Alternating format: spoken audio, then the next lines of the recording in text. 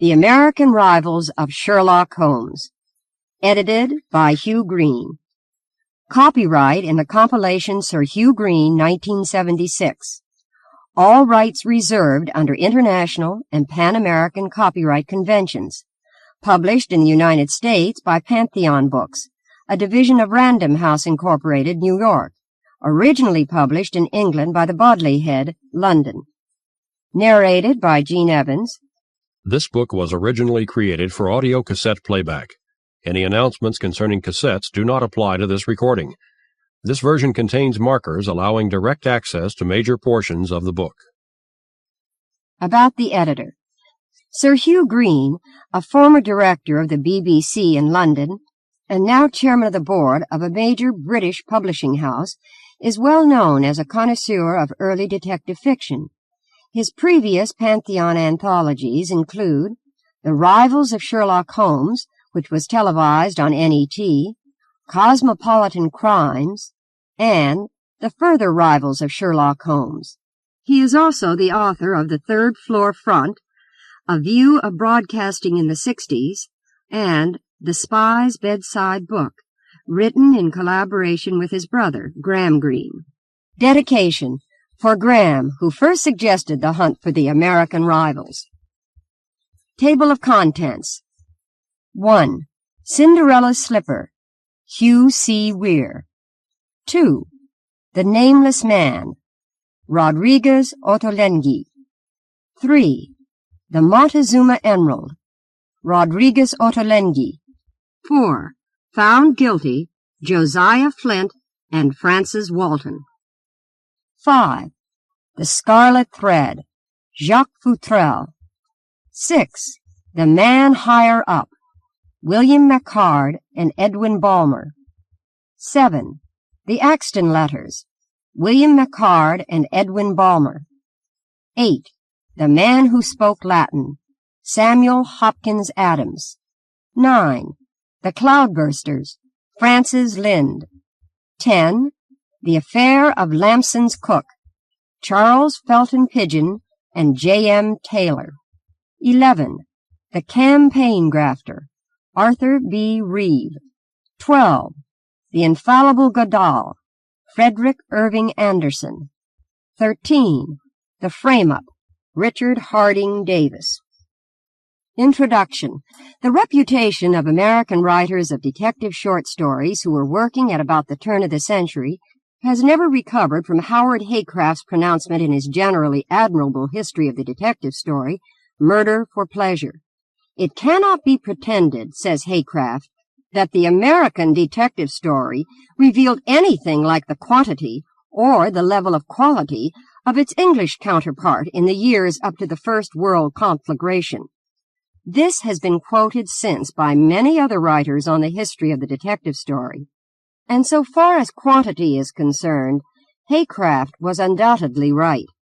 Apart from Arthur B. Reeve, America produced no writers anything like as prolific as William Le Queux, E. Phillips Oppenheim, and Dick Donovan, and even Reeve cannot quite compete in their league. One of the interesting things about the American detective story at the time is how many writers produced only one or two collections of detective stories and were otherwise involved in quite different professions or other types of writing. Most of the writers were amateurs in this field, and there were no great professionals like Conan Doyle, Arthur Morrison, and R. Austin Freeman. The fact that the American writers were comparatively unknown, left no great body of work behind them, and were seldom reprinted, poses considerable problems for collectors. It is very hard to find their books outside the main American public libraries. Only a few are available in the British Museum Library, as many were never published in England. If it had not been for a stroke of luck, I doubt whether I should have persevered in the search.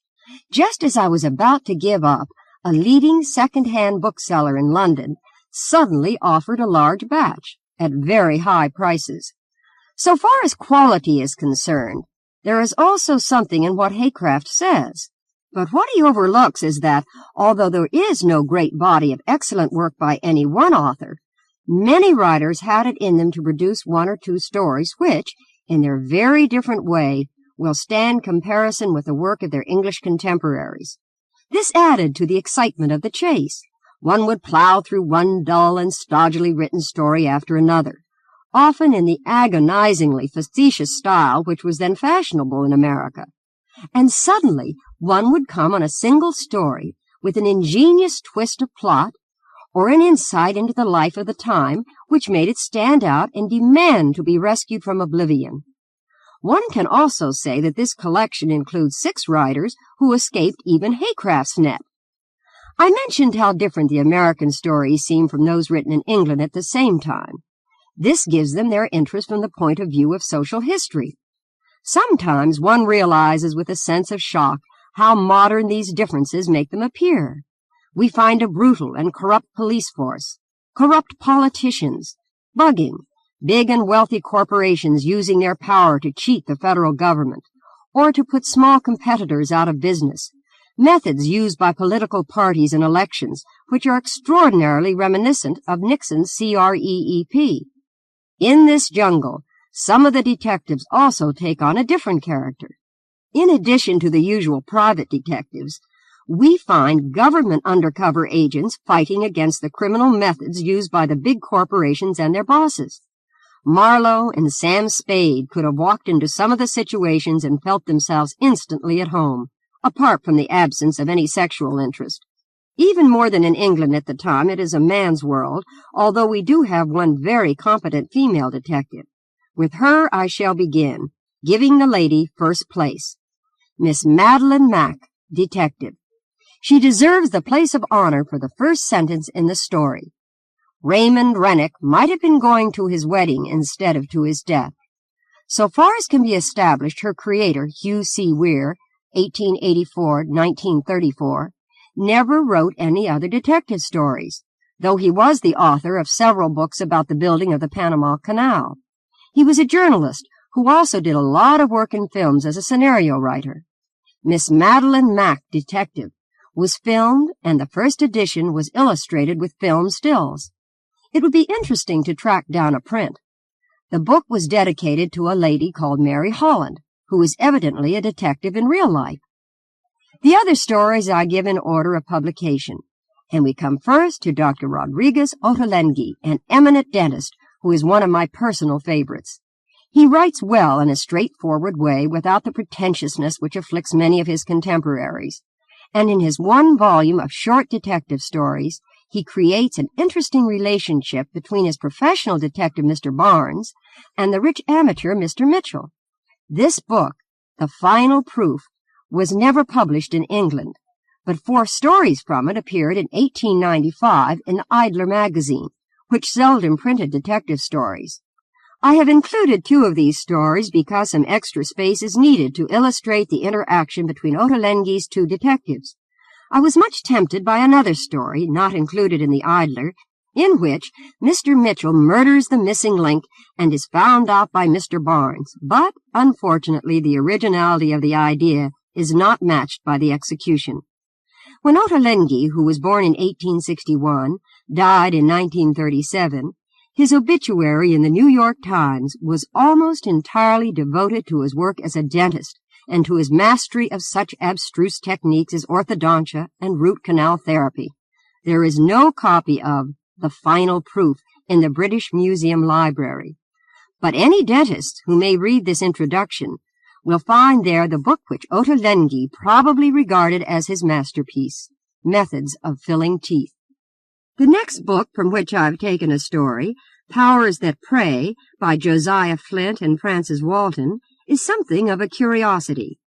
It is set in the New York underworld, and the authors argue in their introduction that the really effective detectives are the spies and traitors in the ranks of the criminals, and that without their help, the police would never make an arrest. There is certainly no exaggerated respect for the New York police force, which is shown as both incompetent and unscrupulous. The stories are written in a curiously stilted style, but somehow succeed in conveying an authentic atmosphere. I came to the conclusion that one at least of the authors must have been a member of the underworld himself. I was not too far out. Research revealed that Josiah Flynt was a pseudonym of Josiah Flynt Willard, 1869-1907. He was employed as a railway policeman by the Pennsylvania Railroad Company on the lines west of Pittsburgh, and he also wrote a book called Notes of an Itinerant Policeman, published in 1900, which sounds interesting. His collaborator's real name was Alfred Hodder, 1866-1907. He graduated in law at Harvard and studied municipal conditions in New York as secretary to a reforming district attorney, William Travers Jerome. With Josiah Flynt Willard, he investigated the New York slums before they joined in writing Powers That Prey. That their short lives ended in the same year is a curious coincidence. About Jacques Futrelle, 1875-1912, I have written in the introduction to More Rivals of Sherlock Holmes. Footnote. American title, Cosmopolitan Crimes. End of footnote. Since then, I have seen in the New York Times of April 12, 1912, an account of his death in the Titanic disaster. He helped his wife to a place in a lifeboat and declined the chance to save himself. He is one of the few professional writers of crime stories in this collection, and his detective, Professor S.F.X. Van Dusen, the Thinking Machine, has never been entirely forgotten. I have included two stories by William MacHarg, 1872-1951, and Edwin Balmer, 1893-1959, because both on merit and rarity, they seem to deserve it. Their detective, Luther Trant, was one of the first psychologist detectives, and his use of a lie detector in The Man Higher Up was, so far as I know, the first in detective fiction. In the same story, we have an instance of the collaboration between a private detective and federal agents to uncover big business crime, and there is real passion against the bosses who usually remain untouched and leave their underlings to take the rap. Ellery Queen, in his bibliography Queen's Quorum, relates that on two occasions Luther Trant's stories had to be dropped from previous anthologies because of production difficulties, so I am now making up for that omission. Both Balmer and MacHarg were professional novelists whose work does not otherwise seem to have survived. MacHarg created a good-hearted cop called O'Malley, who appeared for many years in the pages of Collier's and the Saturday Evening Post, obviously a very different character from Captain Brigstock in Powers That Prey. The Balmer-MacHarg partnership extended to Balmer marrying MacHarg's sister as his first wife. Samuel Hopkins Adams, 1871-1958, was another one-book man so far as crime writing is concerned. Although his writing is somewhat marred by the contemporary American disease of facetiousness, one can agree with Howard Haycraft in regretting that his ingenious book, Average Jones, was his only attempt at detective fiction. He was a busy journalist, specializing in health subjects, and his articles about tuberculosis, typhoid, and yellow fever were considered authoritative in their time. In 1906-1907, he conducted a campaign under the title of the Great American Fraud against patent medicine companies, and this led to the inclusion of a patent medicine clause in a pure food bill passed by the House of Representatives. So he was a bit of a detective in real life.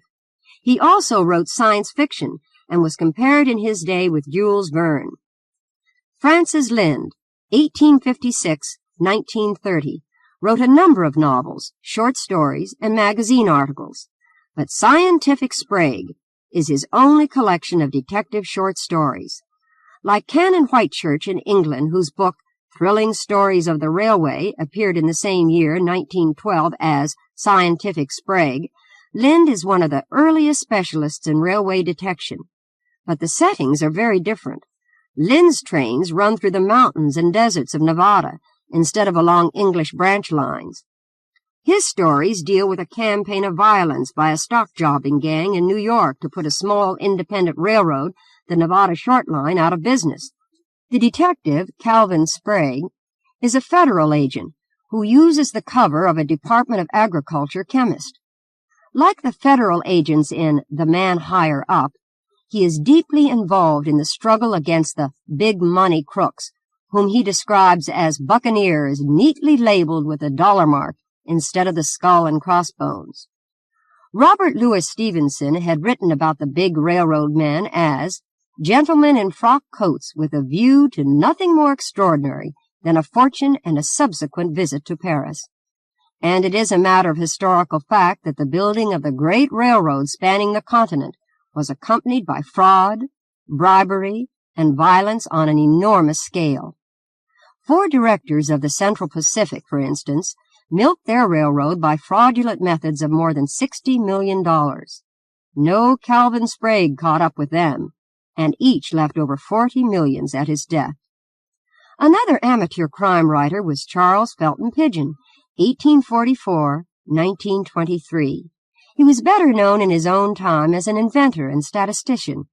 As a child, he had received an injury to his hip, which paralyzed one of his legs and forced him to use an artificial support for the rest of his life. In 1873, he was appointed chief clerk of the Massachusetts Bureau of Statistics of Labor and assembled one of the earliest mechanical tabulation machines. He also invented visible speech, which is described somewhat obscurely as a system designed to make possible the photographing of words as if issuing from the mouths of motion picture actors. In his middle 50s, the unfortunate Pigeon suffered from cataract, and this turned him from statistics to writing. He dictated a novel called Quincy Adams Sawyer, about New England life, which was published in 1900. This was followed by several other books about 2 generations of Quincy Adams Sawyers. Only the last is, strictly speaking, of detective interest, though its hero, Quincy Adams Sawyer, Jr., had in an earlier book married a girl called Mary Dana, who worked in a detective agency. Pigeon stories have a quality of gentleness, even when blood is shed, and quiet humor rare in American stories of the time. I have no information about his collaborator, J. M. Taylor. With Arthur B. Reeve, 1880-1936, we come at last to a thoroughly professional writer of detective short stories. He turned out a long series of books beginning with The Silent Bullet, footnote, published in England as The Black Hand, end of footnote, in 1912, which were immensely popular in their day. On the whole, the professional has worn less well than the amateurs, and I had to read an enormous number of Reeve stories before I found one which seemed to deserve reprinting. His most famous creation was Craig Kennedy, a scientific detective who employed various mechanical wonders drawn from popular science magazines. Inevitably, Kennedy's achievements are now somewhat dated. The story I have chosen justifies its inclusion through the curiously modern political skullduggery which it describes, rather than through Kennedy's methods of detection. Some of Reeve's other books, including The Exploits of Elaine, were turned into famous film serials of the silent era. There is some doubt about the publishing history of The Poison Pen, from which I have taken my story. The book was brought out in the same year, 1913, by 3 different publishers, Dodd Mead, Harper, and Van Rees. The last 2 editions were illustrated by 2 different artists. The green cloth Dodd Mead edition, which is not illustrated, is the only one recorded in the Library of Congress and must be recognized as the first. The episode from Adventures of the Infallible Godall seems to me to be the most original and ingenious story in this collection. Who is the detective? Who is the criminal? Frederick Irving Anderson, 1877-1947, had a small and select output of detective short stories. Apart from Godall, he wrote the notorious Sophie Lang, which for some reason was published only in England, and The Book of Murder about Deputy Parr, and the writer Oliver Armiston, who also appears in the Godall story I have chosen. Anderson is a master of misdirection and of the double cross, and one feels that he had it in him to be the best of all American detective story writers until the days of Hammett and Chandler. But he seems to have had only an intermittent urge to write and preferred farming in Vermont. Richard Harding Davis, 1864-1916, would probably be surprised and angry to find himself in this company. He would never have thought of himself as a detective story writer, and I must admit that the story I have chosen about District Attorney Fortin is very much of a borderline case. In his day, Richard Harding Davis was one of the most famous of American journalists, novelists, and playwrights, regularly earning his $100,000 a year, and nevertheless leaving his widow almost penniless.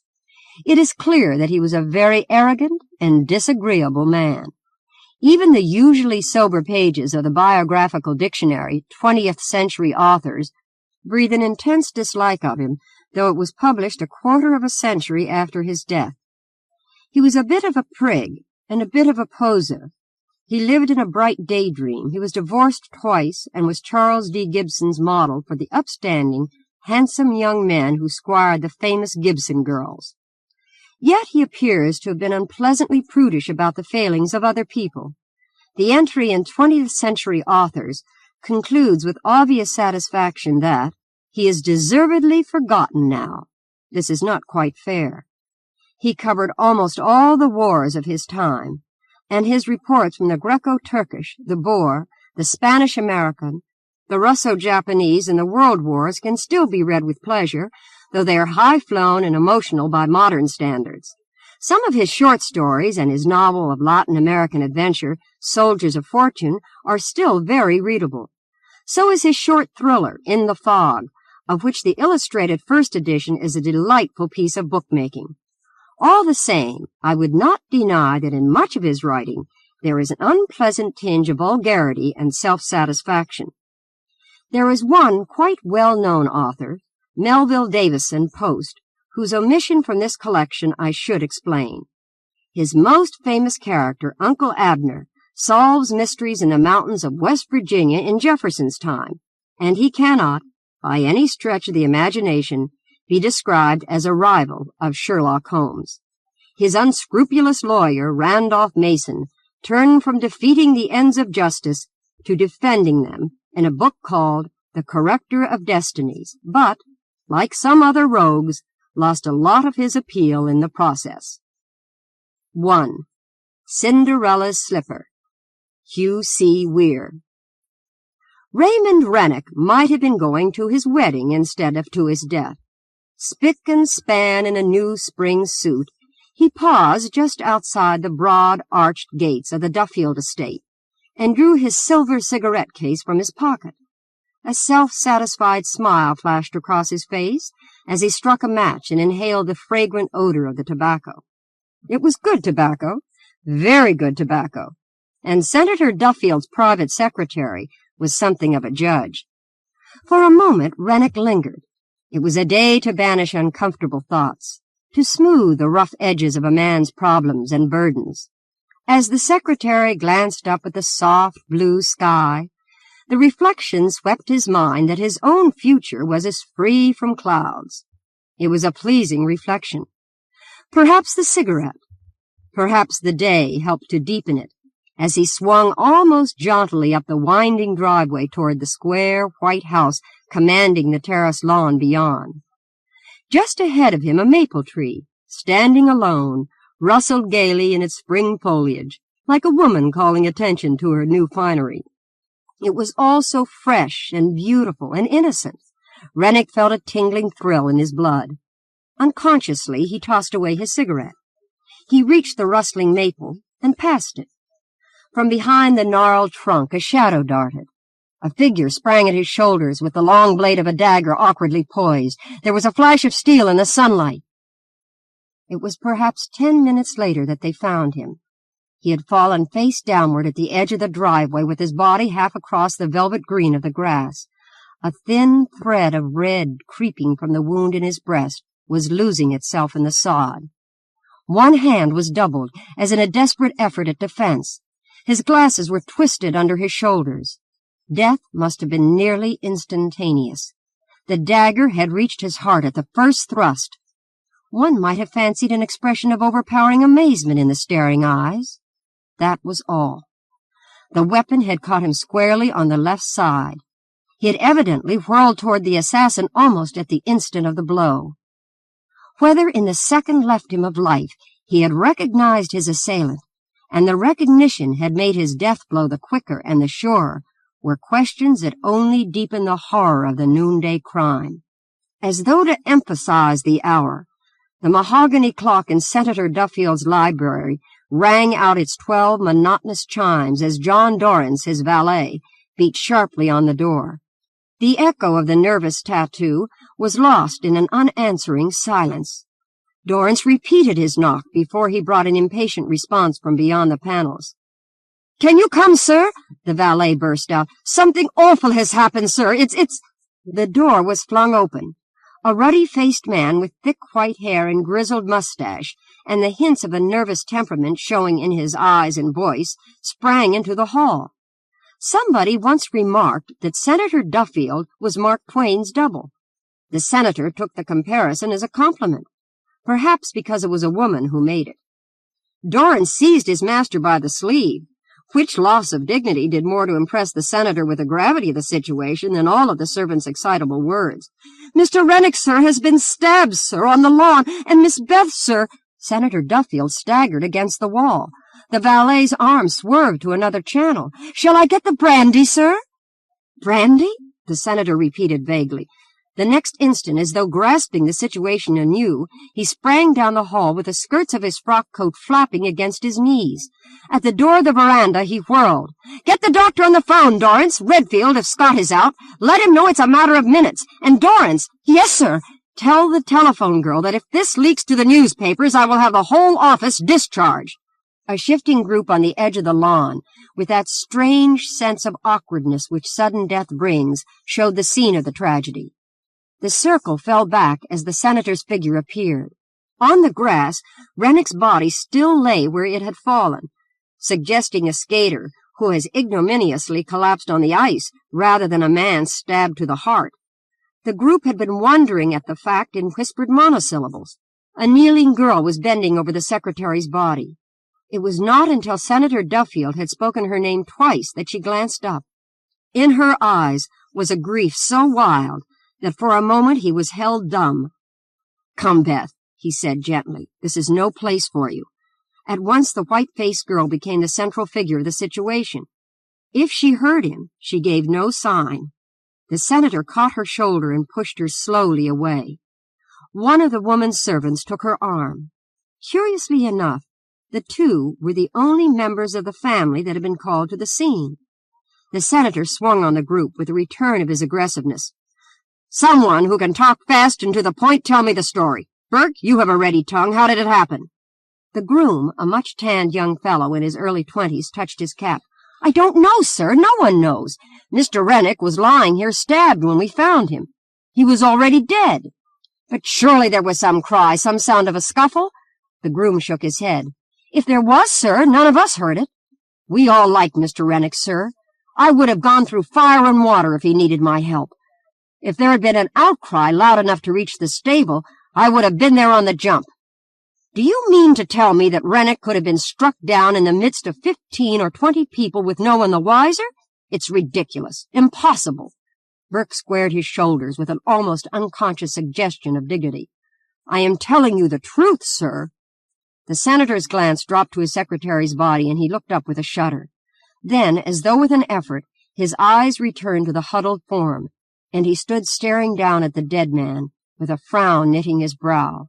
Once he jerked his head toward the gardener with a curt question. "Who found him?" Jenkins shambled forward uneasily. "I did, sir. I hope you don't think I disturbed the body." The senator shrugged his shoulders impatiently. He did not raise his head again until the sound of a motor in the driveway broke the tension. The surgeon had arrived. Almost at the same moment there was a cry from Jenkins. The gardener stood perhaps a half-dozen yards from the body, staring at an object hidden in the grass at his feet. He stooped and raised it. It was a woman's slipper. As a turn of his head showed him the eyes of the group turned in his direction, he walked across to Senator Duffield, holding his find at arm's length, as though its dainty outlines might conceal an adder's nest. The slipper was of black suede, high-heeled and slender, tied with a broad black ribbon. One end of the ribbon was broken and stained, as though it had tripped its owner. On the thin sole were cakes of the peculiar red clay of the driveway. It might have been unconscious magnetism that caused the senator suddenly to turn his eyes in the direction of his daughter. She was swaying on the arm of the servant. Throwing off the support of the woman, she took 2 quick steps forward with her hand flung out, as though to tear the slipper from him. And then, without a word, she fell prone on the grass. 2. The telephone in my room must have been jangling a full moment before I struggled out of my sleep and raised myself to my elbow. It was with a feeling of distinct rebellion that I slipped into my kimono and slippers and shuffled across to the sputtering instrument in the corner. From 8 in the morning until 8 in the evening, I had been on racking duty in the Farragut poison trial, and the belated report of the wrangling jury at an hour which made any sort of a meal impossible until after 10 had left me worn out physically and mentally. I glanced at my watch as I snapped the receiver to my ear. It lacked barely 15 minutes of midnight. An unearthly hour to call a woman out of bed, even if she is past the age of sentimental dreams. "Well?" I growled. A laugh answered me at the other end of the wire. I would have flung the receiver back to the hook and myself back to bed had I not recognized the tones. There is only one person in the world, excepting the tyrant at our city editor's desk, who would arouse me at midnight. But I had thought this person separated from me by 1,200 miles of ocean. "Madeline Mac!" I gasped. The laughter ceased. "Madeline Mac it is," came back the answer, now reduced to a tone of decorous gravity. "Pardon my merriment, Nora, the mental picture of your huddled form." "But I thought you in Jamaica," I broke in, now thoroughly awake. "I was, until Saturday. Our steamer came out of quarantine at 4 o'clock this afternoon. As it develops, I reached here at the psychological moment." I kicked a rocker to my side and dropped into it with a rueful glance at the rumpled sheets of the bed. With Madeline Mac at the telephone at midnight, only one conclusion was possible, and such a conclusion shattered all thought of sleep. "Have you read the evening dispatches from Boston, Nora?" "I have read nothing except the report of the Farragut jury," I returned crisply. "Why?" "If you had, you would perhaps divine the reason of my call. I have been retained in the Rennick murder case. I am taking the 1:30 sleeper for Boston. I secured our berths just before I telephoned." "Our berths?" "I'm taking you with me. Now that you are up, you may as well dress and ring for a taxicab. I will meet you at the Roanoke Hotel." "But," I protested, "don't you think—" "Very well, if you don't care to go, that settles it." "Oh, I will be there," I said with an air of resignation. 10 minutes to dress and 15 minutes for the taxi." "I will add 5 minutes for incidentals," Madeline replied and hung up the receiver. The elevator boy at the Occident, where I had my modest apartment, had become accustomed to the strange hours and strange visitors of a newspaper woman during my 3 years' residence. He opened the door with a grin of sympathy as the car reached my floor. As though to give more active expression to his feelings, he caught up my bag and gave it a place of honor on his own stool. "Going far?" he queried as I alighted at the main corridor. "I may be back in 24 hours, and I may not be back for 24 days, I answered cautiously. I knew Madeline Mac. As I waited for the whir of the taxicab, I appropriated the evening paper on the night clerk's desk. The Rennick murder case had been given a 3-column head on the front page. If I had not been so absorbed in the Farragut trial, it could not have escaped me. I had not finished the headlines, however, when the taxi, with a promptness almost uncanny, rumbled up to the curb. I threw myself back against the cushions, switched on the electric light, and spread my paper over my knee as the chauffeur turned off toward Fifth Avenue. The story was well written, and had made much of a few facts. Trust my newspaper instinct to know that. I had expected a fantastic puzzle when it could spur Madeline into action within 6 hours after her landing, but I was hardly anticipating a problem such as I could read between rather than in the lines of type before me. Long before the Roanoke loomed into view, I had forgotten my lost sleep. The identity of Raymond Rennick's assassin was as baffling as in the first moments of the discovery of the tragedy. There had been no arrests, nor hint of any. From the moment when the secretary had turned into the gate of the Duffield yard until the finding of his body, all trace of his movements had been lost as effectually as though the darkness of midnight had enveloped him instead of the sunlight of noon. More than 10 minutes could not have elapsed between his entrance into the grounds and the discovery of his murder. Perhaps not more than 5. But they had been sufficient for the assassin to effect a complete escape. There was not even the shadow of a motive. Raymond Rennick was one of those few men who seemed to be without an enemy. In an official capacity, his conduct was without blemish. In a social capacity, he was admittedly one of the most popular men in Brookline, among both sexes. Rumor had it, apparently on unquestioned authority, that the announcement of his engagement to Beth Duffield was to have been an event of the early summer. This fact was in my mind as I stared out into the darkness. On a sudden impulse, I opened the paper again. From an inside page, the latest photograph of the senator's daughter, taken at a fashionable Boston studio, smiled up at me. It was an excellent likeness as I remembered her at the inaugural ball the year before. A wisp of a girl, with a mass of black hair which served to emphasize her frailness. I studied the picture with a frown. There was a sense of familiarity in its outlines, which certainly our casual meeting could not explain. Then, abruptly, my thoughts flashed back to the crowded courtroom of the afternoon, and I remembered. In the prisoner's dock I saw again the figure of Beatrice Farragut, slender, fragile, her white face, her somber gown, her eyes fixed like those of a frightened lamb on the jury which was to give her life or death. "She poison her husband?" had buzzed the whispered comments at my shoulders during the weary weeks of the trial. "She couldn't harm a butterfly." Like a mocking echo, the tones of the foreman had sounded the answering verdict of murder in the first degree. And in New York, this meant, why had Beatrice Farragut suggested Beth Duffield? Or was it Beth Duffield who had suggested— I crumpled the paper into a heap and tossed it from the window in disgust at my morbid imagination. Brr! And yet they say that a New York newspaper woman has no nerves. A voice hailed us from the darkness, and a white-gowned figure sprang out onto the walk. As the chauffeur brought the machine to a halt, Madeline Mack caught my hands. Her next 2 actions were thoroughly characteristic.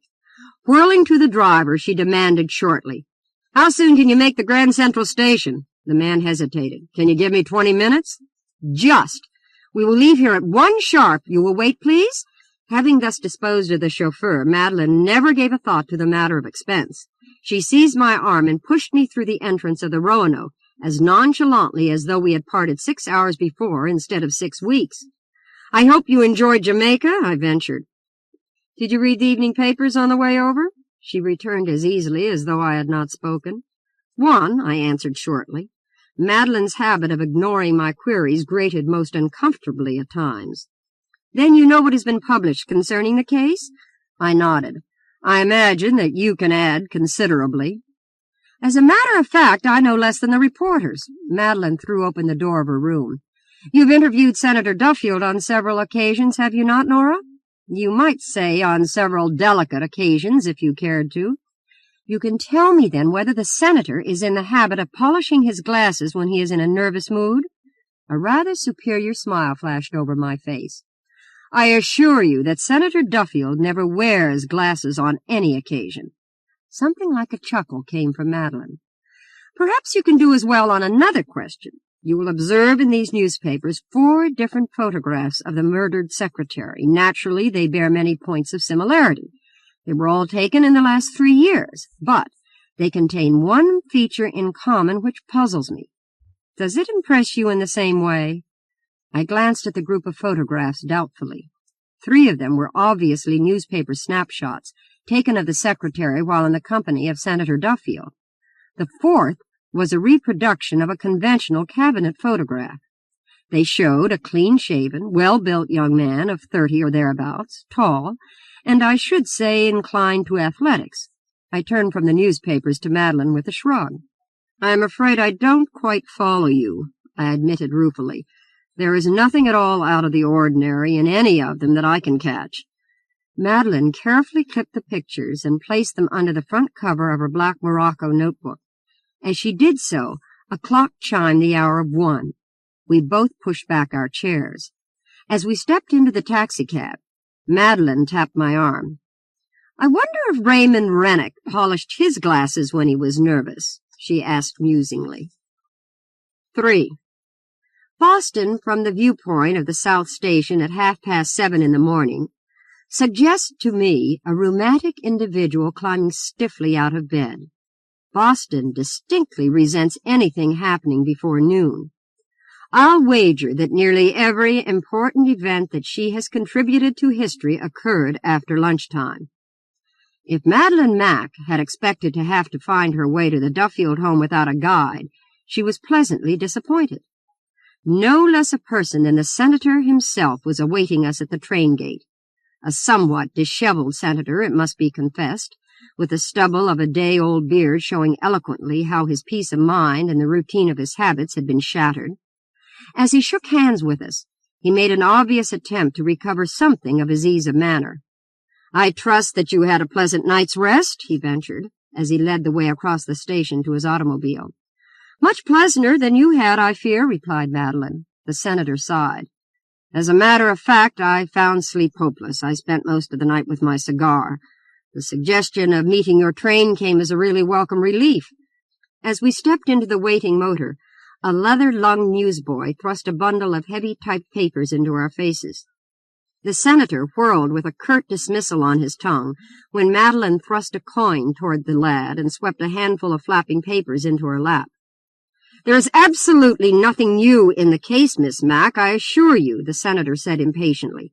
"The reporters have pestered me like so many leeches. The sight of a headline makes me shiver." Madeline bent over her papers without comment. As I settled into the seat by her side, however, and the machine whirled around the corner, I saw that she was not even making a pretense of reading. I watched her with a frown as she turned the gates. There was no question of her interest, but it was not the type that held her attention. I doubted if she was perusing a line of the closely set columns. It was not until she reached the last paper that I solved the mystery. It was the illustrations that she was studying. When she finished the heap of papers, she began slowly and even more thoughtfully to go through them again. Now I saw that she was pondering the various photographs of Senator Duffield's family that the newspapers had published. I turned away from her bent form and tapping finger, but there was a magnetism in her abstraction that forced my eyes back to her in spite of myself. As my gaze returned to her, she thrust her gloved hand into the recesses of her bag and drew out her black morocco notebook. From its pages she selected the 4 newspaper pictures of the murdered secretary that she had offered me the night before. With a twinkle of satisfaction, she grouped them about a large, black-bordered picture which stared up at her from the printed page in her lap. Our ride to the Duffield gate was not a long one. In fact, I was so absorbed by my furtive study of Madeline Mack that I was startled when the chauffeur slackened his speed, and I realized from a straightening of the senator's bent shoulders that we were nearing our destination.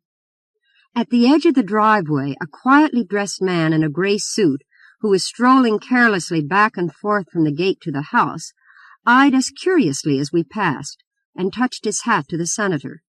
I knew at once he was a detective. Trust a newspaper woman to spot a plainclothesman, even if he has left his police uniform at home. Madeline did not look up, and the senator made no comment. As we stepped from the machine, a tall girl with severe, almost classical features and a profusion of nut-brown hair which fell away from her forehead without even the suggestion of a ripple was awaiting us. "My daughter Maria," Senator Duffield announced formally. Madeline stepped forward with extended hand.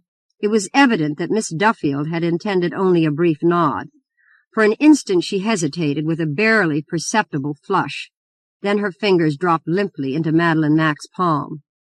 I chuckled inwardly at the ill grace with which she did it. "This must be a most trying occasion for you," Madeline said with a note of sympathy in her voice which made me stare. Effusiveness of any kind was so foreign to her nature that I frowned as we followed our host into the wide front drawing-room.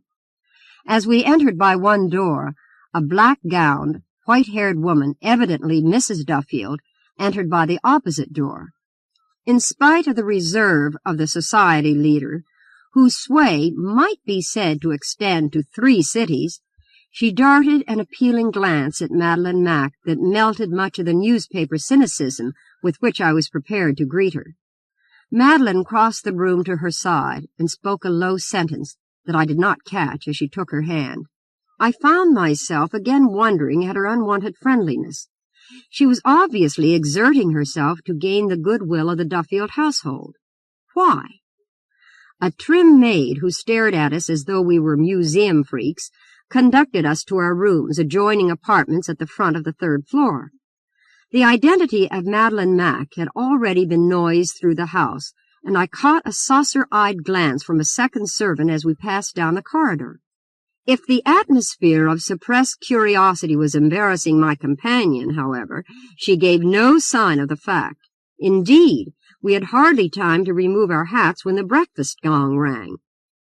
The family was assembling in the old-fashioned dining room when we entered. In addition to the members of the domestic circle whom I have already indicated, my attention was at once caught by 2 figures who entered just before us.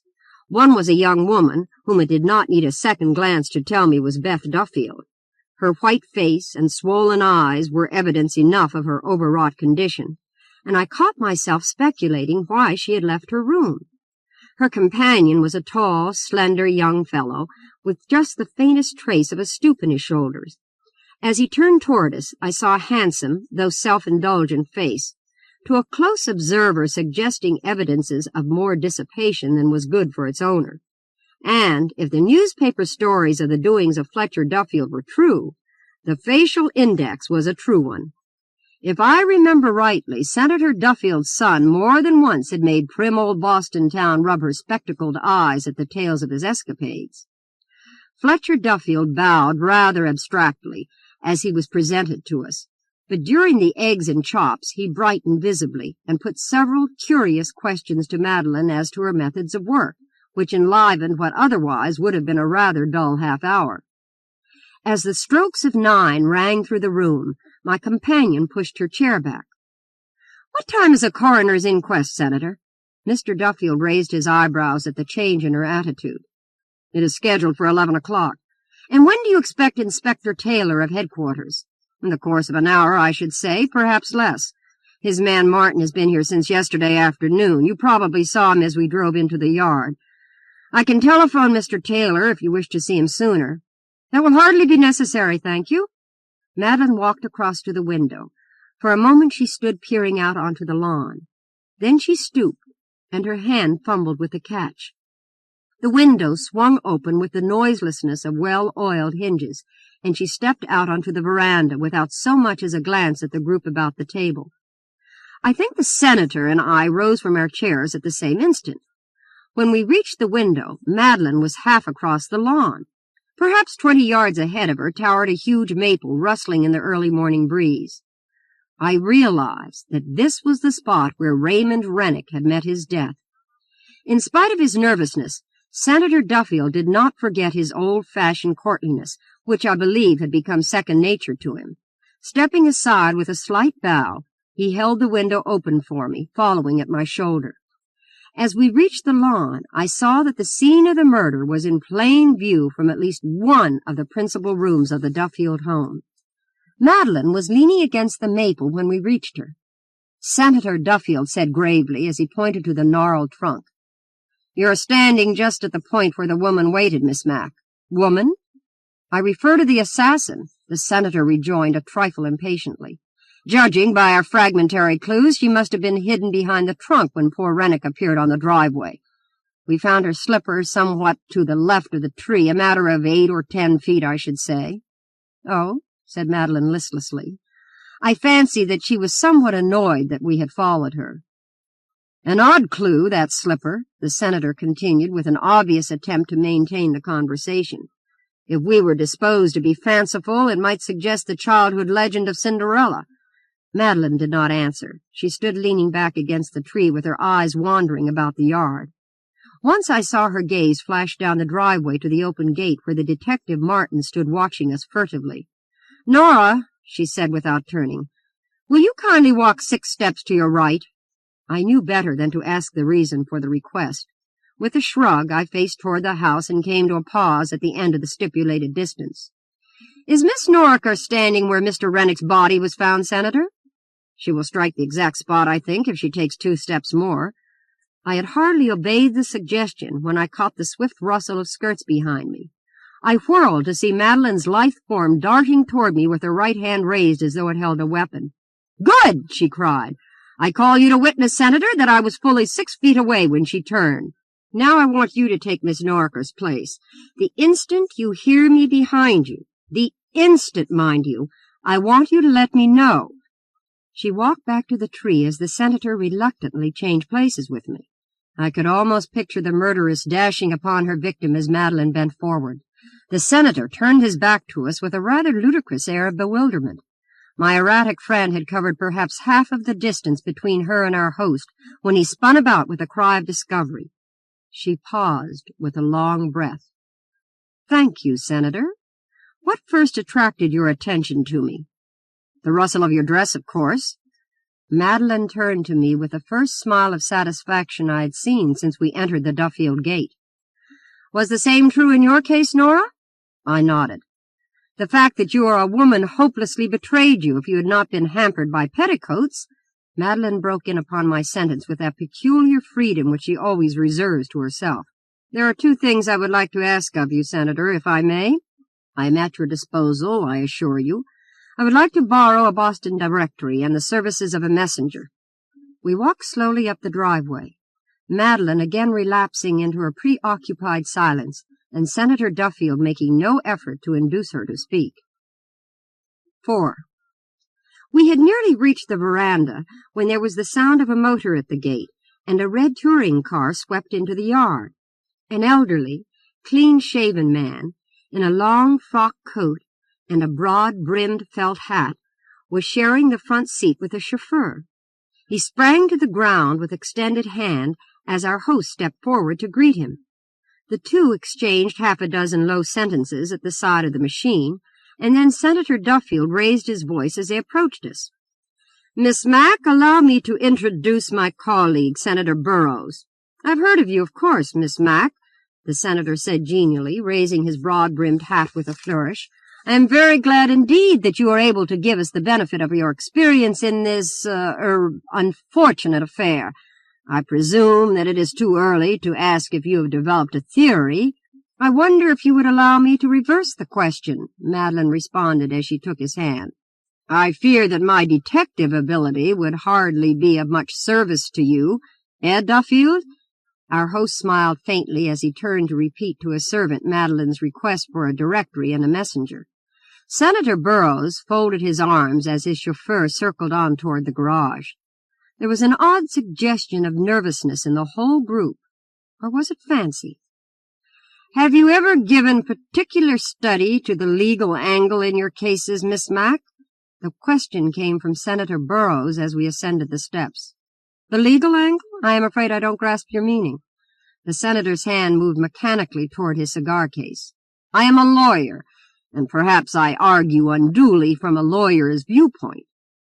We always work from the question of motive, Miss Mack.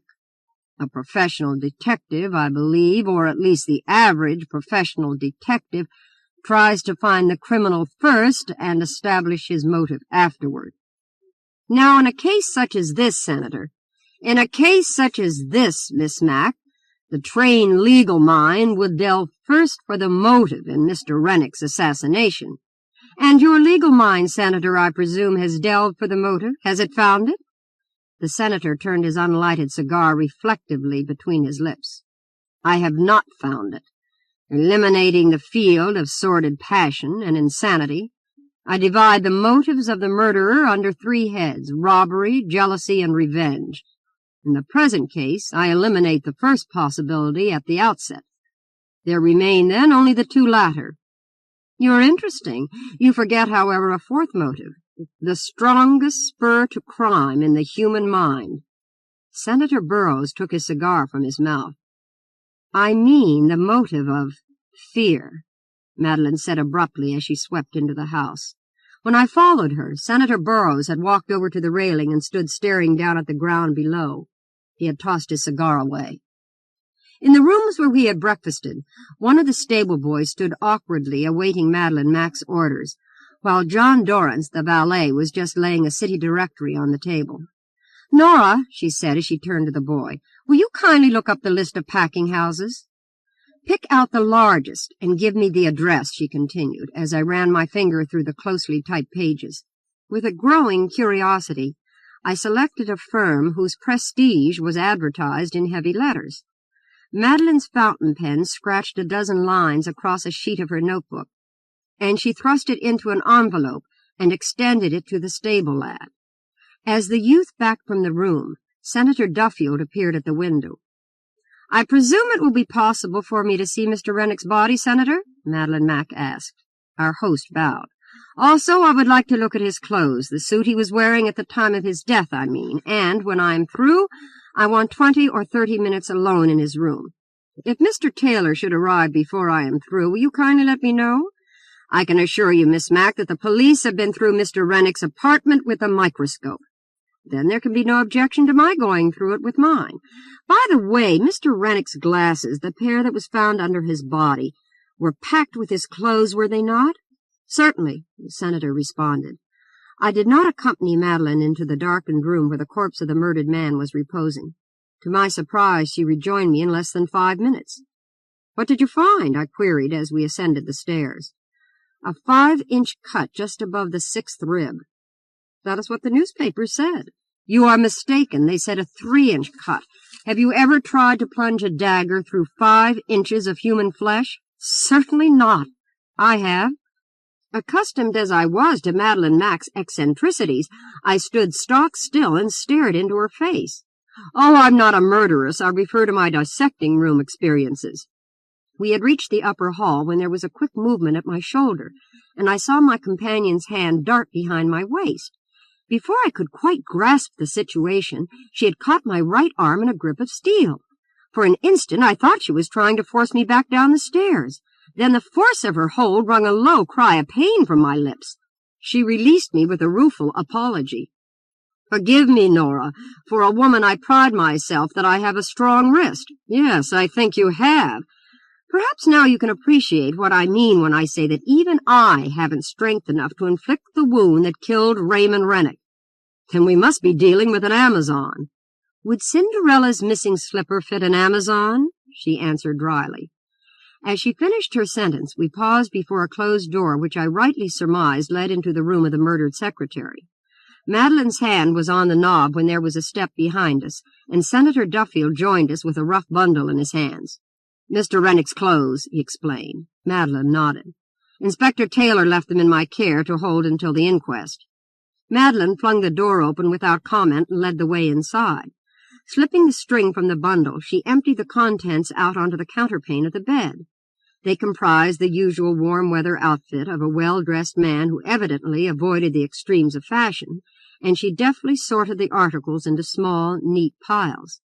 She glanced up with an expression of impatience. "I thought you said they were here, Mr. Duffield." "What?" "Mr. Rennick's glasses. Where are they?" Senator Duffield fumbled in his pocket. "I beg your pardon, Miss Mack. I had overlooked them," he apologized as he produced a thin paper parcel. Madeline carried it to the window and carefully unwrapped it. "You will find the spectacles rather badly damaged, I fear. One lens is completely ruined." Madeline placed the broken glasses on the sill and raised the blind to its full height. Then she dropped to her knees and whipped out her microscope. When she arose, her small, black-clad figure was tense with suppressed excitement. A fat oak chiffonier stood in the corner nearest her. Crossing to its side, she rummaged among the articles that littered its surface, opened and closed the top drawer, and stepped back with an expression of annoyance. A writing-table was the next point of her search, with results which I judged to be equally fruitless. She glanced uncertainly from the bed to the 3 chairs, the only other articles of furniture that the room contained. Then her eyes lighted again as they rested on the broad carved mantel that spanned the empty fireplace. It held the usual collection of bric-a-brac of a bachelor's room. At the end farthest from us, however, there was a narrow red case, of which I caught only an indistinct view when Madeline's hand closed over it. She whirled toward us. I must ask you to leave me alone now, please." The senator flushed at the peremptory command. I stepped into the hall, and he followed me with a shrug. He was closing the door when Madeline raised her voice. "If Inspector Taylor is below, kindly send him up at once." "And what about the inquest, Miss Mac?" "There will be no inquest today." Senator Duffield led the way downstairs without a word. In the hall below, a ruddy-faced man with gray hair, a thin gray beard and mustache, and a gray suit, suggesting any army officer in civilian clothes, was awaiting us. I could readily imagine that Inspector Taylor was something of a disciplinarian in the Boston Police Department. Also, relying on Madeline Mack's estimate, he was one of the 3 shrewdest detectives on the American continent. Senator Duffield hurried toward him with a suggestion of relief. "Miss Mack is upstairs, Inspector, and requested me to send you to her the moment you arrive." "Is she in Mr. Rennick's room?" The senator nodded. The inspector hesitated as though about to ask another question, and then, as though thinking better of it, bowed and turned to the stairs. Inspector Taylor was one of those few policemen who had the honor of being numbered among Madeline Mack's personal friends, and I fancied that he welcomed the news of her arrival. Fletcher Duffield was chatting somewhat aimlessly with Senator Burrows as we sauntered out into the yard again. None of the ladies of the family were visible. The plainclothesman was still lounging disconsolately in the vicinity of the gate. There was a sense of unrest in the scene, a vague expectancy. Although no one voiced the suggestion, we might all have been waiting to catch the first clap of distant thunder. As Senator Duffield joined the men, I wandered across to the dining-room window. I fancied the room was deserted, but I was mistaken. As I faced about toward the driveway, a low voice caught my ear from behind the curtains. "You are Miss Mack's friend, are you not? No, don't turn around, please." But I had already faced toward the open door. At my elbow was a white-capped maid, with her face almost as white as her cap, whom I remembered to have seen at breakfast. "Yes, I am Miss Mack's friend. What can I do for you?" "I have a message for her. Will you see that she gets it?" "Certainly." "Tell her that I was at the door of Senator Duffield's library the night before the murder." My face must have expressed my bewilderment. For an instant I fancied the girl was about to run from the room. I stepped through the window and put my arm about her shoulders. She smiled faintly. "I don't know much about the law and evidence and that sort of thing, and I am afraid. You will take care of me, won't you?" "Of course I will, Anna." "Your name is Anna, isn't it?" The girl was rapidly recovering her self-possession. "I thought you ought to know what happened Tuesday night. I was passing the door of the library. It was fairly late, about 10 o'clock, I think, when I heard a man's voice inside the room. It was a loud, angry voice, like that of a person in a quarrel. Then I heard a second voice, lower and much calmer." "Did you recognize the speakers?" "They were Mr. Rennick and Senator Duffield." I caught my breath. "You said one of them was angry. Which was it?" "Oh, it was the senator. He was very much excited and worked up. Mr. Rennick seemed to be speaking very low." "What were they saying, Anna?" I tried to make my tones careless and indifferent, but they trembled in spite of myself. "I couldn't catch what Mr. Rennick said. The senator was saying some dreadful things. I remember he cried, 'You swindlers!' And then a bit later, 'I have evidence that should put you and your thieving crew behind the bars.' I think that is all. I was too bewildered to—" A stir on the lawn interrupted the sentence. Madeline Mack and Inspector Taylor had appeared. At the sound of their voices, the girl broke from my arm and darted toward the door. Through the window I heard the inspector's heavy tones as he announced curtly, "I am telephoning the coroner, Senator, that we are not ready for the inquest today. We must postpone it until tomorrow." 5. The balance of the day passed without incident. In fact, I found the subdued quiet of the Duffield home becoming irksome as evening fell. I saw little of Madeline Mack. She disappeared shortly after luncheon behind the door of her room, and I did not see her again until the dressing bell rang for dinner. Senator Duffield left for the city with Mr. Burrows at noon, and his car did not bring him back until dark. The women of the family remained in their apartments during the entire day, nor could I wonder at the fact. A morbid crowd of curious sightseers was massed about the gates almost constantly, and it was necessary to send a call for 2 additional policemen to keep them back. In spite of the vigilance, frequent groups of newspapermen managed to slip into the grounds, and after half a dozen experiences in frantically dodging a battery of cameras, I decided to stick to the shelter of the house. It was with a feeling of distinct relief that I heard the door of Madeline's room open, and her voice calling to me to enter. I found her stretched on a lounge before the window with a mass of pillows under her head. "Been asleep?" I asked. "No, to tell the truth, I've been too busy." "What, in this room?" "This is the first time I've been here since noon." "Then where—" "Nora, don't ask questions." I turned away with a shrug that brought a laugh from the lounge. Madeline rose and shook out her skirts. I sat watching her as she walked across to the mirror and stood patting the great golden masses of her hair. A low tap on the door interrupted her. Dorrance, the valet, stood outside as she opened it, extending an envelope. Madeline fumbled it as she walked back. She let the envelope flutter to the floor, and I saw that it contained only a blank sheet of paper. She thrust it into her pocket without explanation. "How would you like a long motor ride, Nora?" "For business or pleasure?" "Pleasure. The day's work is finished. I don't know whether you agree with me or not, but I am strongly of the opinion that a whirl out under the elms of Cambridge and then on to Concord and Lexington would be delightful in the moonlight. What do you say?" The clock was hovering on the verge of midnight, and the household had retired when we returned. Madeline was in singularly cheery spirits. The low refrain which she was humming as the car swung into the grounds, Schubert's Serenade, I think it was, ceased only when we stepped onto the veranda and realized that we were entering the house of the dead. I turned off my lights in silence and glanced undecidedly from the bed to the rocker by the window.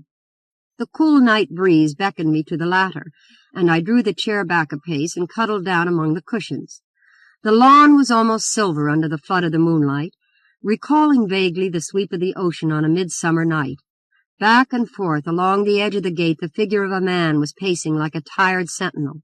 It was the plain-clothes officer from headquarters. His figure suggested a state of siege. We might have been surrounded by a skulking enemy. Or was the enemy within, and the sentinel stationed to prevent his escape? I stumbled across to the bed and to sleep, with the question echoing oddly through my brain. When I opened my eyes, the sun was throwing a yellow shaft of light across my bed. But it wasn't the sun that had awakened me. Madeline was standing in the doorway, dressed, with an expression on her face which brought me to my elbow. "What has happened now?" "Burglars." "Burglars?" I repeated dully. "I'm going down to the library. Someone is making news for us fast, Nora. When will it be our turn?" I dressed in record-breaking time with my curiosity whetted by sounds of suppressed excitement which forced their way into the upper hall. The Duffield home not only was early astir, but was rudely jarred out of its customary routine. When I descended, I found a nervous group of servants clustered about the door of the library. They stood aside to let me pass with attitudes of uneasiness, which I surmised would mean a wholesale series of notices if the strange events in the usually well-regulated household continued. Behind the closed door of the library were Senator Duffield, his son Fletcher, and Madeline Mack. It was easy to appreciate at a glance the unusual condition of the room. At the right, one of the long windows, partly raised, showed the small, round hole of a diamond cutter just over the latch. It was obvious where the clandestine entrance and exit had been obtained. The most noticeable feature of the apartment, however, was a small, square safe in the corner, with its heavy lid swinging awkwardly ajar, and the rug below littered with a heap of papers that had evidently been torn from its neatly tabulated series of drawers. The burglarious hands either had been very angry or very much in a hurry. Even a number of unsealed envelopes had been ripped across, as though the pillager had been too impatient to extract their contents in the ordinary manner.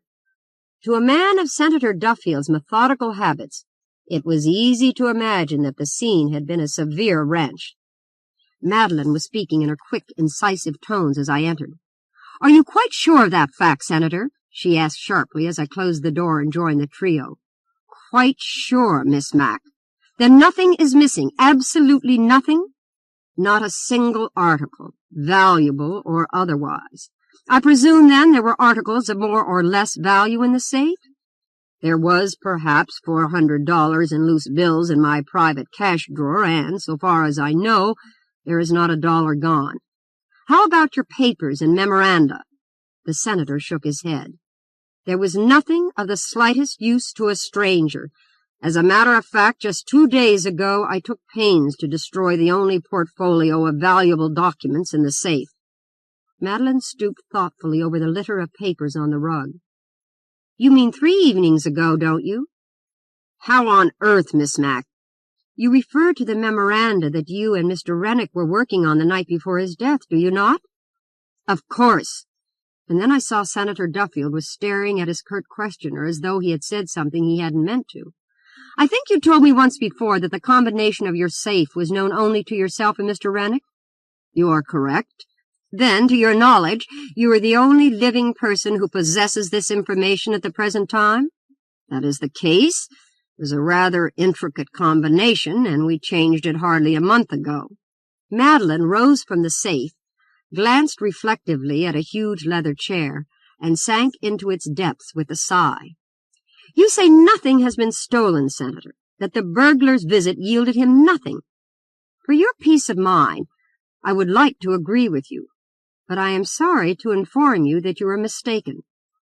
Surely, Miss Mac, you are hasty. I am confident that I have searched my possessions with the utmost care. Nevertheless, you have been robbed. Senator Duffield glanced down at her small, lithe figure impatiently. Then perhaps you will be good enough to tell me of what my loss consists? I refer to the article for which your secretary was murdered. It was stolen from this room last night. Had the point of a dagger pressed against Senator Duffield's shoulders, he could not have bounded forward in greater consternation. His composure was shattered like a pane of glass crumbling. He sprang toward the safe with a cry like a man in sudden fear or agony. Jerking back its door, he plunged his hand into its lower left compartment. When he straightened, he held a long, wax phonograph record. His dismay had vanished in a quick blending of relief and anger as his eyes swept from the cylinder to the grave figure of Madeline Mac. I fail to appreciate your joke, Miss Mac, if you call it a joke to frighten a man without cause as you have me. Have you examined the record in your hand, Senator? Fletcher Duffield and I stared at the two. There was a suggestion of tragedy in the scene as the impatience and irritation gradually faded from the senator's face. It is a substitute, he groaned. A substitute! I have been tricked, victimized, robbed! He stood staring at the wax record as though it were a heated iron burning into his flesh. Suddenly it slipped from his fingers and was shattered on the floor. But he did not appear to notice the fact as he burst out. Do you realize that you are standing here inactive while the thief is escaping? I don't know how your wit surprised my secret and don't care now, but you are throwing away your chances of stopping the burglar while he may be putting miles between himself and us. Are you made of ice, woman? Can't you appreciate what this means? In the name of heaven, Miss Mac! The thief will not escape, Mr. Duffield. It seems to me that he has already escaped. Let me assure you, Senator, that your missing property is as secure as though it were locked in your safe at this moment. But do you realize that once a hint of its nature is known, it will be almost worthless to me? Better perhaps than you do. So well that I pledge myself to return it to your hands within the next half-hour. Senator Duffield took 3 steps forward until he stood so close to Madeline that he could have reached over and touched her on the shoulder. I am an old man, Miss Mac, and the last 2 days have brought me almost to a collapse. If I have appeared unduly sharp, I tender you my apologies, but do not give me false hopes. Tell me frankly that you cannot encourage me. It will be a kindness. You will realize that I cannot blame you. Senator Duffield's imperious attitude was so broken that I could hardly believe it possible that the same man who ruled a great political party, almost by the swaying of his finger, was speaking. Madeline caught his hand with a grasp of assurance. I will promise even more. She snapped open her watch.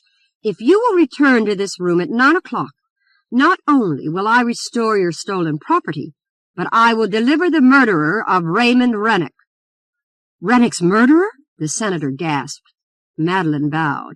In this room at 9 o'clock. I think I was the first to move toward the door. Fletcher Duffield hesitated a moment, staring at Madeline. Then he turned and hurried past me down the hall. His father followed more slowly.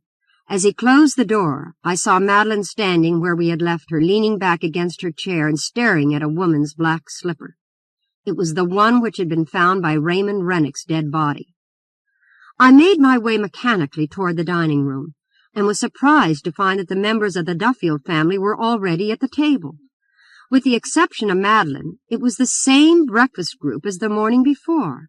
In another house, this attempt to maintain the conventions in the face of tragedy might have seemed incongruous, but it was so thoroughly in keeping with the self-contained Duffield character that, after the first shock, I realized it was not at all surprising. I fancy that we all breathed a sigh of relief, however, when the meal was over. We were rising from the table when a folded note, addressed to the senator, was handed to the butler from the hall. He glanced through it hurriedly and held up his hand for us to wait. "This is from Miss Mack. She requests me to have all of the members of the family, and those servants who have furnished any evidence in connection with the murder," the senator winced as he spoke the word, "to assemble in the library at 9 o'clock. I think that we owe it both to ourselves and to her to obey her instructions to the letter. Perkins, will you kindly notify the servants?" As it happened, Madeline's audience in the library was increased by 2 spectators she had not named. The tooting of a motor sounded without, and the tall figure of Senator Burrows met us as we were leaving the dining room. Senator Duffield took his arm with a glance of relief and explained the situation as he forced him to accompany us. 6. In the library, we found for the first time that Madeline was not alone. Engaged in a low conversation with her, which ceased as we entered, was Inspector Taylor. He had evidently been designated as a spokesman of the occasion. "Is everybody here?" he asked. "I think so," Senator Duffield replied. "There are really only 5 of the servants who count in the case." Madeline's eyes flashed over the circle. "Close the door, please, Mr. Taylor. I think you had better lock it also." "There are 14 persons in this room," she continued, "counting, of course, Inspector Taylor, Miss Norriker, and myself. We may safely be said to be outside the case. There are then 11 persons here connected in some degree with the tragedy. It is in this list of 11 that I have searched for the murderer. I am happy to tell you that my search has been successful." Senator Duffield was the first to speak. "You mean to say, Miss Mack, that the murderer is in this room at the present time?" "Correct." "Then you accuse one of this group of dealing the blow which killed your secretary and later of plundering your safe." Inspector Taylor moved quietly to a post between the 2 windows. Escape from the room was barred. I darted a stealthy glance around the circle in an effort to surprise a trace of guilt in the faces before me, and was startled to find my neighbors engaged in the same furtive occupation.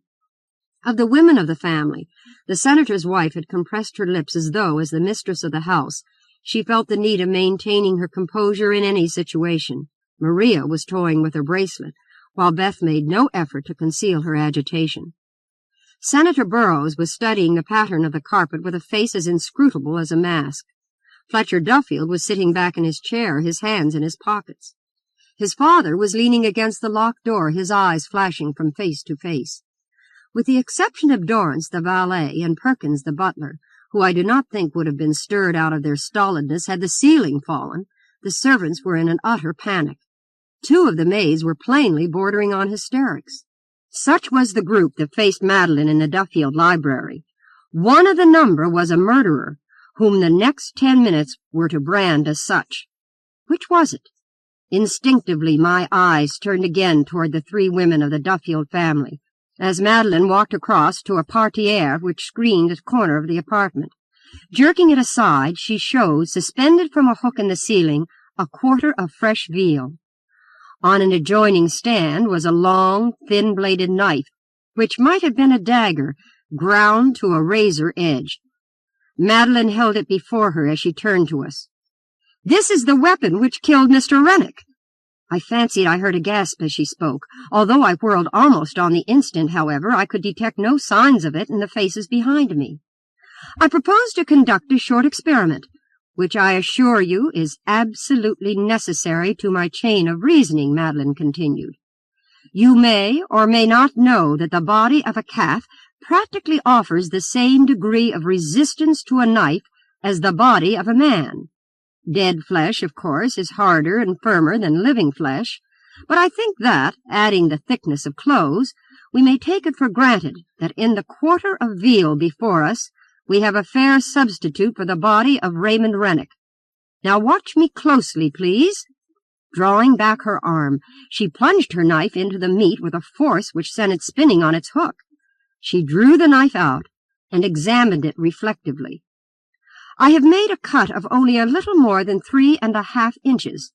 The blow which killed Mr. Rennick penetrated at least 5 inches. Here we encounter a singularly striking feature of our case, involving a stratagem which I think I can safely say is the most unique in my experience. To all intents, it was a woman who killed Mr. Rennick. In fact, it has been taken for granted that he met his death at the hand of a female assassin. We must dispose of this conclusion at the outset, for the simple reason that it was physically impossible for a woman to have dealt the death blow." I chanced to be gazing directly at Fletcher Duffield as Madeline made the statement. An expression of such relief flashed into his face that instinctively I turned about and followed the direction of his glance. His eyes were fixed on his sister Beth. Madeline deposited the knife on the stand. "Indeed, I may say there are few men, perhaps not 1 in 10, with a wrist strong enough to have dealt Mr. Rennick's death blow," she went on. "There is only one such person among the 14 in this room at the present time. Again, you will recall that the wound was delivered from the rear, just as Mr. Rennick faced about in his own defense. Had he been attacked by a woman, he would have heard the rustle of her dress several feet before she possibly could have reached him. I think you will recall my demonstration of that fact yesterday morning, Mr. Duffield. Obviously, then, it is a man whom we must seek if we would find the murderer of your secretary, and a man of certain peculiar characteristics. 2 of these I can name now. He possessed a wrist developed to an extraordinary degree, and he owned feet as small and shapely as a woman's. Otherwise, the stratagem of wearing a woman's slippers and leaving one of them near the scene of the crime to divert suspicion from himself would never have occurred to him. Again I thought I heard a gasp behind me, but its owner escaped me a second time. There was a third marked feature among the physical characteristics of the murderer. He was nearsighted, so much so that it was necessary for him to wear glasses of the kind known technically as a double lens. Unfortunately for the assassin, when his victim fell, the latter caught the glasses in his hand and they were broken under his body. The murderer may have been thrown into a panic and feared to take the time to recover his spectacles. But it was a fatal blunder. Fortune, however, might have helped him even then in spite of this fact, for those who found the body fell into the natural error of considering the glasses to be the property of the murdered man. Had it not been for 2 minor details, this impression might never have been contradicted. Madeline held up a packet of newspaper illustrations. Several of them I recognized as the pictures of the murdered secretary that she had shown me at the Roanoke. The others were also photographs of the same man. If Mr. Rennick hadn't been fond of having his picture taken, the fact that he never wore glasses on the street might not have been noticed. None of his pictures, not even the snapshots, showed a man in spectacles. It is true that he did possess a pair, and it is here where those who discovered the crime went astray. But they were for reading purposes only, the kind termed a .125 lens, while those of his assailant were a .210 lens. To clinch the matter, I later found Mr. Rennick's own spectacles in his room where he had left them the evening before. Madeline held up the red leather case she had found on the mantelpiece and tapped it musingly as she gave a slight nod to Inspector Taylor. We have now the following description of the murderer. A slenderly built man with an unusual wrist, possibly an athlete at one time who possesses a foot capable of squeezing into a woman's shoe. and who is handicapped by nearsightedness. Is there an individual in this room to whom this description applies?" There was a new glitter in Madeline's eyes as she continued. "Through the cooperation of Inspector Taylor, I am enabled to answer this question. Mr. Taylor has traced the glasses of the assassin to the optician who gave the prescription for them. I am not surprised to find that the owner of the spectacles tallies with the owner of these other interesting articles." With the words, she whisked from the stand at her elbow the long, narrow-bladed dagger and a pair of soiled black suede slippers. There was a suggestion of grotesque unreality about it all. It was much as though I had been viewing the denouement of a play from the snug vantage point of an orchestra seat, waiting for the lights to flare up and the curtain to ring down. A shriek ran through my ears, jarring me back to the realization that I was not a spectator but a part of the play. A figure darted toward the window. It was John Dorrance, the valet. The next instant, Inspector Taylor threw himself on the fleeing man's shoulders, and the two went to the floor. "Can you manage him?" Madeline called. "Unless he prefers cold steel through his body to cold steel about his wrists," was the rejoinder. "I think you may dismiss the other servants, Senator," Madeline said. "I wish, however, that the family would remain a few moments." As the door closed again, she continued, "I promised you also, Senator, the return of your stolen property. I have the honor to make that promise good." From her stand, which was rapidly assuming the proportions of a conjurer's table, she produced a round, brown paper parcel. "Before I unwrap this, have I your permission to explain its contents?" "As you will, Miss Mac." "Perhaps the most puzzling feature of the tragedy is the motive. It is this parcel which supplies us with the answer. Your secretary, Mr. Duffield, was an exceptional young man. Not only did he repeatedly resist bribery such as comes to few men, but he gave his life for his trust. At any time since this parcel came into his possession, he could have sold it for a fortune. Because he refused to sell it, he was murdered for it. Perhaps every reader of the newspapers is more or less familiar with Senator Duffield's investigations of the ravages of a certain great trust. A few days ago, the senator came into possession of evidence against the Combine of such a drastic nature that he realized it would mean nothing less than the annihilation of the monopoly, imprisonment for the chief officers, and a business sensation such as this country has seldom known. Once the officers of the trust knew of his evidence, however, they would be forearmed in such a manner that its value would be largely destroyed. The evidence was a remarkable piece of detective work. It consisted of a phonographic record of a secret directors' meeting, laying bare the inmost depredations of the corporation. Madeline paused as the handcuffed valet showed signs of a renewed struggle.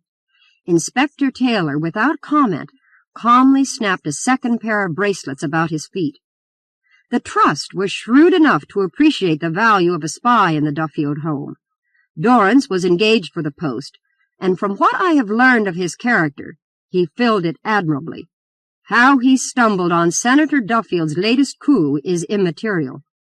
The main point is that he tried to bribe Mr. Rennick so persistently to betray his post that the latter threatened to expose him, partly in the fear that he would carry out his threat, and partly in the hope that he carried memoranda which might lead to the discovery of the evidence that he sought. Dorrance planned and carried out the murder. In the secretary's pocket he discovered the combination of the safe and made use of it last night. I found the stolen phonograph record this morning behind the register of the furnace pipe in Dorrance's room. I had already found that this was his cache, containing the dagger which killed Rennick, and the second of Cinderella's slippers. The pair was stolen some days ago from the room of Miss Beth Duffield. The swirl of the day was finally over.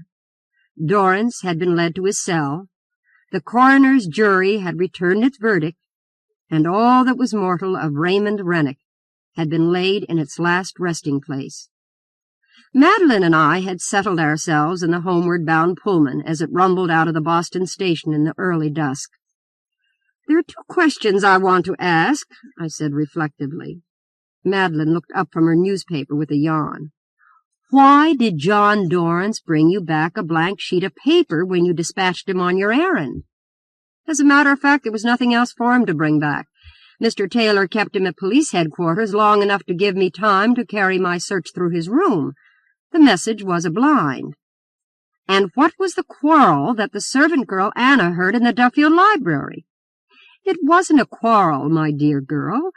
It was the senator preparing the speech with which he intended to launch his evidence against the trust.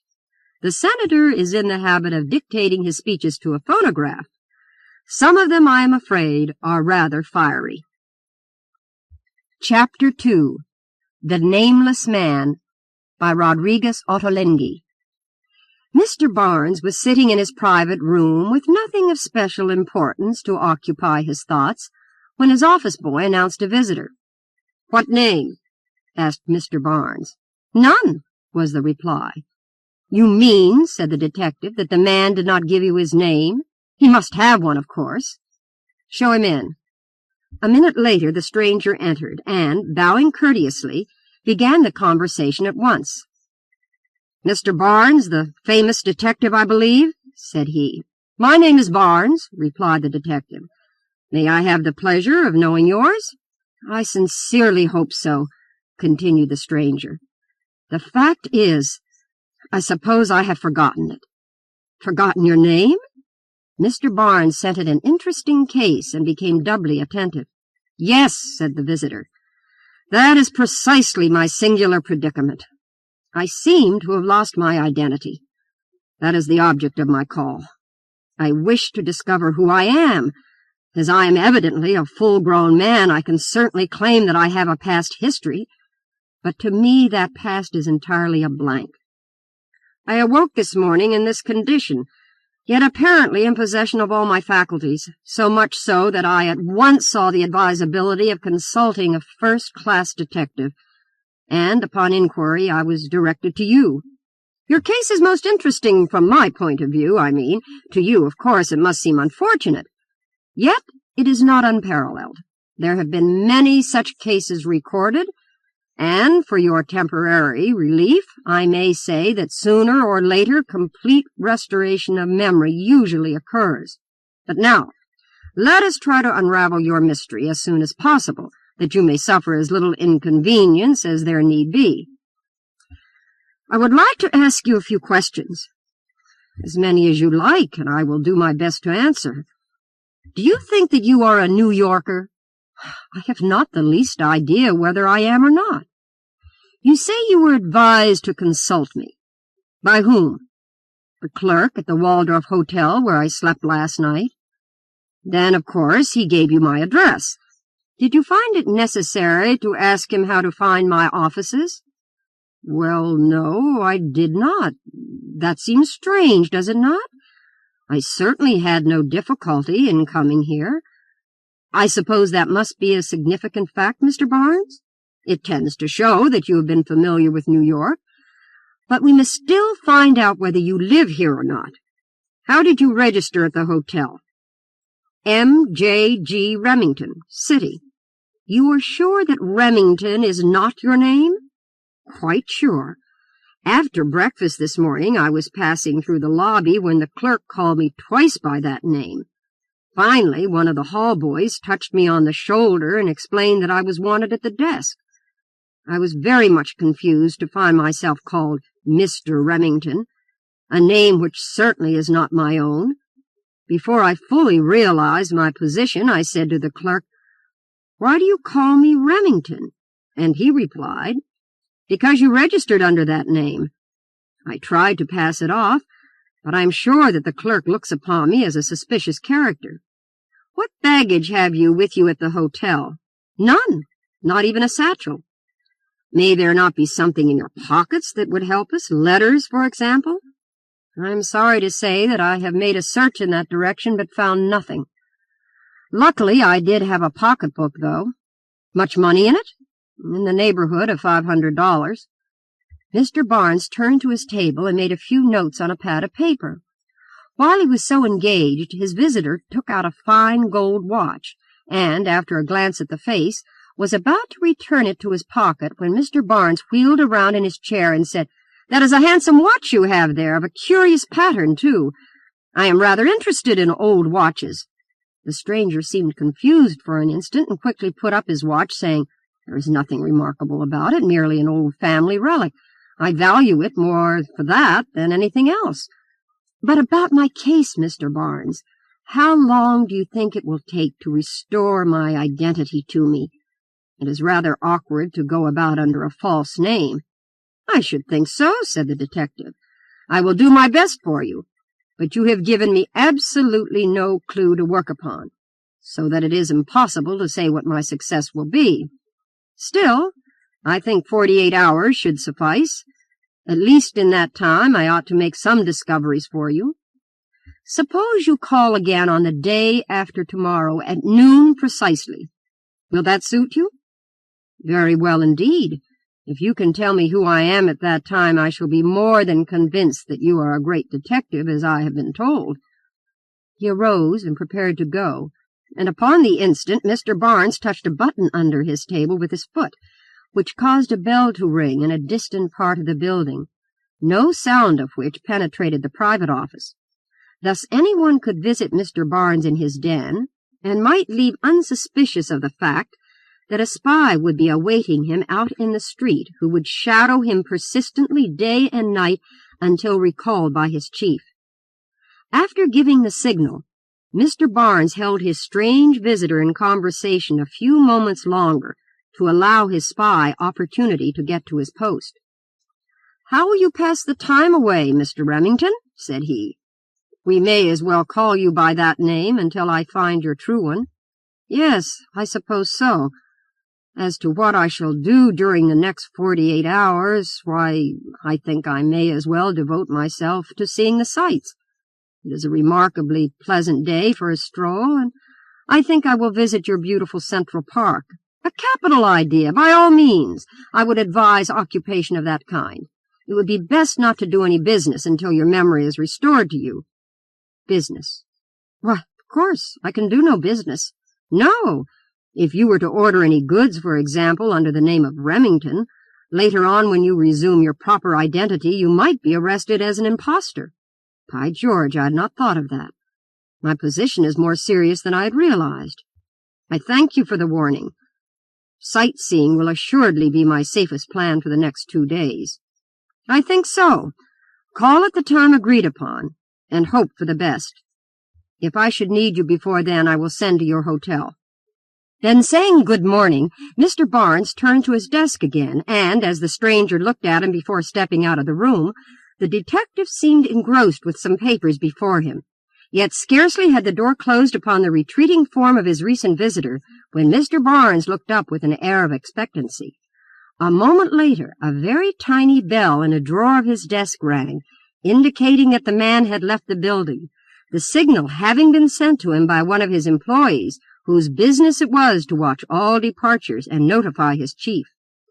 A few moments later, Mr. Barnes himself emerged, clad in an entirely different suit of clothing, and with such an alteration in the color of his hair that more than a casual glance would have been required to recognize him. When he reached the street, the stranger was nowhere in sight, but Mr. Barnes went to a doorway opposite, and there he found, written in blue pencil, the word "up," whereupon he walked rapidly uptown as far as the next corner, where once more he examined a doorpost, upon which he found the word "right," which indicated the way the men ahead of him had turned.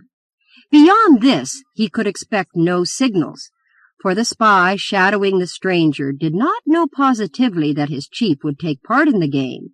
The 2 signals which he had written on the doors were merely a part of a routine, and intended to aid Mr. Barnes should he follow. But if he did so, he would be expected to be in sight of the spy by the time the second signal were reached. And so it proved in this instance, for as Mr. Barnes turned the corner to the right, he easily discerned his man about 2 blocks ahead, and presently was near enough to see Remington also. The pursuit continued until Mr. Barnes was surprised to see him enter the park, thus carrying out his intention as stated in his interview with the detective. Entering at the Fifth Avenue gate, he made his way towards the menagerie, and here a curious incident occurred. The stranger had mingled with the crowd in the monkey house, and was enjoying the antics of the mischievous little animals, when Mr. Barnes, getting close behind him, deftly removed a pocket-handkerchief from the tail of his coat and swiftly transferred it to his own. On the day following, shortly before noon, Mr. Barnes walked quickly into the reading-room of the Fifth Avenue Hotel. In one corner there is a handsome mahogany cabinet containing 3 compartments, each of which is entered through double doors, having glass panels in the upper half. About these panels are draped yellow silk curtains, and in the center of each appears a white porcelain numeral. These compartments are used as public telephone stations, the applicant being shut in so as to be free from the noise of the outer room. Mr. Barnes spoke to the girl in charge, and then passed into the compartment numbered 2. Less than 5 minutes later, Mr. Leroy Mitchell came into the reading-room. His keen eyes peered about him, scanning the countenances of those busy with the papers or writing, and then he gave the telephone girl a number and went into the compartment numbered 1. About 10 minutes elapsed before Mr. Mitchell came out again, and, having paid the toll, he left the hotel. When Mr. Barnes emerged, there was an expression of extreme satisfaction upon his face. Without lingering, he also went out. But instead of following Mr. Mitchell through the main lobby to Broadway, he crossed the reading-room and reached 23rd Street through the side door. Thence he proceeded to the station of the elevated railroad and went uptown. 20 minutes later he was ringing the bell of Mr. Mitchell's residence. The Buttons, who answered his summons, informed him that his master was not at home. "He usually comes in to luncheon, however, does he not?" asked the detective. "Yes, sir," responded the boy. "Is Mrs. Mitchell at home?" "No, sir." "Miss Rose?" "Yes, sir." "Ah, then I'll wait. Take my card to her." Mr. Barnes passed into the luxurious drawing-room and was soon joined by Rose, Mr. Mitchell's adopted daughter. "I am sorry Papa is not at home, Mr. Barnes," said the little lady, "but he will surely be in to luncheon if you will wait." "Yes, thank you, I think I will. It is quite a trip up, and being here I may as well stop a while and see your father, though the matter is not of any great importance." "Some interesting case, Mr. Barnes? If so, do tell me about it. You know I am almost as much interested in your cases as Papa is." "Yes, I know you are, and my vanity is flattered, but I am sorry to say I have nothing on hand at present worth relating. My errand is a very simple one. Your father was saying a few days ago that he was thinking of buying a bicycle, and yesterday, by accident, I came across a machine of an entirely new make, which seems to me superior to anything yet produced. I thought he might be interested to see it before deciding what kind to buy." "I am afraid you are too late, Mr. Barnes. Papa has bought a bicycle already." "Indeed? What style did he choose?" "I really do not know, but it is down in the lower hall if you care to look at it." "It is hardly worth while, Miss Rose. After all, I have no interest in the new model, and if your father has found something that he likes, I won't even mention the other to him. It might only make him regret his bargain. Still, on second thoughts, I will go down with you, if you will take me into the dining-room and show me the head of that moose which your father had been bragging about killing. I believe it has come back from the taxidermist's." "Oh, yes, he is just a monster. Come on." They went down to the dining-room, and Mr. Barnes expressed great admiration about the moose's head and praised Mr. Mitchell's skill as a marksman. But he had taken a moment to scrutinize the bicycle which stood in the hallway while Rose was opening the blinds in the dining-room. Then they returned to the drawing-room, and after a little more conversation Mr. Barnes departed, saying that he could not wait any longer. But he charged Rose to tell her father that he particularly desired him to call at noon on the following day. Promptly, at the time appointed, Remington walked into the office of Mr. Barnes and was announced. The detective was in his private room. Mr. Leroy Mitchell had been admitted but a few moments before. "Ask Mr. Remington in," said Mr. Barnes to his boy. And when that gentleman entered, before he could show surprise to find a third party present, the detective said, "Mr. Mitchell, this is the gentleman whom I wish you to meet. Permit me to introduce to you Mr. Mortimer J. Goldie, better known to the sporting fraternity as G. J. Mortimer, the champion short-distance bicycle rider, who recently rode a mile in the phenomenal time of 1.56 on a quarter-mile track." As Mr. Barnes spoke, he gazed from one to the other of his companions with a half-quizzical and wholly pleased expression on his face. Mr. Mitchell appeared much interested, but the newcomer was evidently greatly astonished. He looked blankly at Mr. Barnes a moment, then dropped into a chair with the query, "How in the name of conscience did you find that out?" "That much was not very difficult," replied the detective. "I can tell you more. Indeed, I can supply your whole past history, provided your memory has been sufficiently restored for you to recognize my facts as true." Mr. Barnes looked at Mr. Mitchell and winked one eye in a most suggestive manner, at which that gentleman burst out into hearty laughter, finally saying, "We may as well admit we are beaten, Goldie. Mr. Barnes has been too much for us." "But I want to know how he has done it," persisted Mr. Goldie. "I have no doubt that Mr. Barnes will gratify you. Indeed, I am as curious as you are to know by what means he has arrived at his quick solution of the problem which we set him." "I will enlighten you as to detective methods with pleasure," said Mr. Barnes. "Let me begin with the visit made to me by this gentleman 2 days ago. At the very outset, his statement aroused my suspicion, though I did my best not to let him think so. He announced to me that he had lost his identity, and I promptly told him that his case was not uncommon. I said that, in order that he might feel sure that I did not doubt his tale, but truly his case, if he were telling the truth, was absolutely unique. Men have lost recollection of their past, and even have forgotten their names. But I have never before heard of a man who had forgotten his name and at the same time knew that he had done so." "A capital point, Mr. Barnes," said Mr. Mitchell. "You were certainly shrewd to suspect fraud so early." "Well, I cannot say that I suspected fraud so soon, but the story was so unlikely that I could not believe it immediately. I therefore was what I might call analytically attentive during the rest of the interview. The next point worth noting which came out was that although he had forgotten himself, he had not forgotten New York, for he admitted having come to me without special guidance." "I remember that," interrupted Mr. Goldie, "and I think I even said to you at the time that it was significant." "And I told you that it at least showed that you had been familiar with New York. This was better proven when you said that you would spend the day at Central Park, and when after leaving here you had no difficulty to find your way thither." "Do you mean to say that you had me followed? I made sure that no one was after me." "Well, yes, you were followed," said Mr. Barnes with a smile. "I had a spy after you, and I followed you as far as the park myself. But let me come to the other points in your interview and my deductions. You told me that you had registered as M.J.G. Remington. This helped me considerably, as we shall see presently.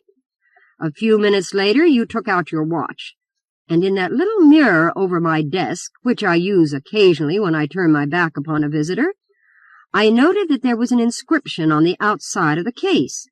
I turned and asked you something about the watch, when you hastily returned it to your pocket with the remark that it was an old family relic. Now, can you explain how you could have known that, supposing that you had forgotten who you were?" "Neatly caught, Goldie," laughed Mr. Mitchell. "You certainly made a mess of it there." "It was an asinine slip," said Mr. Goldie, laughing also. "Now then," continued Mr. Barnes, "you readily see that I had good reason for believing that you had not forgotten your name. On the contrary, I was positive that your name was a part of the inscription on the watch. What, then, could be your purpose in pretending otherwise? I did not discover that for some time. However, I decided to go ahead and find you out if I could. Next, I noted 2 things. Your coat opened once, so that I saw pinned to your vest a bicycle badge, which I recognized as the emblem of the League of American Wheelmen." "Oh, cried Mr. Mitchell. "Shame on you, Goldie, for a blunderer." "I had entirely forgotten the badge," said Mr. Goldie. "I also observed," the detective went on, "little indentations on the sole of your shoe as you had your legs crossed, which satisfied me that you were a rider even before I observed the badge. Now then, we come to the name, and the significance thereof. Had you really lost your memory, the choosing of a name when you registered at the hotel would have been a haphazard matter of no importance to me. But as soon as I decided that you were imposing upon me, I knew that your choice of a name had been a deliberate act of the mind, one from which deductions could be drawn." "Ah, now we come to the interesting part," said Mr. Mitchell. "I love to follow a detective when he uses his brains. The name, as registered, and I examined the registry myself to make sure, was odd. 3 initials are unusual. A man without memory, and therefore not quite sound mentally, would hardly have chosen so many. Then why had it been done in this instance?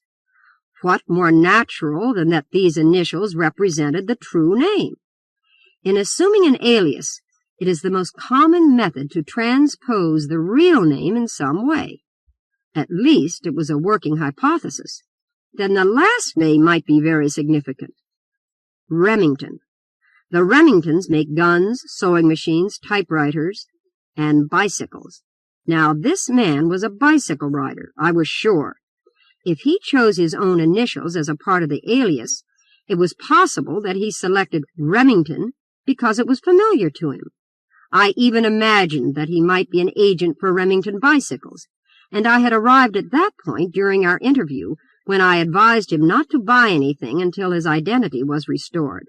But I was sure of my quarry when I stole a handkerchief from him at the park and found the initials M.J.G. upon the same. "Marked linen on your person!" exclaimed Mr. Mitchell. "Worse and worse! We'll never make a successful criminal of you, Goldie." "Perhaps not. I shan't cry over it." "I felt sure of my success by this time," continued Mr. Barnes, "yet at the very next step I was balked. I looked over a list of L.A.W. members and could not find a name to fit my initials, which shows, as you will see presently, that, as I may say, too many clues spoil the broth. Without the handkerchief I would have done better. Next I secured a catalogue of the Remingtons, which gave a list of their authorized agents, and again I failed. Returning to my office, I received information from my spy, sent in by messenger, which promised to open a way for me. He had followed you about, Mr. Goldie, and I must say you played your part very well so far as avoiding acquaintances is concerned. But at last you went to a public telephone and called up someone. My man saw the importance of discovering to whom you had spoken and bribed the telephone attendant to give him the information. All that he learned, however, was that you had spoken to the public station at the Fifth Avenue Hotel. My spy thought that this was inconsequent, but it proved to me at once that there was collusion, and that your man must have been at the other station by previous appointment. As that was at noon, a few minutes before the same hour on the following day, that is to say yesterday, I went to the Fifth Avenue Hotel telephone and secreted myself in the middle compartment, hoping to hear what your partner might say to you. I failed in this, as the boxes are too well made to permit sound to pass from one to the other. But imagine my gratification to see Mr. Mitchell himself go into the box. "And why?" asked Mr. Mitchell. "Why, as soon as I saw you, I comprehended the whole scheme. It was you who had concocted the little diversion to test my ability. Thus, at last, I understood the reason for the pretended loss of identity. With the knowledge that you were in it, I was more than ever determined to get at the facts. Knowing that you were out, I hastened to your house, hoping for a chat with little Miss Rose, as the most likely member of your family to get information from." "Oh, fie, Mr. Barnes," said Mr. Mitchell, "to play upon the innocence of childhood. I am ashamed of you." "All's fair, etc. Well, I succeeded. I found Mr. Goldie's bicycle in your hallway, and, as I suspected, 'twas a Remington. I took the number and hurried down to the agency, where I readily discovered that wheel number 5086 is ridden by G.J. Mortimer, one of their regular racing team. I also learned that Mortimer's private name is Mortimer J. Goldie. I was much pleased at this, because it showed how good my reasoning had been about the alias, for you observed that the racing name is merely a transposition of the family name. The watch, of course, is a prize, and the inscription would have proved that you were imposing upon me, Mr. Goldie, had you permitted me to see it. Of course, that was why I put it back in my pocket. I said just now, said Mr. Barnes, that without the stolen handkerchief I would have done better. Having it, when I looked over the LAW list, I went through the G's only. Without it, I should have looked through the G's, J's, and M's, not knowing how the letters may have been transposed. In that case, I should have found G.J. Mortimer, and the initials would have proved that I was on the right track. You have done well, Mr. Barnes, said Mr. Mitchell. I asked Goldie to play the part of a nameless man for a few days to have some fun with you, but you have had fun with us, it seems, though I am conceited enough to say that had it been possible for me to play the principal part, you would not have pierced my identity so soon. Oh, I don't know, said Mr. Barnes. We are both of us a little egotistical, I fear. Undoubtedly. Still, if I ever set another trap for you, I will assign myself the chief role. Nothing would please me better, said Mr. Barnes. But, gentlemen, as you have lost in this little game, it seems to me that someone owes me a dinner at least. I'll stand the expense with pleasure, said Mr. Mitchell. Not at all, interrupted Mr. Goldie. It was through my blundering that we lost, and I'll pay the piper. Settle it between you, cried Mr. Barnes. But let us walk on. I am getting hungry. Whereupon they adjourned to Delmonico's. Chapter 3. The Montezuma Emerald, by Rodrigues Ottolengui. Is the inspector in? Mr. Barnes immediately recognized the voice and turned to greet the speaker. The man was Mr. Leroy Mitchell's English valet. Contrary to all precedent and tradition, he did not speak in Cockney dialect, not even stumbling over the proper distribution of the letter H throughout his vocabulary. That he was English, however, was apparent to the ear because of a certain rather attractive accent peculiar to his native island, and to the eye because of a deferential politeness of manner too seldom observed in American servants. He also always called Mr. Barnes Inspector, oblivious of the fact that he was not a member of the regular police, and mindful only of the English application of the word to detectives. "Step right in, Williams," said Mr. Barnes. "What is the trouble?" "I don't rightly know, Inspector," said Williams. "Won't you let me speak to you alone? It's about the master." "Certainly, come into my private room." He led the way, and Williams followed, remaining standing, although Mr. Barnes waved his hand towards a chair as he seated himself in his usual place at his desk. "Now then," continued the detective, "what's wrong? Nothing serious, I hope?" "I hope not, sir, indeed. But the master's disappeared." "Disappeared, has he?" Mr. Barnes smiled slightly. "Now, Williams, what do you mean by that? You did not see him vanish, eh?" "No, sir, of course not. If you'll excuse my presumption, Inspector, I don't think this is a joke, sir, and you're laughing." "All right, Williams," answered Mr. Barnes, assuming a more serious tone.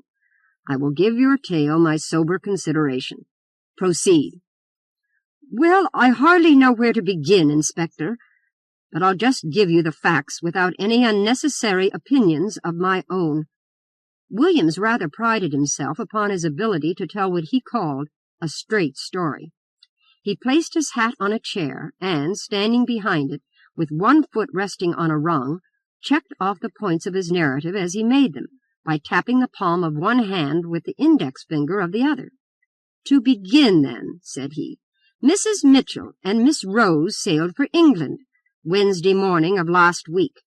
That same night, quite unexpected, the master says to me, says he, 'Williams, I think you have a young woman you're sweet on down at Newport.' 'Well, sir,' says I do know a person as answers that description.' Though I must say to you, Inspector, that how he ever came to know it beats me. But that's aside, and digression is not my habit.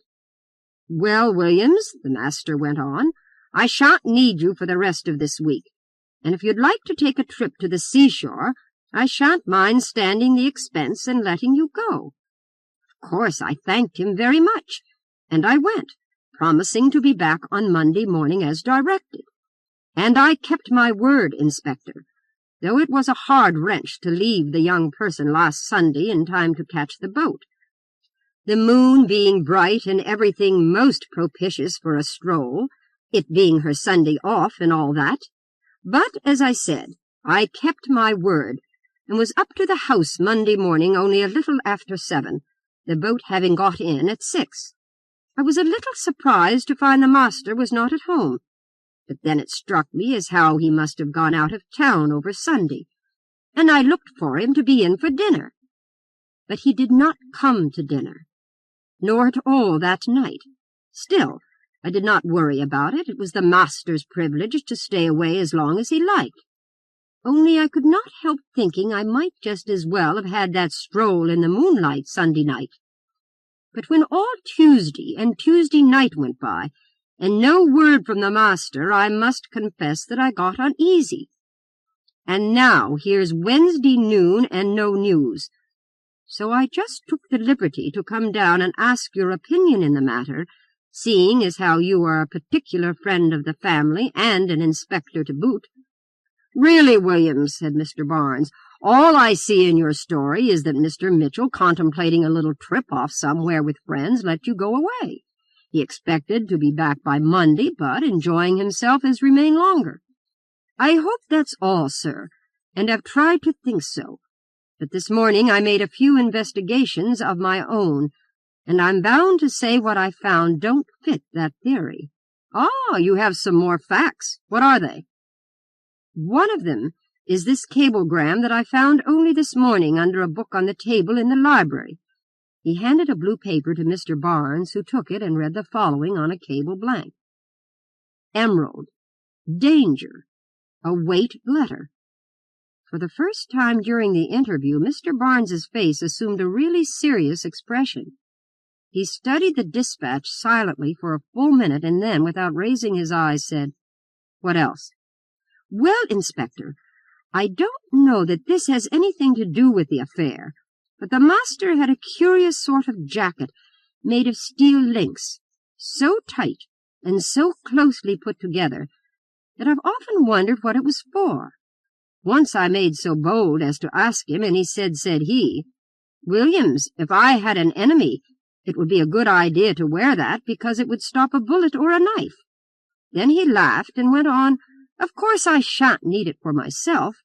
I bought it when I was abroad once, merely as a curiosity.' Now, Inspector, that jacket's disappeared also." "Are you quite sure?" "I've looked from dining-room to garret for it. The master's derringer is missing too. It's a mighty small affair, could be held in the hand without being noticed, but it carries a nasty-looking ball." "Very well, Williams, there may be something in your story. I'll look into the matter at once. Meanwhile, go home and stay there, so that I may find you if I want you." "Yes, sir. I thank you for taking it up. It takes a load off my mind to know you're in charge, Inspector. If there's harm come to the master, I'm sure you'll track the party down. Good morning, sir." "Good morning, Williams." After the departure of Williams, the detective sat still for several minutes, lost in thought. He was weighing two ideas. He seemed still to hear the words which Mr. Mitchell had uttered after his success in unraveling the mystery of Mr. Goldie's lost identity. "Next time I will assign myself the chief role," or words to that effect, Mr. Mitchell had said. Was this disappearance a new riddle for Mr. Barnes to solve? If so, of course, he would undertake it as a sort of challenge which his professional pride could not reject. On the other hand, the cable dispatch and the missing coat of mail might portend ominously. The detective felt that Mr. Mitchell was somewhat in the position of the fabled boy who cried wolf so often that when at last the wolf really appeared, no assistance was sent to him. Only Mr. Barnes decided that he must chase the wolf, whether it be real or imaginary. He wished, though, that he knew which. 10 minutes later he decided upon a course of action and proceeded to a telegraph office, where he found that, as he had supposed, the dispatch had come from the Paris firm of jewelers from which Mr. Mitchell had frequently bought gems. He sent a lengthy message to them asking for an immediate reply. While waiting for the answer, the detective was not inactive. He went direct to Mr. Mitchell's house and once more questioned the valet, from whom he obtained an accurate description of the clothes which his master must have worn, only one suit being absent. This fact alone seemed significantly against the theory of a visit to friends out of town. Next, Mr. Barnes interviewed the neighbors, none of whom remembered to have seen Mr. Mitchell during the week. At the 6th house below, however, he learned something definite. Here he found Mr. Mordaunt, a personal acquaintance and member of one of Mr. Mitchell's clubs. This gentleman stated that he had dined at the club with Mr. Mitchell on the previous Thursday, and had accompanied him home in the neighborhood of 11 o'clock, parting with him at the door of his own residence. Since then he had neither seen nor heard from him. This proved that Mr. Mitchell was at home one day after Williams went to Newport. Leaving the house, Mr. Barnes called at the nearest telegraph office and asked whether a messenger summons had reached them during the week from Mr. Mitchell's house. The record slips show that the last call had been received at 12:30 a.m. on Friday. A cab had been demanded and was sent, reaching the house at 1 o'clock. At the stables, Mr. Barnes questioned the cab driver and learned that Mr. Mitchell alighted at Madison Square. "But he got right into another cab," added the driver. "It was just a chance I seen him, 'cause he made as if he was going into the Fifth Avenue. But luck was agin him, for I'd scarcely gone 2 blocks back when I had to get down to fix my harness, and while I was doing that, who should I see but my fare go by in another cab." "You do not happen to know the driver of that vehicle?" suggested Mr. Barnes. "That's just what I did happen to know. He's always by the square, along the curb by the park. His name's Jerry. You'll find him easy enough, and he'll tell you where he took that fly bird." Mr. Barnes went downtown again and did find Jerry, who remembered driving a man at the stated time as far as the Imperial Hotel. But beyond that, the detective learned nothing, for at the hotel no one knew Mr. Mitchell, and none recollected his arrival early Friday morning.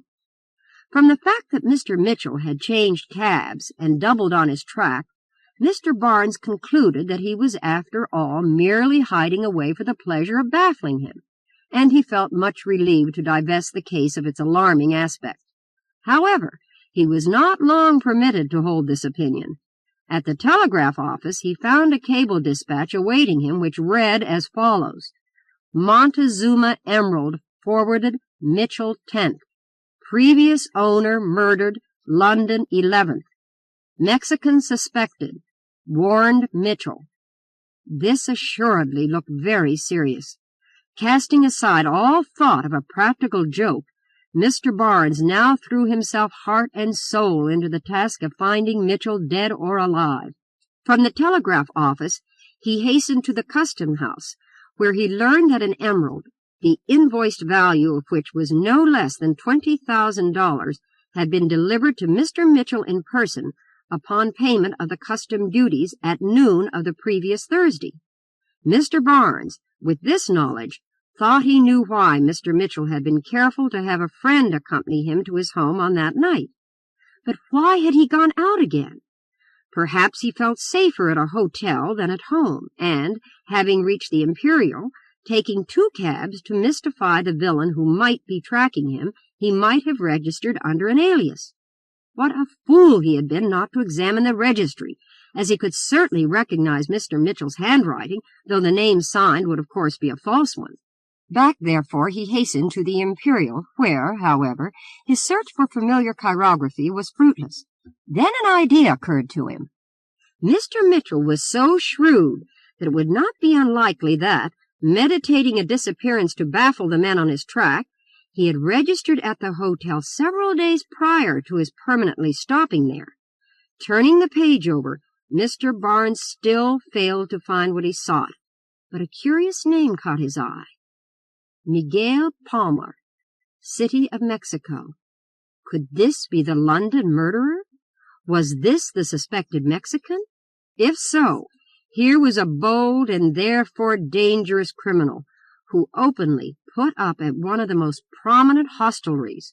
Mr. Barnes was turning this over in his mind when a diminutive newsboy rushed into the corridor shouting, "Extra, son! Extra, son! All about the horrible murder! Extra!" Mr. Barnes purchased a paper and was stupefied at the headlines. Robert Leroy Mitchell drowned. His body found floating in the East River. A dagger in his back indicates murder. Mr. Barnes rushed out of the hotel and, quickly finding a cab, instructed the man to drive rapidly to the morgue. On the way, he read the details of the crime as recounted in the newspaper. From this, he gathered that the body had been discovered early that morning by 2 boatmen, who towed it to shore and handed it over to the police. An examination at the morgue had established the identity by letters found on the corpse and the initials marked on the clothing. Mr. Barnes was sad at heart and inwardly fretted because his friend had not asked his aid when in danger. Jumping from the cab almost before it had fully stopped in front of the morgue, he stumbled and nearly fell over a decrepit-looking beggar, upon whose breast was a printed card soliciting alms for the blind. Mr. Barnes dropped a coin, a silver quarter, into his outstretched palm and hurried into the building. As he did so, he was jostled by a tall man who was coming out, and who seemed to have lost his temper as he muttered an imprecation under his breath in Spanish.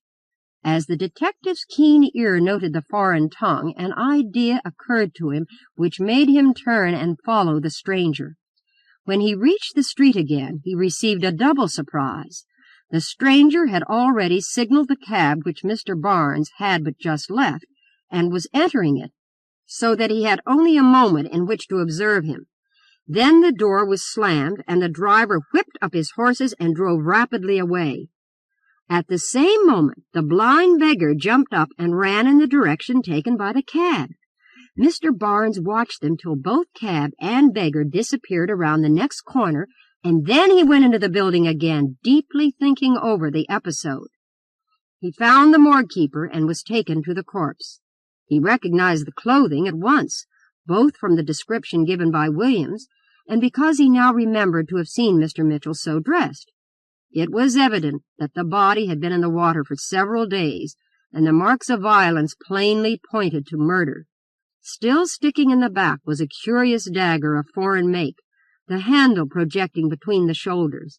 The blow must have been a powerful stroke, for the blade was so tightly wedged in the bones of the spine that it resisted ordinary efforts to withdraw it.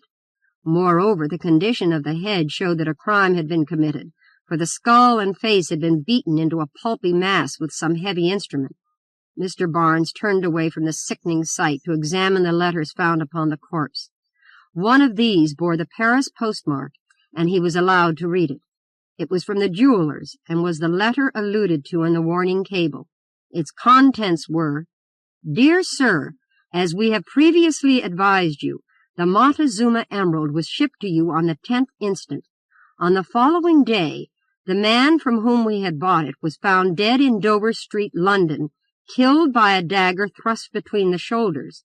The meagre accounts telegraphed to the papers here state that there is no clue to the assassin. We were struck by the name and remembered that the deceased had urged us to buy the emerald because, as he declared, he feared that a man had followed him from Mexico, intending to murder him to get possession of it. Within an hour of reading the newspaper story, a gentlemanly-looking man, giving the name of Miguel Palma, entered our store and asked if we had purchased the Montezuma emerald. We replied negatively, and he smiled and left. We notified the police, but they have not yet been able to find this man. We deemed it our duty to warn you, and did so by cable. The signature was that of the firm from which Mr. Barnes had received the cable in the morning. The plot seemed plain enough now. After the fruitless murder of the man in London, the Mexican had traced the emerald to Mr. Mitchell and had followed it across the water. Had he succeeded in obtaining it? Among the things found on the corpse was an empty jewel case bearing the name of the Paris firm. It seemed from this that the gem had been stolen. But if so, this man, Miguel Balmer, must be made to explain his knowledge of the affair. Once more visiting the Imperial, Mr. Barnes made inquiry and was told that Mr. Balmer had left the hotel on the night of the previous Thursday, which was just a few hours before Mr. Mitchell had undoubtedly reached there alive. Could it be that the man at the morgue had been he? If so, why was he visiting that place to view the body of his victim? This was a problem over which Mr. Barnes puzzled as he was driven up to the residence of Mr. Mitchell.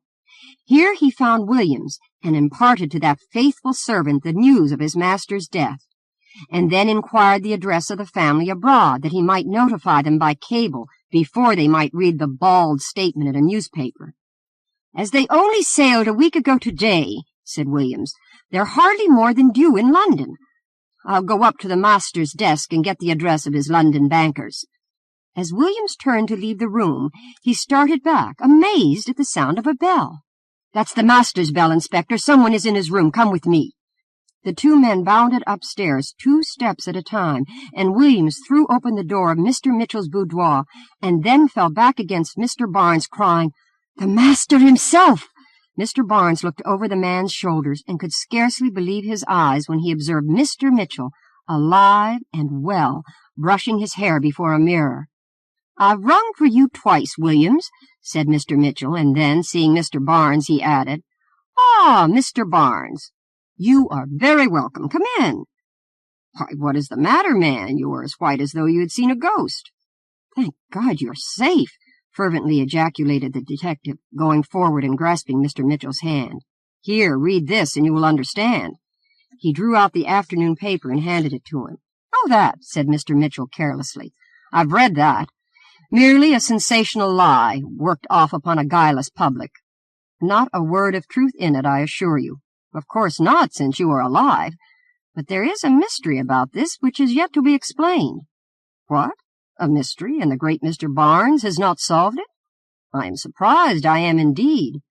But then, you know, I told you after Goldie made a fizzle of our little joke that if I should choose to play the principal part, you would not catch me.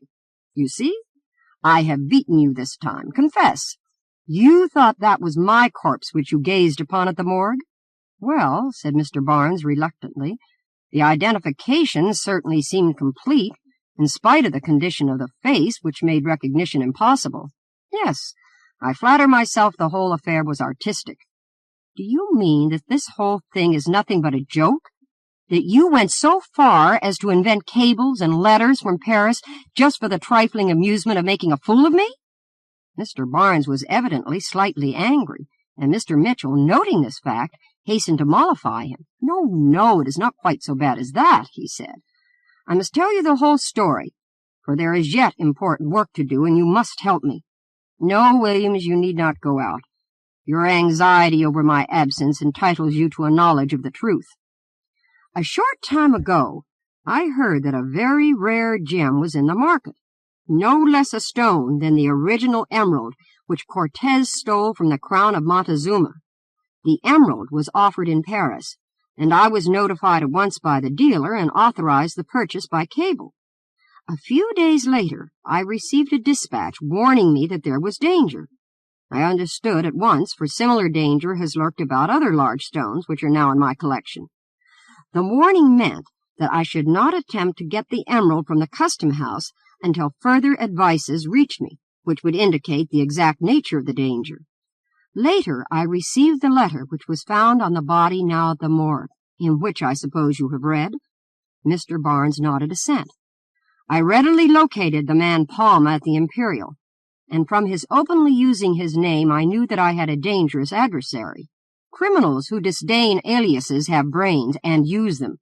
I kept away from the custom house until I satisfied myself that I was being dogged by a veritable cutthroat, who, of course, was the tool hired by Balmer to rob, perhaps to kill me. Thus acquainted with my adversaries, I was ready for the enterprise." "Why did you not solicit my assistance?" asked Mr. Barnes. "Partly because I wanted all the glory, and partly because I saw a chance to make you admit that I am still the champion detective baffler. I sent my wife and daughter to Europe that I might have time for my scheme. On the day after their departure, I boldly went to the custom house and obtained the emerald. Of course, I was dogged by the hireling, but I had arranged a plan which gave him no advantage over me. I had constructed a pair of goggles which looked like simple smoked glasses, but in one of these I had a little mirror so arranged that I could easily watch the man behind me should he approach too near. However, I was sure that he would not attack me in a crowded thoroughfare, and I kept in crowds until time for dinner, when, by appointment, I met my neighbor Mordaunt, and remained in his company until I reached my own doorway late at night. Here he left me, and I stood on the stoop until he disappeared into his own house. Then I turned, and apparently had much trouble to place my latchkey in the lock. This offered the assassin the chance he had hoped for, and, gliding stealthily forward, he made a vicious stab at me. But in the first place, I had put on a chain armor vest, and in the second, expecting the attack to occur just as it did, I turned swiftly, and with one blow with a club, I knocked the weapon from the fellow's hand, and with another, I struck him over the head so that he fell senseless at my feet. "Bravo!" cried Mr. Barnes. "You have a cool nerve." I don't know. I think I was very much excited at the crucial moment. But with my chain armor, a stout loaded club in one hand, and a derringer in the other, I never was in any real danger. I took the man down to the wine cellar and locked him in one of the vaults. Then I called a cab and went down to the Imperial in search of Balmer. But I was too late. He had vanished. "So I discovered," interjected Mr. Barnes. "I could get nothing out of the fellow in the cellar. Either he cannot or he will not speak English. So I have merely kept him a prisoner, visiting him at midnight only to avoid Williams and giving him rations for another day. Meanwhile, I disguised myself and looked for Balmer. I could not find him. I had another card, however, and the time came at last to play it. I deduced from Balmer's leaving the hotel on the very day when I took the emerald from the custom house that it was prearranged that his hireling should stick to me until he obtained the gem, and then meet him at some rendezvous previously appointed. Hearing nothing during the past few days, he has perhaps thought that I left the city, and that his man was still upon my track. Meanwhile, I was perfecting my grand coup. With the aid of a physician who was a confidential friend, I obtained a corpse from one of the hospitals, a man about my size, whose face was battered beyond recognition.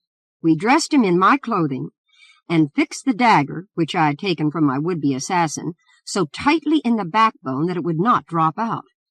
Then one night we took our dummy to the river and securely anchored it in the water. Last night I simply cut it loose and let it drift down the river. "You knew, of course, that it would be taken to the morgue," said Mr. Barnes. "Precisely. Then I dressed myself as a blind beggar, posted myself in front of the morgue, and waited." "You were the beggar?" ejaculated the detective. "Yes. I have your quarter and shall prize it as a souvenir.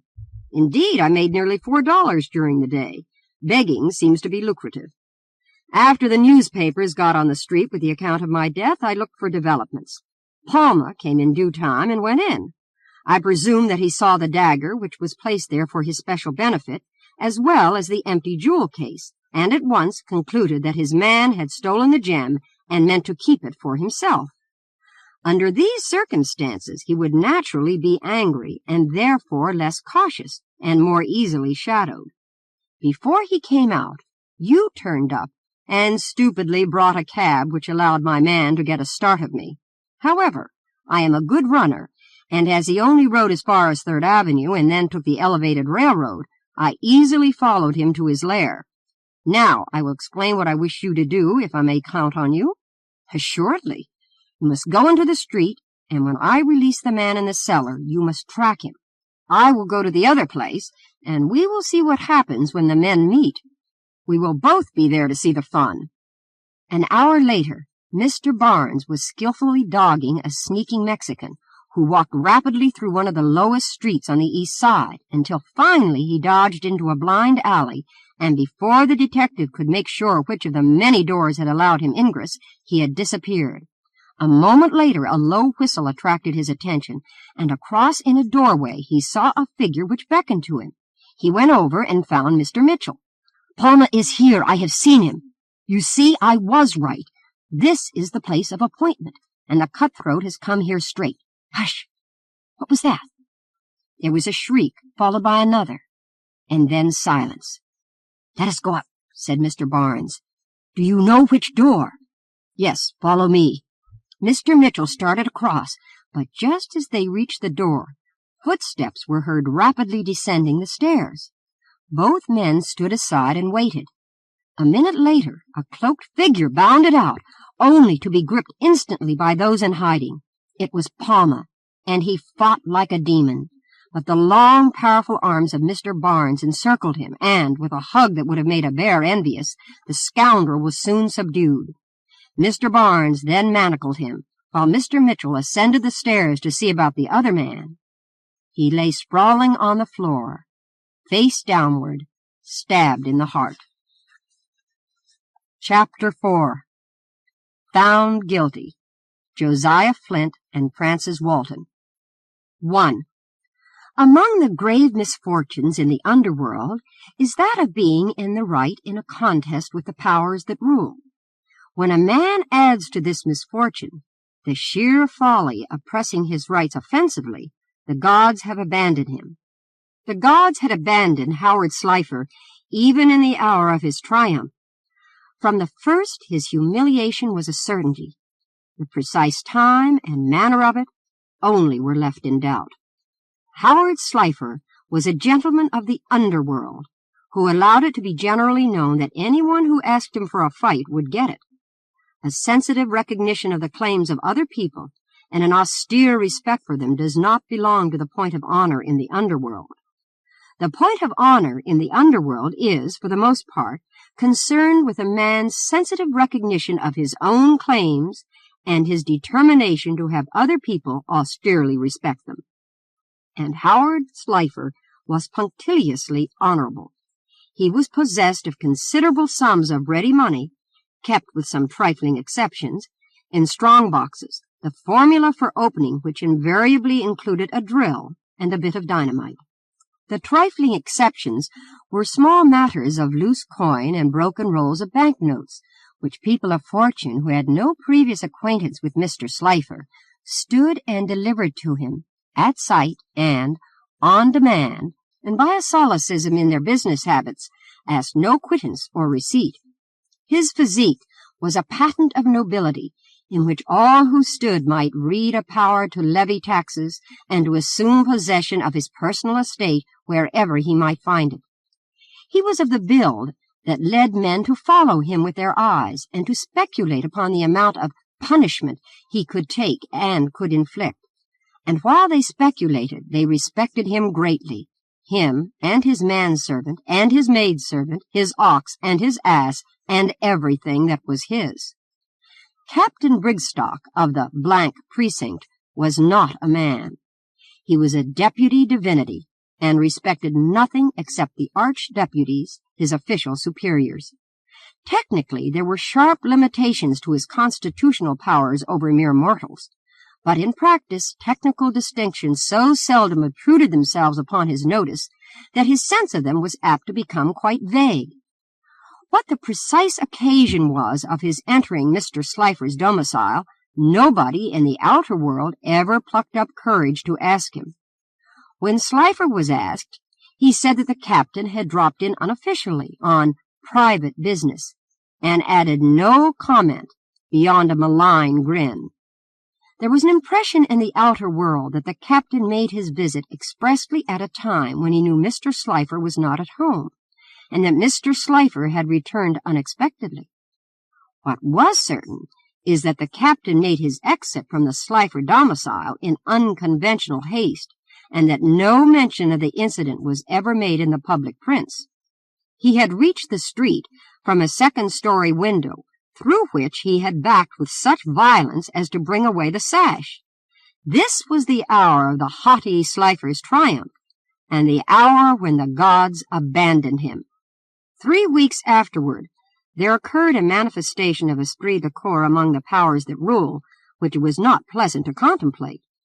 Patrolman Hooper of Captain Brigstock's precinct had been murdered overnight while on duty, and not only in Brigstock's precinct, But throughout the city the force was of one mind. It was not only that if an officer on duty is not safe, not a man of them was safe. There was an element of insult and effrontery in an attack upon a patrolman that stirred something more in his associates than personal fear. It touched their corporate pride. "Somebody's got to croak for this," Detective Swinton declared sententiously to a group of his brother sleuths. "I don't care if Hooper was only a flatty.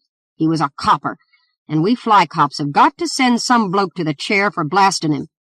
There's a push of guns in this town that thinks flatties don't count, that there won't be much of a kick when one of 'em's keeled over, and then they'll croak some of us fly cops before long if we don't learn 'em a lesson. It was a great bull somebody wasn't croaked for the killing of Patrolman Stimson 2 years ago. Stimson was a fool right enough to go up against the gang that did him.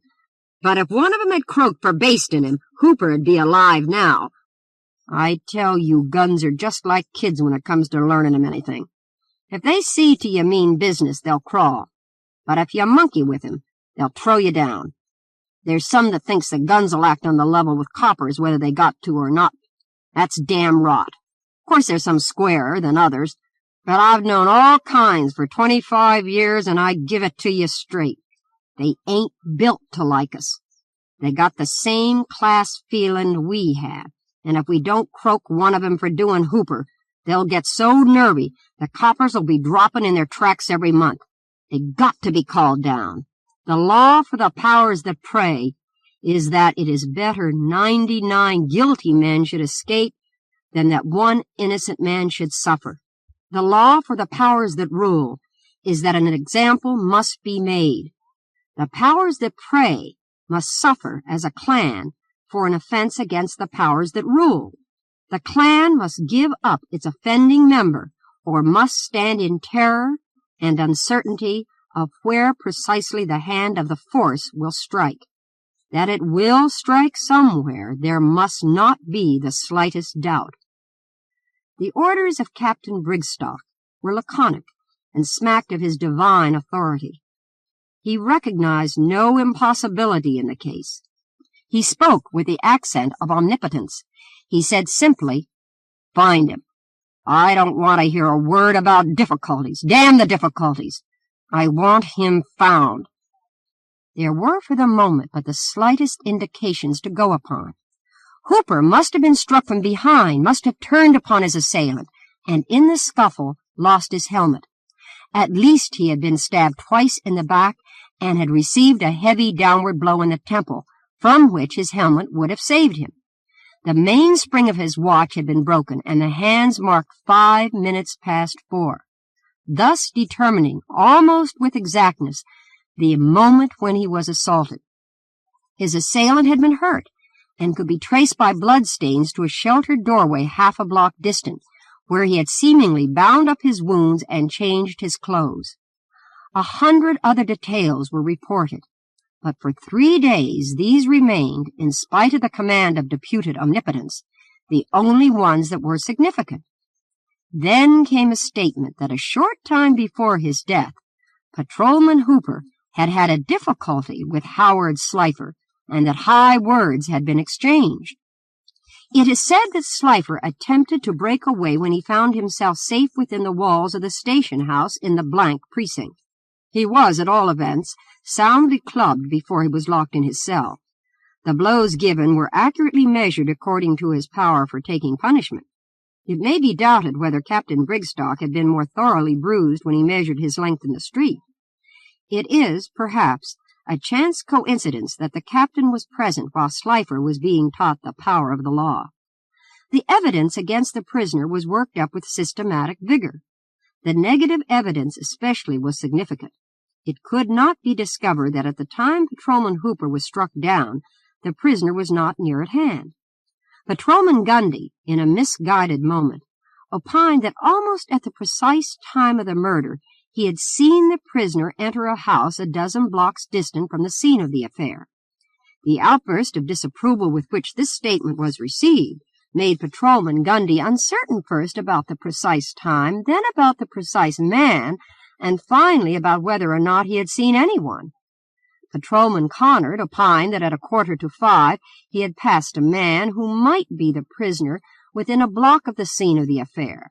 The captain asked him what in the name of things unprintable his glims were for, and told him point blank that anyone not an ass could say whether a man that he had passed was the prisoner or not. And Patrolman Connard became certain that he was not an ass, and certain that he had passed the prisoner, and not at all certain that the hour was 5:15, or 4:45, or 3. A safe had been blown open in the building immediately in front of which Patrolman Hooper's body was found, and the prisoner's method of collecting the living that the world owed him was well known. There were a number of other people who employed the same method, but that is a detail. The abandoned clothes were much too short in the arms and legs for the prisoner, and much too small to have been drawn on over a second suit. But clad in his underclothing only, it was just possible he could squeeze into them, and the less perfectly they fitted him, the better the disguise. And at the time he was stripped and examined in his cell, he had so many recent wounds that the only difficulty was to decide which of them his captors had not given him. The indictment before the grand jury was secured by evidence which, as the newspapers said, was so overwhelmingly convincing that murder in the first degree was the only charge permissible.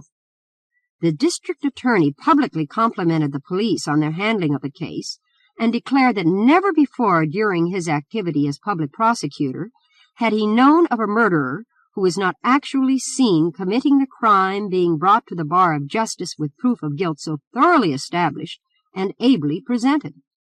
In an interview with a representative of the press, he said, "Captain Brigstock's men have not only avenged the murder of their brother officer, they have demonstrated afresh the remarkable ability of the city's police force. It is no light matter to protect a city as large as ours, which in the very nature of things become a Mecca and Medina for criminals, and it is gratifying to know that our safety is looked after by so conscientious a band of officers." The patrolman ordered before the grand jury not only distinctly remembered seeing Slifer in the near neighborhood of the scene of the crime soon after it was committed, but they produced the weapon with which Hooper had been struck down, and showed the jury several rolls of bills taken from Slifer's pockets, which there was no doubt were part of the plunder he had secured in the safe robbery. Free to indulge his imagination as to how the struggle between Hooper and Slifer took place, the prosecuting attorney portrayed the villain discovered by the virtuous Hooper in the act of blowing open the safe, or in the act of endeavoring to escape, no matter which. The intellectual and wholly impatient jury, who had business of their own, which they were not attending to, saw in their mind's eye the prosecuting attorney's vivid picture, saw the villain Slifer blow open the safe, saw him make his escape, saw the devoted Hooper attempt to arrest him, saw the struggle, the blows, the gleam of the knife. Finally, they saw in private, with eyes not of the mind, Slifer's mishandled body. To add force to these specific arguments, Slifer's record, both as peterman and convict, was produced, and he was declared to be one of the most desperate offenders in the country. There was nothing for the intellectual and wholly impatient jury to do but indict him, and he was bound over till the next term of court. 2. Francis Peary and James Shell were two travelers of the underworld who had just returned from Europe to secure fresh letters of credit. They had made the fashionable grand tour of the continent, had blown themselves of the Monte Carlo crib, had seen wonderful things in forbidden Paris, and had come back to God's country to attend to business until their bank accounts should permit of another trip abroad. Shell had suggested while they were in Paris that they recoup their fortunes on the spot and avoid the seasickness and miscellaneous locomotion, but Peary's counsel had prevailed, and they arrived in God's country about 3 weeks previous to the murder of Patrolman Hooper. "There's dough on this side, all right," Peary admitted in reply to Shell's suggestion that they establish themselves in the French capital. "But it ain't our kind of dough. I've been rubbering around pretty strong since I've been on this side. I'm next to how the money market stands over here. You remember that fellow from Vienna I borrowed 100 from in Rome, and how he kept telling me to be sure and return it by the time I said I would? Well, he shows up the whole business. He was a nice enough bloke, and had the rocks and all that. But he ain't the kind of bloke that lets you and me live and take trips abroad. When he figures up his accounts at the end of the year, everything must balance. He'll have a whole string of items just called Man Ain't Made of Wood, but he knows where them contributions went. See? Well, it's the same all over Europe. They all got to know where and how their dough went, who got it, and what they got for it. It'd kill 'em to figure up one of the columns in their account books and have to write after it, "Gone and damn me if I know where." They've got dough, but they ain't got no dough to lose without making a hell of a beef about it. See what they did with Bidwell when he made that Bank of England touch in the early 70s. Gave him life.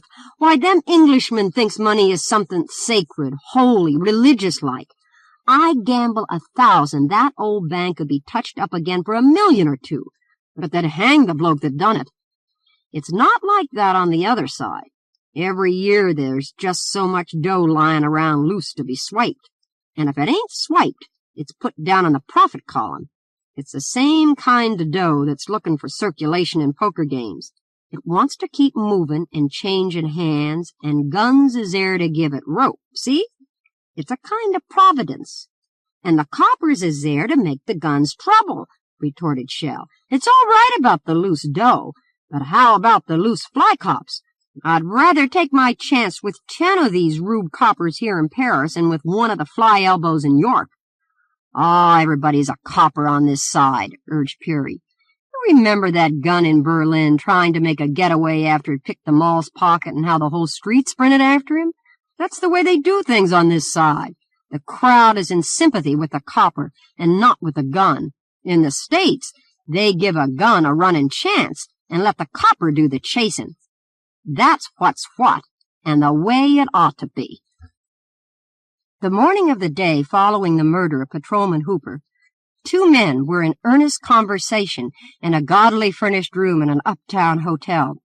One lay on the bed with a bandage around his head, and from the bloodstains on the clothes, it was evident that he was nursing a wound. The other sat at the bedside. The 2 were registered on the hotel's books as coming from Sydney, Australia, and had signed the names Richard Wamperson and Jackson Mather. "You put his light out all right," the man at the bedside remarked. "They picked him up croaked." "Serves the duffer right," mumbled the invalid. "Anybody been copped out yet?" "The pipers say, just listen to my furrin education, that the police have pinched that Michigan bloke Slifer. We done a bit with him in Cherry Hill 8 years back, remember? The bloke that made old Brigstock take that quick sneak out of his flat one day. They're going to railroad him for fair. The World says the police found the weapon on him, and the Journal claims he had some of the bank's dough in his pockets. Them newspapers is getting real wise. What a lot they do know. Seems like a gun can't do nothing any more without being pinched for something else." The comment was certainly ungrateful, the invalid not having been pinched of late for anything. More than that, it was unintelligent. The invalid did not understand the arrangement of things which makes imaginative news columns indispensable. "I'd sooner be pinched for what I didn't do and what I'd done. It riles a bloke's sense of justice to be accused false and helps him put up a front," declared the other. "But you kicked in Paris about everybody being a copper in Europe and a gun having no chance. What do you call the newspapers in this country but coppers? Fly ones, ain't they? They ain't copped out you and me. They're as dead as the stiffs in the front office. They say Slifer got away with a full 50,000 'cause they only found a few rolls on him. They're smart, they are. They think he's made a plant somewheres. Shows you how dead they are. They know about so much who copped that coin as Slifer does. Of course the police have got to put up a bluff and are glad to pinch anybody. But you'd think them papers might take a tumble to themselves once in a while. Good job for us we wasn't mugged that time that old Freckleton got his glimpse on us. 3 years ago, ain't it? Longer'n that. Besides, old Freck's croaked. He's the only man on the force knew us. Oh, I ain't leery, I ain't. But it's pie to take your constitutional without everybody rubberin'. Say, I guess I'll take a bit of a leg loosener and see 'bout banking that dough in London. That's where we need it in our business, and the sooner we get it there, the quicker. We want to mooch soon, as you can stand for the ante. All right, but don't be long. I'm dead to the world up here alone. So long. So long. The night of the beginning of the 8th week after the murder of Patrolman Hooper, Francis Peary and James Shell were sitting at whiskey in a fashionable midnight resort on 6th Avenue. Peary should have been at home and in bed. Almost any layman could have told him that he was gravely ill. He was a dime novel spectre, and the flesh had drawn back on his bones till they began to stand out in sharp angles. The inference of an outsider would have been that he was another of the victims which the life in fashionable midnight resorts sometimes demands. But inferences made by outsiders show their wit and not their knowledge. The only person present who really knew what was James Shell, but he would not have admitted this even to Peary. There was a look of disgust in his face while he watched the sick man reach feebly for his glass. It's wonder you wouldn't take a bracer. You've been bellyaching around these joints for the last 2 months, and I'm getting tired of looking at you. I want to mooch to the other side. Anyone'd think that the copper had hit you with a baseball bat the way you play the baby act. He just gave you a love tap with his mace, that's all. A couple of love taps like that'd have put out my light then and there, Peary answered wearily. I'm a sick man, Shell. Sick nothing! Why the devil don't you stay to home if you're sick? You've been following me about for the last 8 weeks like a cur pup. I never asked you to. Stay to home and nurse yourself if you're so knocked up. I'm agreeable. I'm getting bally tired of hearing you whine. You don't need to be afraid of me. I ain't going to knock against you. Nobody'll ever find out from me that you and that platty couldn't hit it off together. I can keep as dead about that as you can. And I ain't going to do you out of the dough either. You'll get all that's coming to you when we get to London. It's banked there, and half of it's yourn. But I give it to you straight. I'm going to give you the chilly mitt if you don't stop dogging me round to all these joints. You give me the chilly mitt? Peary sat upright in his chair with an obvious effort. The hand of death was upon the man, really, but he had his grit with him. That's what I said. You're all right when you want to be, but I won't stand for any more of this shadowing me about, see?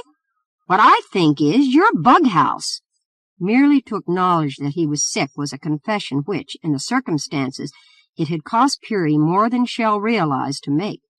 To sit at a table with a man whom he had looked upon as his pal, and hear that he was bughouse, was a challenge which even his weakened state could not keep him from accepting.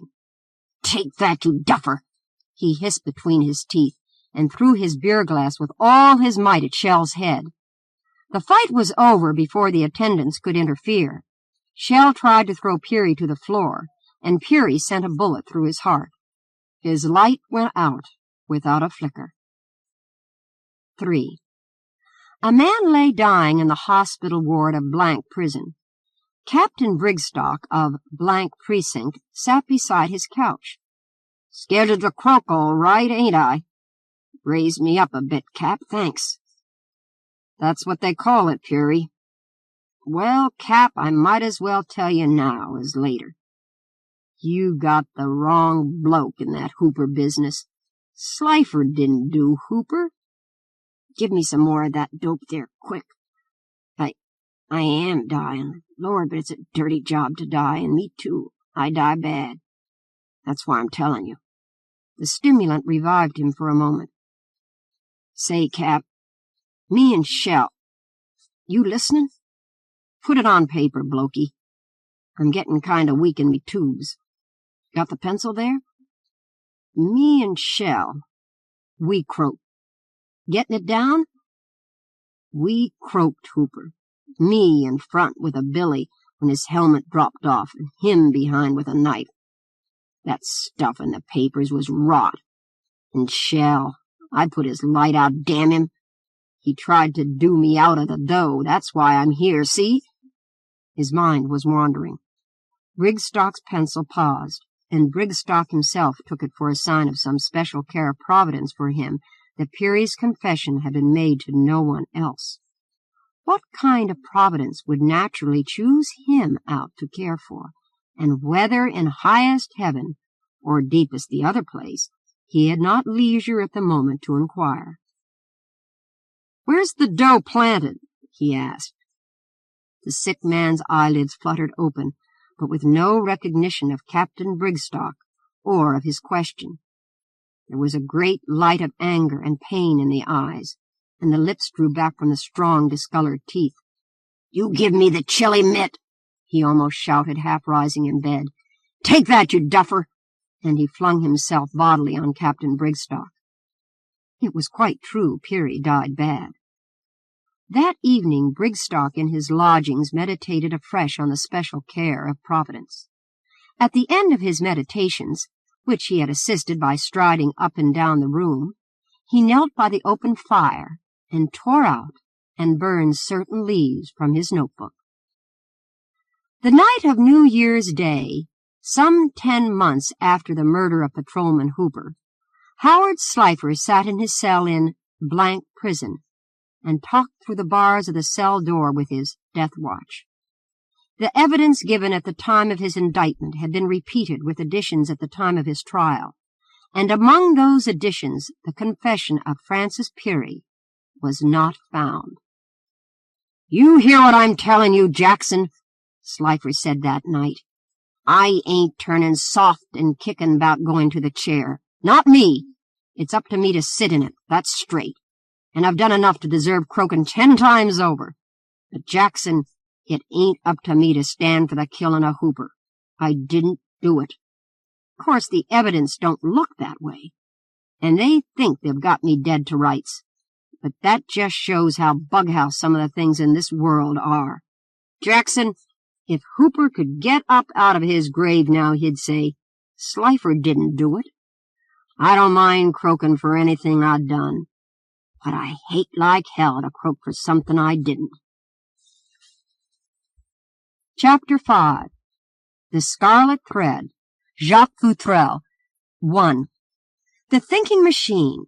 Professor Augustus S.F.X. Van Dusen, Ph.D., LL.D., F.R.S., M.D., etc., scientist and logician, listened intently and without comment to a weird, seemingly inexplicable story. Hutchinson Hatch, reporter, was telling it. The bowed figure of the savant lay at ease in a large chair. The enormous head with its bushy yellow hair was thrown back. The thin, white fingers were pressed tip to tip, and the blue eyes, narrowed to mere slits, squinted aggressively upward. The scientist was in a receptive mood. "From the beginning, every fact you know," he had requested. "It's all out in the back bay," the reporter explained. "There's a big apartment house there, a fashionable establishment in a side street just off Commonwealth Avenue. It is 5 stories in all, and is cut up into small suites of 2 and 3 rooms with bath. These suites are handsomely, even luxuriously furnished, and are occupied by people who can afford to pay big rents. Generally, these are young unmarried men, although in several cases they are husband and wife. It is a house of every modern improvement, elevator service, hall boys, liveried doormen, spacious corridors, and all that. It has both the gas and electric systems of lighting. Tenants are at liberty to use either or both. A young broker, Weldon Henley, occupies one of the handsomest of these suites, being on the 2nd floor in front. He has met with considerable success in the street. He is a bachelor and lives there alone. There is no personal servant. He dabbles in photography as a hobby and is said to be remarkably expert. Recently there was a report that he was to be married this winter to a beautiful Virginia girl who has been visiting Boston from time to time, a Miss Lipscomb, Charlotte Lipscomb of Richmond. Henley has never denied or affirmed this rumor, although he has been asked about it often. Miss Lipscomb is impossible of access even when she visits Boston. Now she is in Virginia, I understand, but will return to Boston later in the season. The reporter paused, lighted a cigarette, and leaned forward in his chair, gazing steadily into the inscrutable eyes of the scientist. When Henley took the suite, he requested that all the electric lighting apparatus be removed from his apartments, he went on. He had taken a long lease of the place, and this was done. Therefore, he uses only gas for lighting purposes, and he usually keeps one of his gas jets burning low all night. Bad. Bad for his health, commented the scientist. Now comes the mystery of the affair, the reporter went on. It was 5 weeks or so ago Henley retired as usual about midnight. He locked his door on the inside, he is positive of that, and awoke about 4 o'clock in the morning nearly asphyxiated by gas. He was barely able to get up and open the window to let in the fresh air. The gas jet he had left burning was out, and the suite was full of gas. Accident, possibly, said the thinking machine. A draft through the apartments. A slight diminution of gas pressure. 100 possibilities. So it was presumed, said the reporter. Of course, it would have been impossible for— Nothing is impossible, said the other tartly. Don't say that. It annoys me exceedingly. Well, then, it seems highly improbable that the door had been opened or that anyone came into the room and did this deliberately. The newspaper man went on with a slight smile. So Henley said nothing about this, attributed it to an accident. The next night he lighted his gas as usual, but he left it burning a little brighter. The same thing happened again.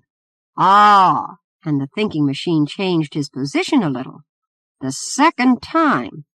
And again he awoke just in time to save himself, said Hatch. Still, he attributed the affair to accident, and determined to avoid a recurrence of the affair by doing away with the gas at night. Then he got a small night lamp and used this for a week or more. Why does he have a light at all? Asked the scientist testily. I can hardly answer that, replied Hatch.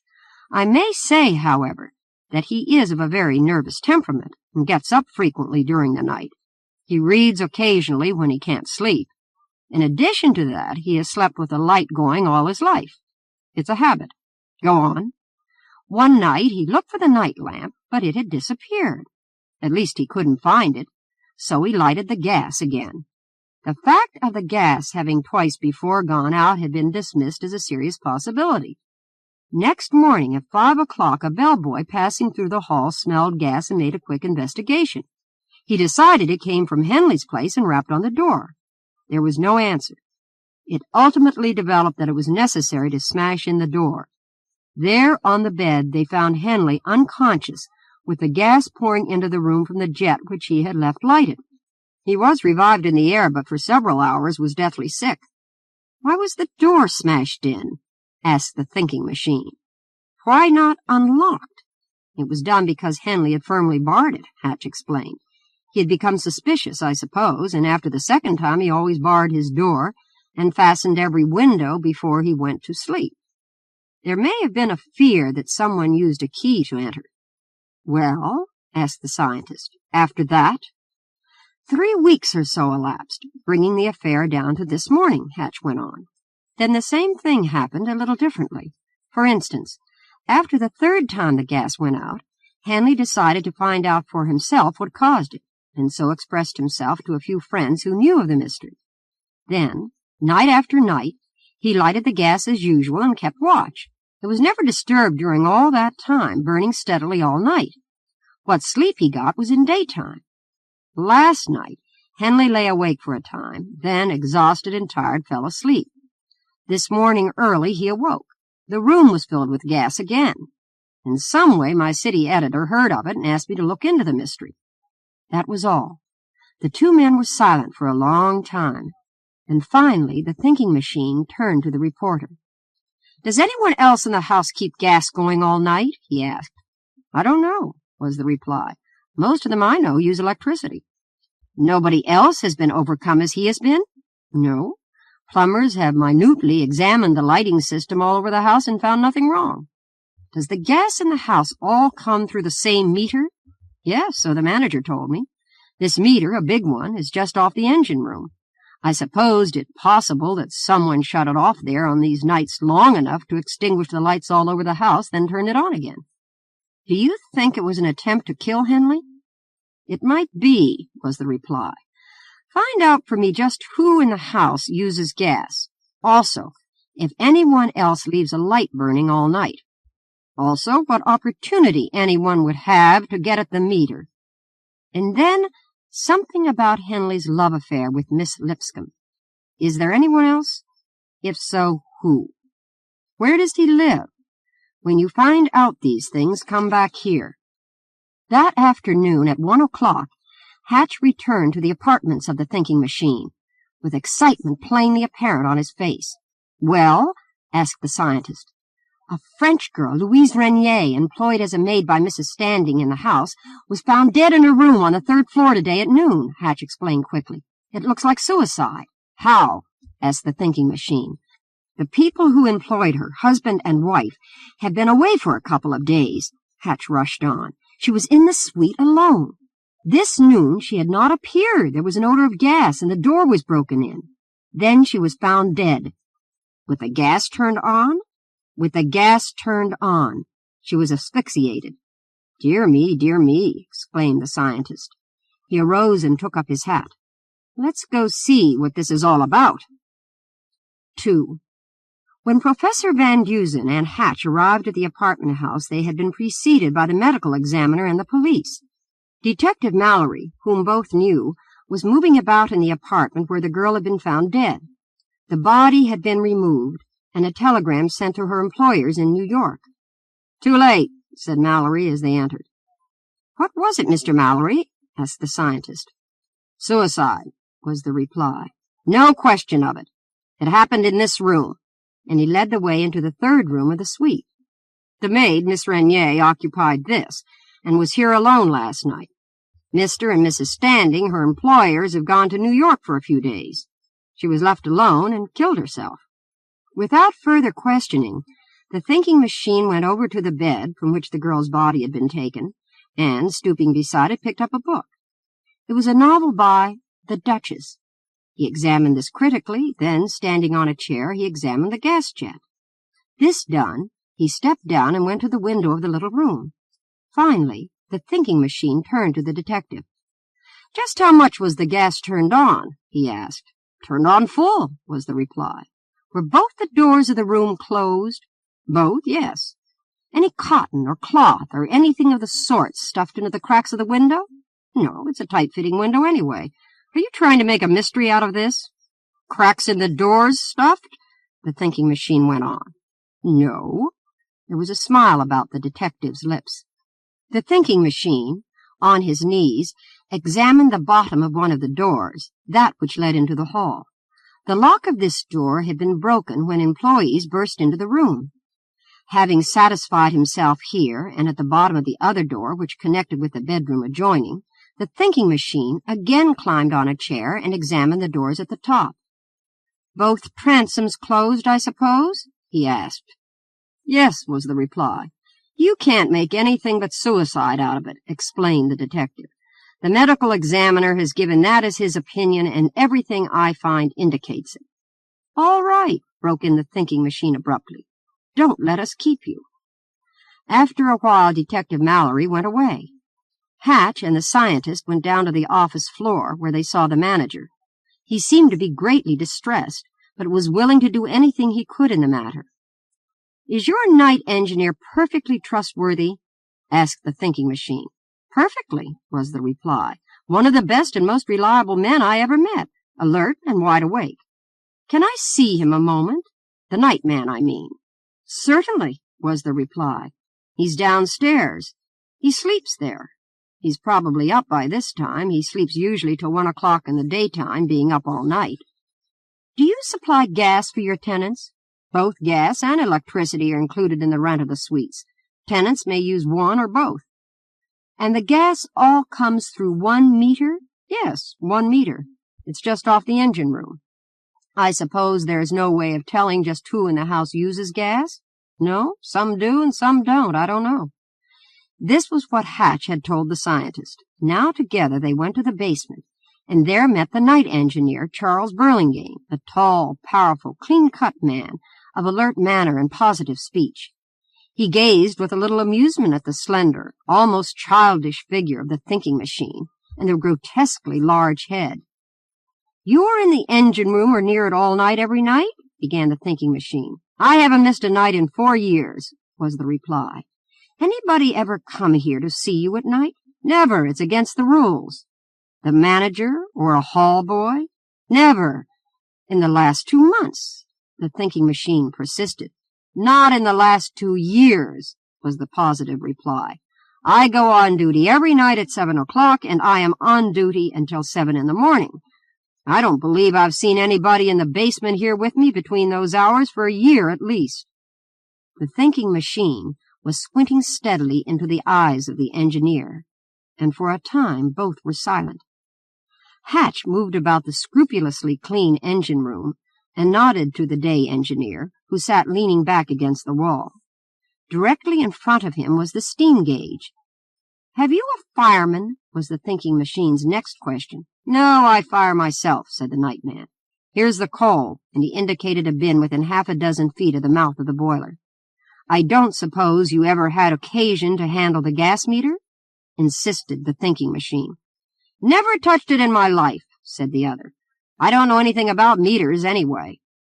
"And you never drop off to sleep at night for a few minutes when you get lonely? Doze, I mean?" The engineer grinned good-naturedly. "Never had any desire to, and besides, I wouldn't have the chance," he explained. "There's a time check here," and he indicated it. "I have to punch that every half hour all night to prove that I have been awake." Dear me," exclaimed the thinking machine irritably.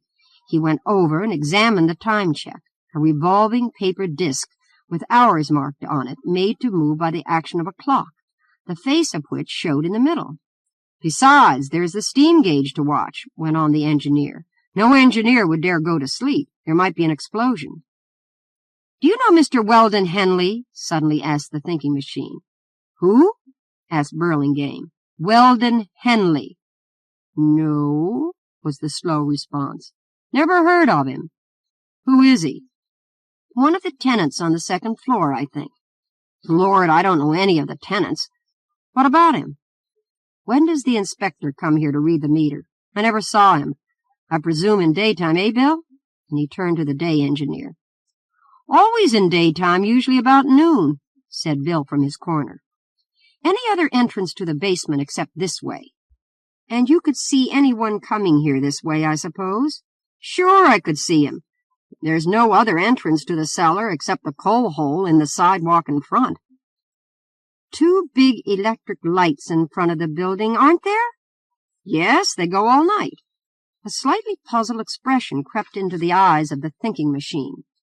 Hatch knew from the persistency of the questions that he was not satisfied, yet he was not able to fathom or to understand all the queries. In some way they had to do with the possibility of someone having access to the meter. "Where do you usually sit at night here?"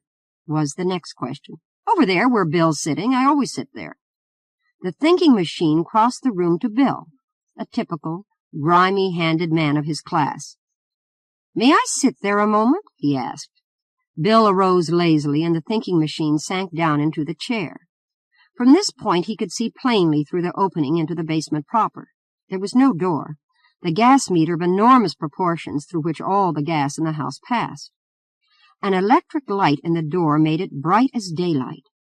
The thinking machine noted these things, arose, nodded his thanks to the two men, and, still with a puzzled expression on his face, led the way upstairs. There the manager was still in his office. "I presume you examine and know that the time check in the engineer's room is properly punched every half hour during the night?" he asked. "Yes, I examine the dial every day. Have them here, in fact, each with a date on it." "May I see them?" Now the manager was puzzled. He produced the cards, one for each day and for half an hour. The thinking machine studied them minutely. At the end of that time, when he arose and Hatch looked at him inquiringly, he saw still the perplexed expression. After urgent solicitation, the manager admitted them to the apartments of Weldon Henley. Mr. Henley himself had gone to his office in State Street. Here, the thinking machine did several things which aroused the curiosity of the manager, one of which was to minutely study the gas jets. Then the thinking machine opened one of the front windows and glanced out into the street. Below, 15 feet, was the sidewalk. Above was the solid front of the building, broken only by a flagpole which, properly roped, extended from the hall window of the next floor above out over the sidewalk a distance of 12 feet or so. "Ever use that flagpole?" he asked the manager. "Rarely," said the manager. "On holidays sometimes, 4th of July and such times. We have a big flag for it." From the apartments, the thinking machine led the way to the hall, up the stairs, and to the flagpole. Leaning out of this window, he looked down toward the window of the apartments he had just left. Then he inspected the rope of the flagpole, drawing it through his slender hands slowly and carefully. At last he picked off a slender thread of scarlet and examined it. "Ah!" he exclaimed. Then to Hatch, "Let's go, Mr. Hatch." "Thank you." This last to the manager, who had been a puzzled witness. Once on the street, side by side with the thinking machine, Hatch was bursting with questions, but he didn't ask them. He knew it would be useless. At last the thinking machine broke the silence. "That girl, Miss Renier, was murdered," he said suddenly, positively. "There have been 4 attempts to murder Henley." "How?" asked Hatch, startled. "By a scheme so simple that neither you nor I nor the police have ever heard of it being employed," was the astonishing reply. "It is perfectly horrible in its simplicity." "What was it?" Hatch insisted eagerly. "It would be futile to discuss that now," was the rejoinder. "There has been murder. We know how. Now the question is, who? What person would have a motive to kill Henley?" 3. There was a pause as they walked on. "Where are we going?" asked Hatch finally. "Come up to my place and let's consider this matter a bit further," replied the thinking machine. Not another word was spoken by either until half an hour later in the small laboratory. For a long time the scientist was thoughtful, deeply thoughtful. Once he took down a volume from a shelf and Hatch glanced at the title. It was Gases, Their Properties. After a while he returned this to the shelf and took down another, on which the reporter caught the title, Anatomy. "Now, Mr. Hatch," said the thinking machine in his perpetually crabbed voice, "we have a most remarkable riddle." "It gains this remarkable aspect from its very simplicity. It is not, however, necessary to go into that now. I will make it clear to you when we know the motives. As a general rule, the greatest crimes never come to light because the greatest criminals, their perpetrators, are too clever to be caught. Here we have what I might call a great crime committed with a subtle simplicity that is wholly disarming, and a greater crime even than this was planned. This was to murder Weldon Henley. The first thing for you to do is to see Mr. Henley and warn him of his danger.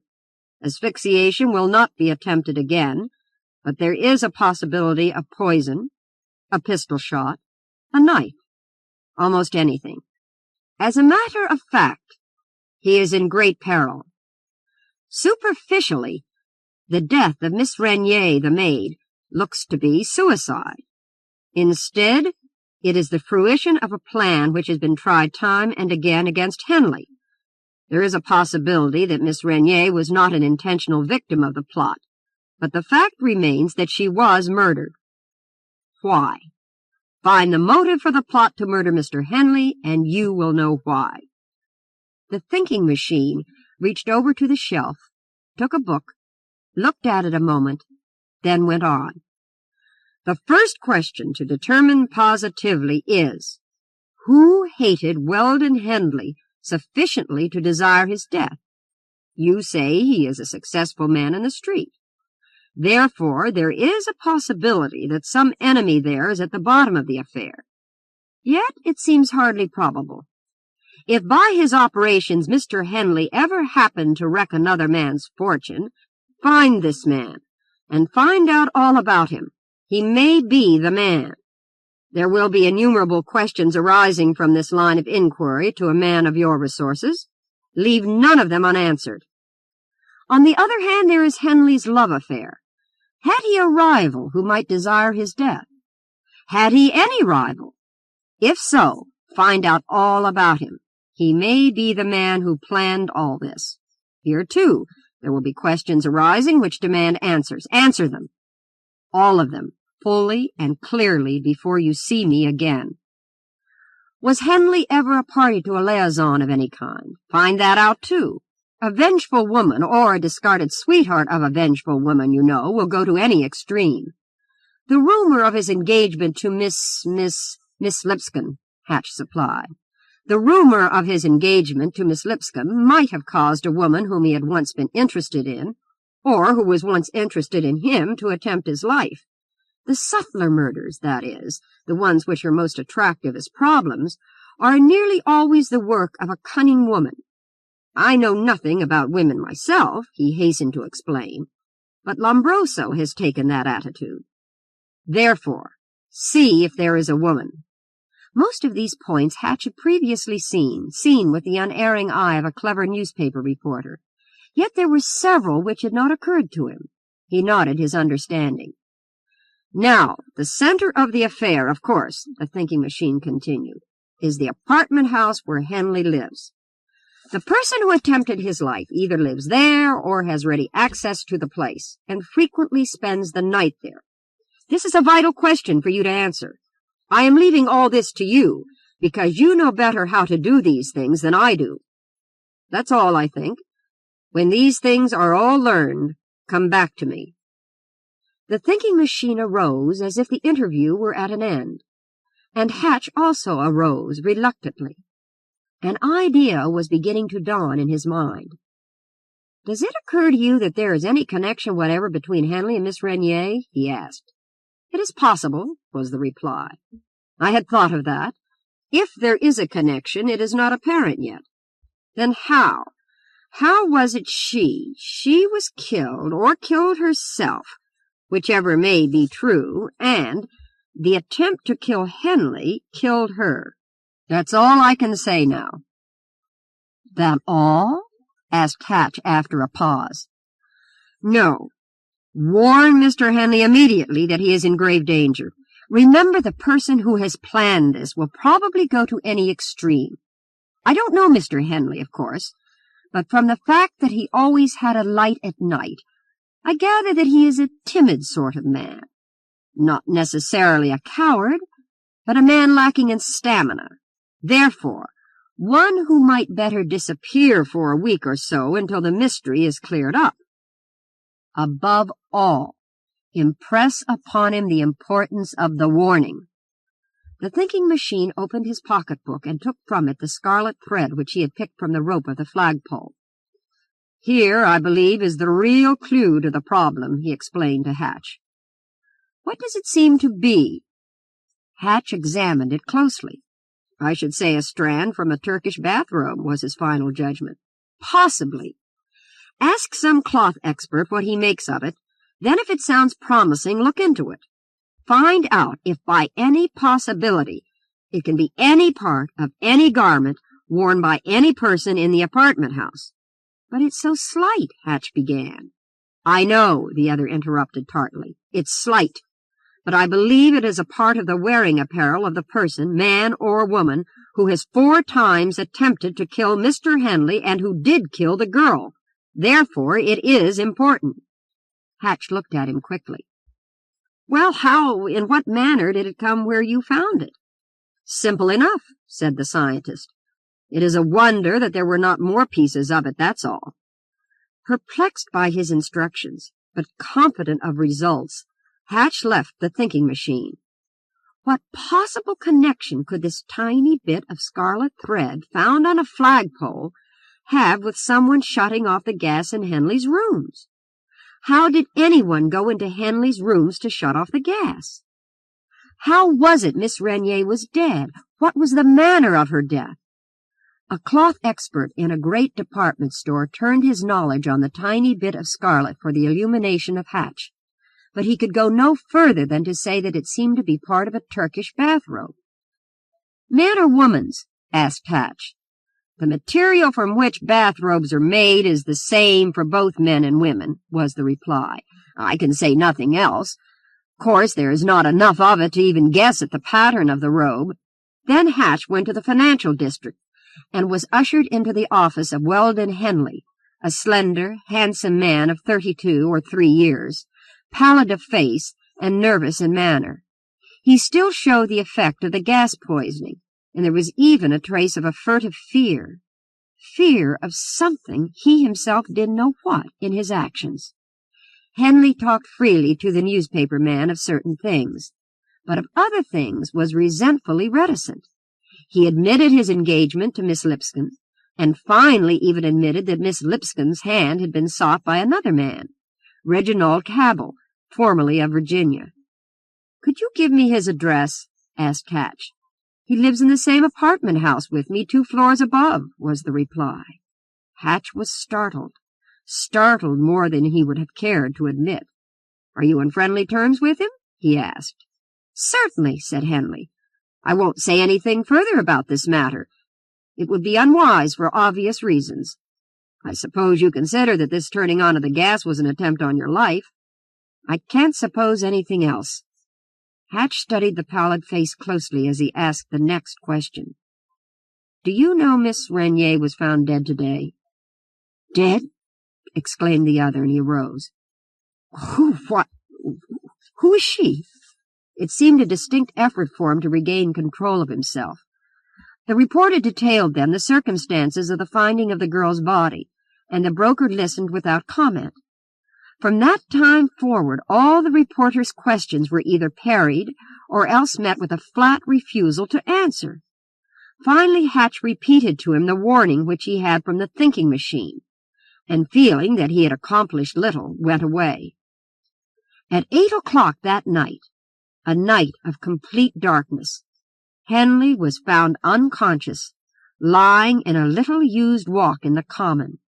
There was a bullet hole through his left shoulder, and he was bleeding profusely. He was removed to the hospital, where he regained consciousness for just a moment. "Who shot you?" he was asked. "None of your business," he replied, and lapsed into unconsciousness. 4. Entirely unaware of this latest attempt on the life of the broker, Hutchinson Hatch steadily pursued his investigations. They finally led him to an intimate friend of Reginald Cabell. The young Southerner had apartments on the 4th floor of the big house off Commonwealth Avenue, directly over those Henley occupied, but 2 flights higher up. This friend was a figure in the social set of the Back Bay. He talked to Hatch freely of Cabell. "He's a good fellow," he explained, "one of the best I ever met, and comes of one of the best families Virginia ever had. A true FFV. He's pretty quick-tempered and all that, but an excellent chap, and everywhere he has gone here he has made friends." "He used to be in love with Miss Lipscomb of Virginia, didn't he?" asked Hatch casually. "Used to be?" the other repeated with a laugh. "He is in love with her, but recently he understood that she was engaged to Weldon Henley, a broker. You may have heard of him. And that, I suppose, has dampened his ardor considerably. As a matter of fact, Cabell took the thing to heart. He used to know Miss Lipscomb in Virginia. She comes from another famous family there, and he seemed to think he had a prior claim on her." Hatch heard all these things as any man might listen to gossip, but each additional fact was sinking into his mind, and each additional fact led his suspicions on deeper into the channel they had chosen. "Cabell is pretty well-to-do," his informant went on. "Not rich, as we count riches in the North, but pretty well-to-do. And I believe he came to Boston because Miss Lipscomb spent so much of her time here. She is a beautiful young woman of 22 and extremely popular in the social world everywhere, particularly in Boston. Then there was the additional fact that Henley was here. No chance at all for Cabell?" Hatch suggested. "Not the slightest," was the reply. Yet despite the heartbreak he had, he was the first to congratulate Henley on winning her love, and he meant it, too. "What's his attitude toward Henley now?" asked Hatch. His voice was calm, but there was an underlying tense note imperceptible to the other. "They meet and speak and move in the same set. There's no love lost on either side, I don't suppose, but there is no trace of any ill feeling." "Cabell doesn't happen to be a vindictive sort of man?" "Vindictive?" And the other laughed. "No, he's like a big boy, forgiving and all that, hot-tempered, though. I could imagine him in a fit of anger making a personal matter of it with Henley, but I don't think he ever did." The mind of the newspaper man was rapidly focusing on one point. The rush of thoughts, questions, and doubts silenced him for a moment. Then, "How long has Cabell been in Boston?" 7 or 8 months. That is, he has had apartments here for that long. But he has made several visits south. I suppose it's south. He has a trick of dropping out of sight occasionally. I understand that he intends to go south for good very soon. If I'm not mistaken, he is trying now to rent his suite." Hatch looked suddenly at his informant. An idea of seeing Cabell and having a legitimate excuse for talking to him had occurred to him. "I'm looking for a suite," he volunteered at last. "I wonder if you would give me a card of introduction to him. We might get together on it." Thus it happened that half an hour later, about 10 minutes past 9 o'clock, Hatch was on his way to the big apartment house. In the office he saw the manager. "Heard the news?" asked the manager. "No," Hatch replied. "What is it?" "Somebody shot Mr. Henley as he was passing through the common early tonight." Hatch whistled his amazement. "Is he dead?" "No, but he is unconscious. The hospital doctors say it is a nasty wound, but not necessarily dangerous." "Who shot him? Do they know?" "He knows, but he won't say." Amazed and alarmed by this latest development, an accurate fulfillment of the thinking machine's prophecy, Hatch stood thoughtful for a moment. Then, recovering his composure a little, asked for Cabell. "I don't think there's much chance of seeing him," said the manager. "He's going away on the midnight train, going south to Virginia." "Going away tonight?" Hatch gasped. "Yes. Seems to have been rather a sudden determination. He was talking to me here half an hour or so ago and said something about going away. While he was here, the telephone boy told me that Henley had been shot. They had phoned from the hospital to inform us. Then Cabell seemed greatly agitated. He said he was going away tonight if he could catch the midnight train, and now he's packing. I suppose the shooting of Henley upset him considerably," the reporter suggested. "Yes, I guess it did," was the reply. "They moved in the same set and belonged to the same clubs." The manager sent Hatch's card of introduction to Cabell's apartments. Hatch went up and was ushered into a suite identical with that of Henley's in every respect, save in minor details of furnishings. Cabell stood in the middle of the floor, with his personal belongings scattered about the room. His valet, evidently a Frenchman, was busily engaged in packing. Cabell's greeting was perfunctorily cordial. He seemed agitated. His face was flushed, and from time to time he ran his fingers through his long brown hair. He stared at Hatch in a preoccupied fashion. Then they fell into conversation about the rent of the apartments. "I'll take almost anything reasonable," Cabell said hurriedly. "You see, I'm going away tonight rather more suddenly than I had intended, and I am anxious to get the lease off my hands. I pay $200 a month for these just as they are." "May I look them over?" asked Hatch. He passed from the front room into the next. Here, on a bed, was piled a huge lot of clothing, and the valet, with deft fingers, was brushing and folding, preparatory to packing. Cabell was directly behind him. "Quite comfortable, you see," he explained. "There's room enough if you are alone. Are you?" "Oh, yes," Hatch replied. "This other room here," Cabell explained, "is not in very tidy shape now. I've been out of the city for several weeks, and—" "What's the matter?" he demanded suddenly. Hatch had turned quickly at the words and stared at him, then recovered himself with a start. "I beg your pardon," he stammered. "I rather thought I saw you in town here a week or so ago. Of course I didn't know you, and I was wondering if I could have been mistaken." "Must have been," said the other easily. "During the time I was away, a Miss Blank, a friend of my sister's, occupied the suite. I'm afraid some of her things are here. She hasn't sent for them as yet. She occupied this room, I think. When I came back a few days ago, she took another place, and all her things haven't been removed." "I see," remarked Hatch casually. "I don't suppose there's any chance of her returning here unexpectedly if I should happen to take her apartments?" "Not the slightest. She knows I am back and thinks I am to remain. She was to send for these things." Hatch gazed about the room ostentatiously. Across a trunk lay a Turkish bathrobe with a scarlet stripe in it. He was anxious to get hold of it, to examine it closely. But he didn't dare to then. Together they returned to the front room. "I rather like the place," he said after a pause. "But the price is—" "Just a moment," Cabell interrupted. "Jeanne, before you finish packing that suitcase, be sure to put my bathrobe in it. It's in the far room." Then one question was settled for Hatch. After a moment, the valet returned with a bathrobe, which had been in the far room. It was Cabell's bathrobe. As Jeanne passed the reporter, an end of the rope caught on a corner of the trunk, and, stopping, the reporter unfastened it. A tiny strand of thread clung to the metal. Hatch detached it and stood idly twirling it in his fingers. "As I was saying," he resumed, "I rather like the place, but the price is too much. Suppose you leave it in the hands of the manager of the house." "I had intended doing that," the Southerner interrupted. "Well, I'll see him about it later," Hatch added. With a cordial, albeit preoccupied handshake, Cabell ushered him out. Hatch went down in the elevator with a feeling of elation, a feeling that he had accomplished something. The manager was waiting to get into the lift. "Do you happen to remember the name of the young lady who occupied Mr. Cabell's suite while he was away?" he asked. "Miss Austen," said the manager. "But she's not young. She was about 45 years old, I should judge. Did Mr. Cabell have his servant Jeanne with him?" "Oh, no," said the manager.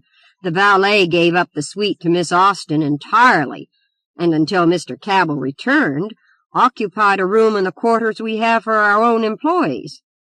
"Was Miss Austen ailing anyway?" asked Hatch. "I saw a large number of medicine bottles upstairs." "I don't know what was the matter with her," replied the manager with a little puzzled frown. "She certainly was not a woman of sound mental balance. That is, she was eccentric and all that. I think rather it was an act of charity for Mr. Cabell to let her have the suite in his absence. Certainly we didn't want her." Hatch passed out and burst in eagerly upon the thinking machine in his laboratory. "Here," he said, and triumphantly he extended the tiny scarlet strand which he had received from the thinking machine, and the other of the identical color which came from Cabell's bathrobe. "Is that the same?" The thinking machine placed them under the microscope and examined them immediately. Later he submitted them to a chemical test. "It is the same," he said finally. "Then the mystery is solved," said Hatch conclusively. 5. The thinking machine stared steadily into the eager, exultant eyes of the newspaper man until Hatch at last began to fear that he had been precipitate.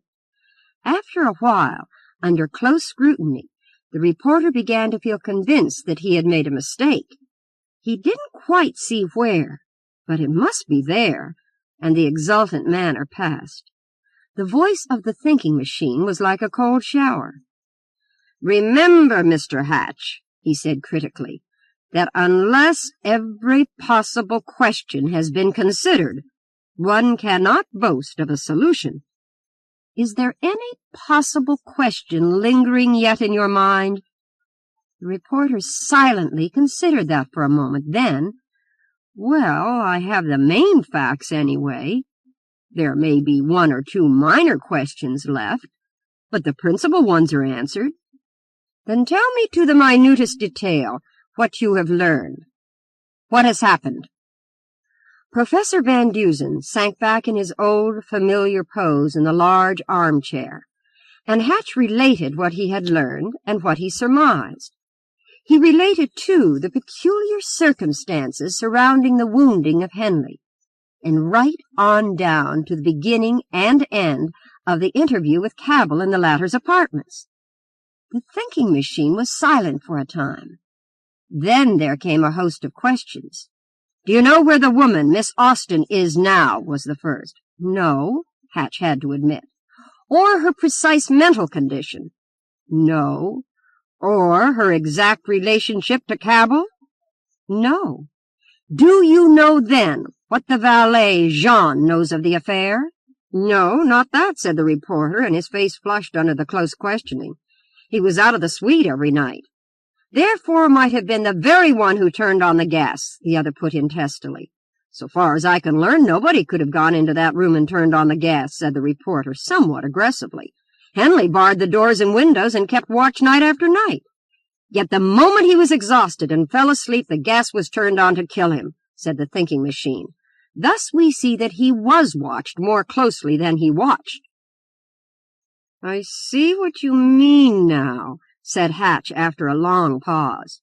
"I should like to know what Henley and Cabell and the valet knew of the girl who was found dead, the thinking machine suggested.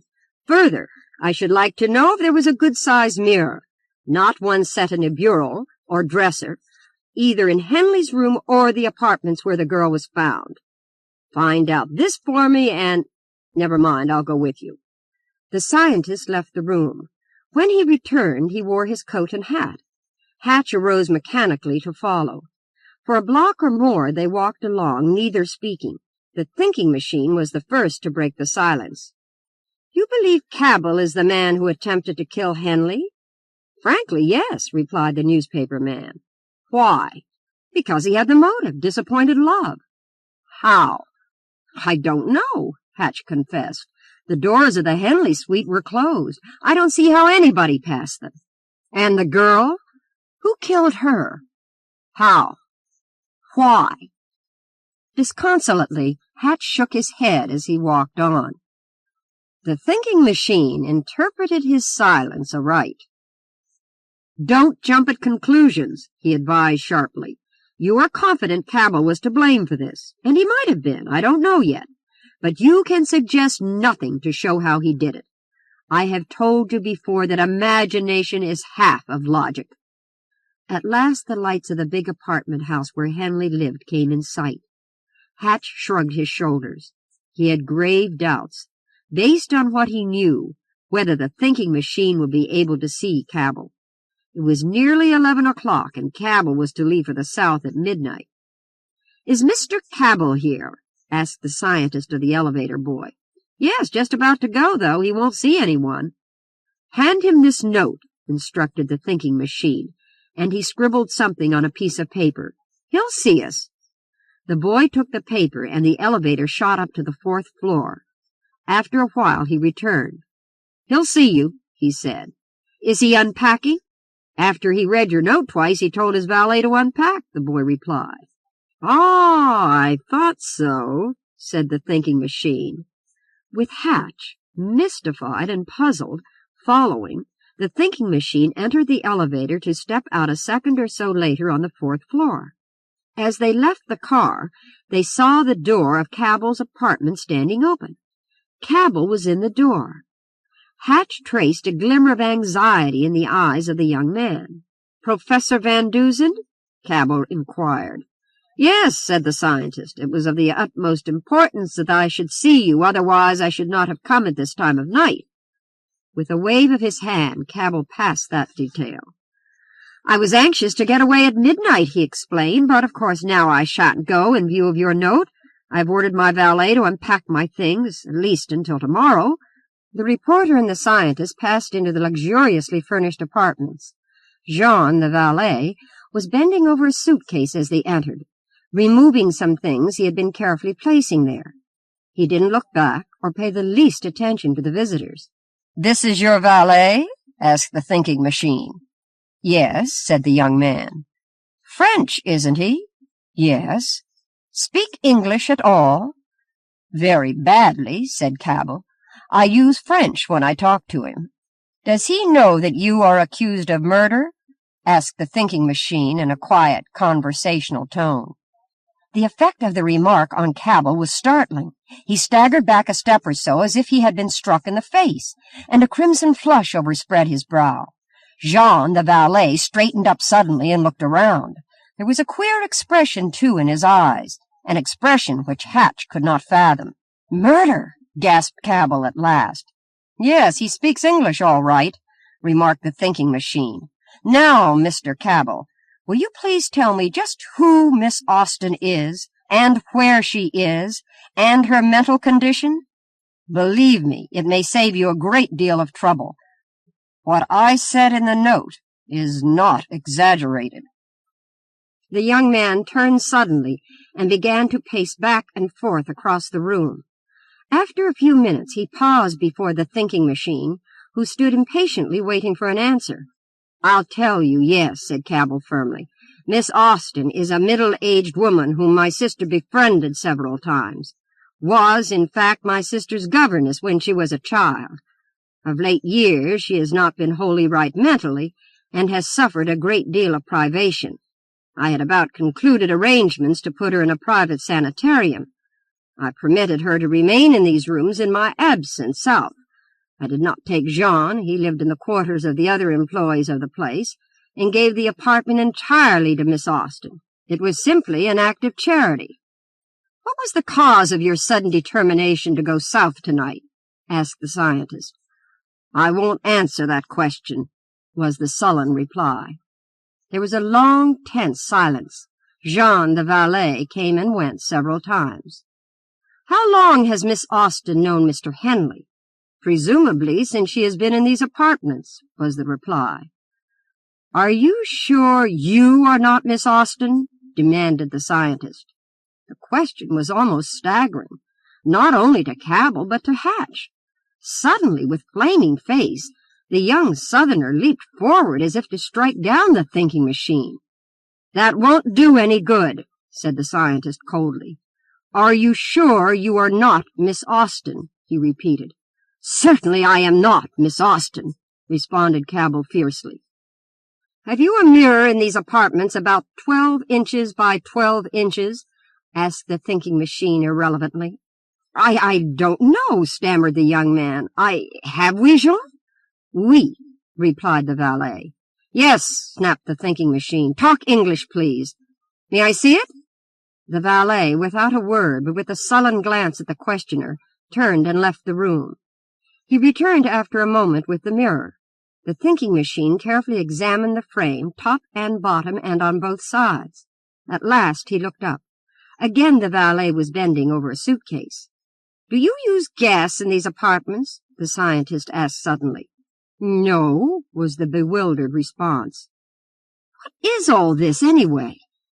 Without answering, the thinking machine drew a chair up under the chandelier where the gas and electric fixtures were and began to finger the gas tips. After a while, he climbed down and passed into the next room with Hatch and Cabell, both hopelessly mystified, following. There, the scientist went through the same process of fingering the gas jets. Finally, one of the gas tips came out in his hand. Ah! He exclaimed suddenly, and Hatch knew the note of triumph in it. The jet from which the tip came was just on a level with his shoulder, set between a dressing table and a window. He leaned over and squinted at the gas pipe closely. Then he returned to the room where the valet was. Now, Jeanne, he began in an even, calm voice, please tell me if you did or did not kill Miss Renier purposely. I don't know what you mean, said the servant sullenly, angrily, as he turned on the scientist. You speak very good English now, was the thinking machine's terse comment. Mr. Hatch, lock the door and use this phone to call the police. Hatch turned to do as he was bid, and saw a flash of steel in young Cabell's hand, which was drawn suddenly from a hip pocket. It was a revolver. The weapon glittered in the light, and Hatch flung himself forward. There was a sharp report, and a bullet was buried in the floor. 6. Then came a fierce, hard fight for possession of the revolver. It ended with the weapon in Hatch's hand, and both he and Cabell blowing from the effort they had expended. Jeanne, the valet, had turned at the sound of the shot and started toward the door leading into the hall. The thinking machine had stepped in front of him, and now stood there with his back to the door. Physically, he would have been a child in the hands of the valet, yet there was a look in his eyes which stopped him. Now, Mr. Hatch, said the scientist quietly, a touch of irony in his voice, hand me the revolver. Then phone for Detective Mallory to come here immediately. Tell him we have a murderer. And if he can't come at once, get some other detective whom you know. Murderer! Gasped Cabell. Uncontrollable rage was blazing in the eyes of the valet, and he made as if to throw the thinking machine aside, despite the revolver, when Hatch was at the telephone. As Jeanne started forward, however, Cabell stopped him with a quick, stern gesture. Suddenly the young Southerner turned on the thinking machine. But it was with a question. What does it all mean? He asked, bewildered. It means that man there, and the thinking machine indicated the valet by a nod of his head, is a murderer, that he killed Louise Renier, that he shot Weldon Henley on Boston Common, and that, with the aid of Miss Renier, he had 4 times previously attempted to kill Mr. Henley. Is he coming, Mr. Hatch? Yes, was the reply. He says he'll be here directly. Do you deny it? Demanded the thinking machine of the valet. I've done nothing, said the valet sullenly. I'm going out of here. Like an infuriated animal, he rushed forward. Hatch and Cabell seized him and bore him to the floor.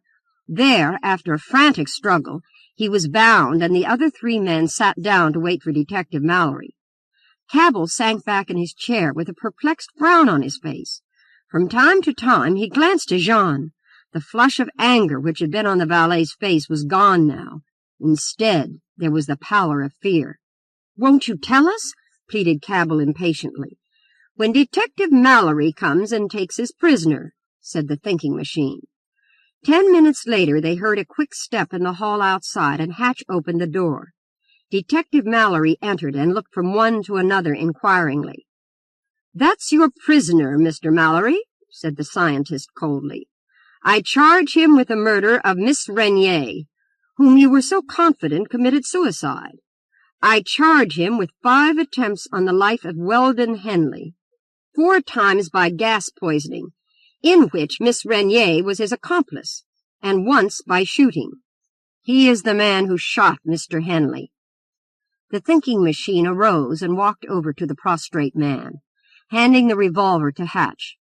He glared down at Jeanne fiercely.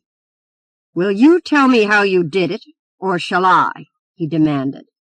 His answer was a sullen, defiant glare. He turned and picked up the square mirror which the valet had produced previously. "That's where the screw was, isn't it?" he asked, as he indicated a small hole in the frame of the mirror. Jeanne stared at it, and his head sank forward hopelessly. "And this is the bathrobe you wore, isn't it?" he demanded again, and from the suitcase he pulled out the garment with the scarlet stripe. "I guess you got me all right," was the sullen reply.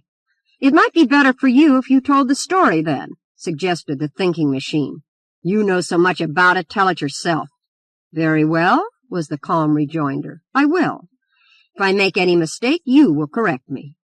For a long time no one spoke. The thinking machine had dropped back into a chair and was staring through his thick glasses at the ceiling.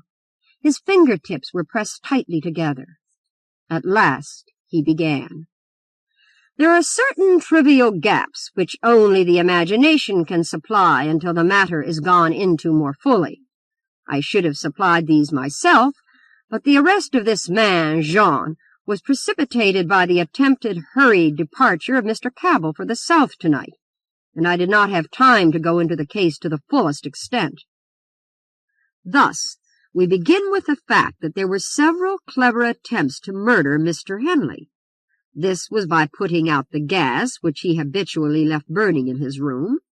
It happened 4 times in all, thus proving that it was an attempt to kill him.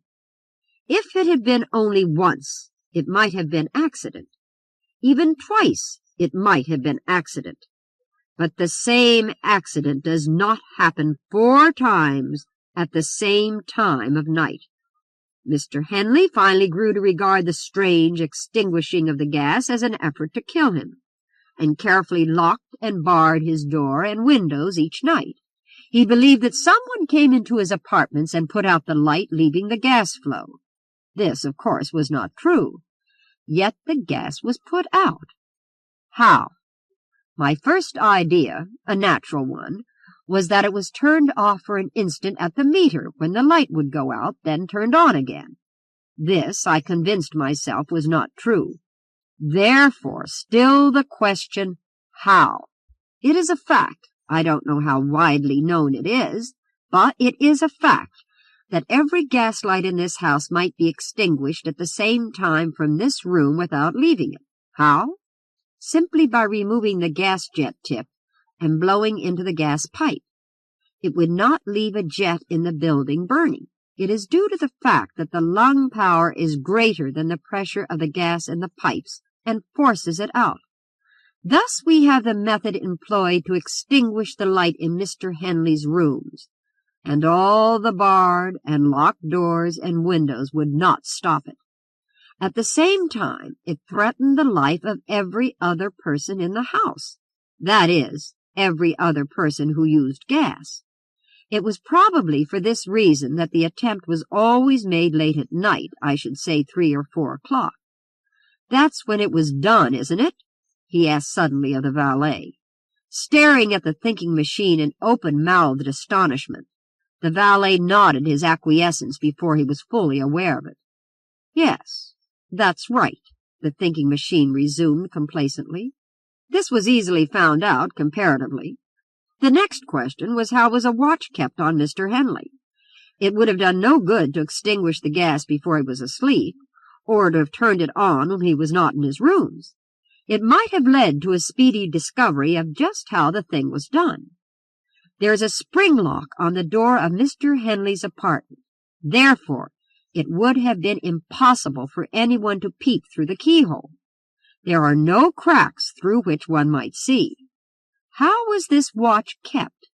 How was the plotter to satisfy himself positively of the time when Mr. Henley was asleep? How was it the gas was put out at no time of the score or more nights Mr. Henley himself kept watch? Obviously, he was watched through a window. No one could climb out on the window ledge and look into Mr. Henley's apartments. No one could see into that apartment from the street. That is, could see whether Mr. Henley was asleep or even in bed. They could see the light. Watch was kept with the aid offered by the flagpole, supplemented with a mirror. This mirror. A screw was driven into the frame. It has been removed now. It was swung on the flagpole rope and pulled out to the end of the pole facing the building. To a man standing in the hall window of the 3rd floor, it offered precisely the angle necessary to reflect the interior of Mr. Henley's suite, possibly even showed him in bed through a narrow opening in the curtain. There is no shade on the windows of that suite. Heavy curtains instead. Is that right? Again the prisoner was surprised into a mute acquiescence. I saw the possibility of these things, and I saw, too, that at 3 or 4 o'clock in the morning it would be perfectly possible for a person to move about the upper halls of this house without being seen. If he wore a heavy bathrobe, with a hood, say, no one would recognize him even if he were seen, and besides, the garb would not cause suspicion. This bathrobe has a hood. Now, in working the mirror back and forth on the flagpole at night, a tiny scarlet thread was pulled out of the robe and clung to the rope. I found this thread.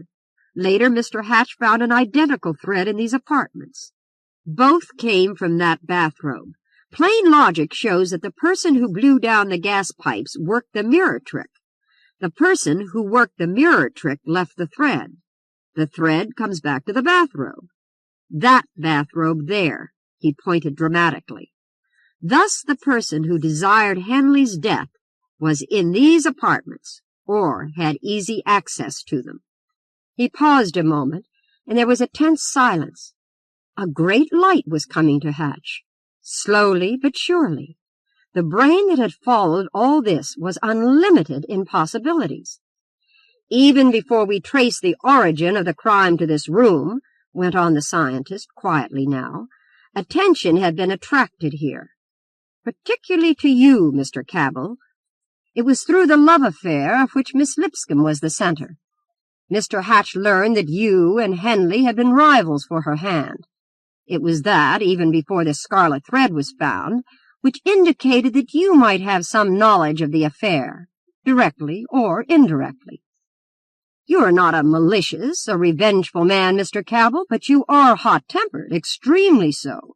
You demonstrated that just now when, angry and not understanding, but feeling that your honor was at stake, you shot a hole in the floor. What? Asked Detective Mallory. A little accident, explained the thinking machine quickly. Not being a malicious or revengeful man, you are not the man to deliberately go ahead and make elaborate plans for the murder of Henley. In a moment of passion, you might have killed him, but never deliberately as a result of premeditation. Besides, you were out of town. Who was then in these apartments? Who had access to these apartments? Who might have used your bathrobe? Your valet? Possibly Miss Austen. Which? Now, let's see how we reached this conclusion which led to the valet. Miss Renier was found dead. It was not suicide. How did I know? Because she had been reading with the gaslight at its full. If she had been reading by the gaslight, how was it then that it went out and suffocated her before she could arise and shut it off? Obviously, she must have fallen asleep over her book and left the light burning. If she was in this plot to kill Henley, why did she light the jet in her room? There might have been some slight defect in the electric bulb in her room which she had just discovered. Therefore, she lighted the gas, intending to extinguish it, turn it off entirely later. But she fell asleep. Therefore, when the valet here blew into the pipe, intending to kill Mr. Henley, he unwittingly killed the woman he loved, Miss Renier. It was perfectly possible, meanwhile, that she did not know of the attempt to be made that particular night, although she had participated in the others, knowing that Henley had night after night sat up to watch the light in his rooms. The facts, as I knew them, showed no connection between Miss Renier and this man at that time, nor any connection between Miss Renier and Henley. It might have been that the person who blew the gas out of the pipe from these rooms knew nothing whatever of Miss Renier, just as he didn't know who else he might have killed in the building. But I had her death and the manner of it. I had eliminated you, Mr. Cabell. Therefore, there remained Miss Austen and the valet. Miss Austen was eccentric, insane, if you will. Would she have any motive for killing Henley? I could imagine none.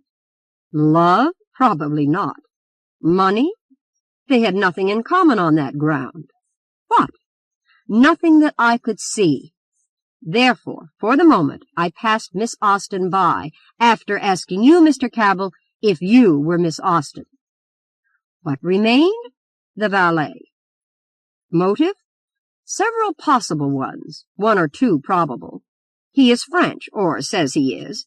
Miss Renier is French. Therefore, I had arrived at the conclusion that they knew each other as people of the same nationality will in a house of this sort. And remember, I had passed by Mr. Cabell and Miss Austen, so the valet was the only one left. He could use the bathrobe. Well, the motive. Frankly, that was the only difficult point in the entire problem. Difficult because there were so many possibilities. And each possibility that suggested itself suggested also a woman. Jealousy? There must be a woman. Hate? Probably a woman. Attempted extortion? With the aid of a woman. No other motive which would lead to so elaborate a plot of murder would come forward. Who was the woman? Miss Renier. Did Miss Renier know Henley? Mr. Hatch had reason to believe he knew her because of his actions when informed of her death. Knew her how? People of such relatively different planes of life can know each other, or do know each other, only on one plane. Henley is a typical young man, fast, I dare say, and liberal. Perhaps then there had been a liaison. When I saw this possibility, I had my motives, all of them. Jealousy, hate, and possibly attempted extortion as well. What was more possible than Mr. Henley and Miss Renier had been acquainted? All liaisons are secret ones. Suppose she had been cast off because of the engagement to a young woman of Henley's own level. Suppose she had confided in the valet here. Do you see? Motives enough for any crime, however diabolical. The attempts on Henley's life possibly followed an attempted extortion of money. The shot which wounded Henley was fired by this man, Jeanne. Why? Because the woman who had cause to hate Henley was dead. Then the man? He was alive and vindictive. Henley knew who shot him, and knew why, but he'll never say it publicly. He can't afford to. It would ruin him. I think probably that's all. Do you want to add anything? He asked of the valet. No. was the fierce reply. "I'm sorry I didn't kill him, that's all. It was all about as you said, though God knows how you found it out," he added desperately. "Are you a Frenchman?" "I was born in New York, but lived in France for 11 years. I first knew Louise there." Silence fell upon the little group. Then Hatch asked a question. "You told me, Professor, that there would be no other attempt to kill Henley by extinguishing the gas. How did you know that?" "Because one person, the wrong person, had been killed that way," was the reply. "For this reason, it was hardly likely that another attempt of that sort would be made. You had no intention of killing Louise Renier, had you, Jeanne?" "No, God help me, no." "It was all done in these apartments," the thinking machine added, turning to Cabell, "at the gas jet from which I took the tip. It had been only loosely replaced, and the metal was tarnished where the lips had dampened it." "It must take great lung power to do a thing like that," remarked Detective Mallory. "You would be amazed to know how easily it is done," said the scientist.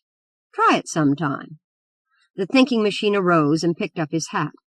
Hatch did the same. Then the reporter turned to Cabell. "Would you mind telling me why you were so anxious to get away tonight?" he asked. "Well, no," Cabell explained, and there was a rush of red to his face. "It's because I received a telegram from Virginia, Miss Lipscomb, in fact. Some of Henley's past had come to her knowledge, and the telegram told me that the engagement was broken. On top of this came the information that Henley had been shot, and I was considerably agitated." The thinking machine and Hatch were walking along the street. "What did you write in the note you sent to Cabell that made him start to unpack?" asked the reporter curiously.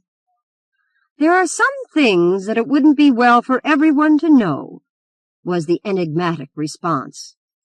"Perhaps it would be just as well for you to overlook this little omission." Of course," replied the reporter wonderingly. Chapter 6. The Man Higher Up, by William MacHarg and Edwin Balmer. The first real blizzard of the winter had burst upon New York from the Atlantic. For 72 hours, as Rentland, file clerk in the Broadway offices of the American Commodities Company, saw from the record he was making for President Welter, no ship of any of the dozen expected from foreign ports had been able to make the company's docks in Brooklyn, or, indeed, had been reported at Sandy Hook. And for the last 5 days, during which the Weather Bureau's storm signals had stayed steadily set, no steamer of the 6 which had finished unloading at the docks the week before had dared to try for the open sea except one, the Elizabethan Age, which had cleared the Narrows on Monday night. On land, the storm was scarcely less disastrous to the business of the great importing company. Since Tuesday morning, Rentland's reports of the car and train load consignments, which had left the warehouses daily, had been a monotonous page of trains stalled. But until that Friday morning, Welter, the big, bull-necked, thick-lipped master of men and money, had borne all the accumulated trouble of the week with serenity, almost with contempt. Only when the file clerk added to his report the minor item that the 3,000-ton steamer Elizabethan Age, which had cleared on Monday night, had been driven into Boston, something suddenly seemed to break in the inner office.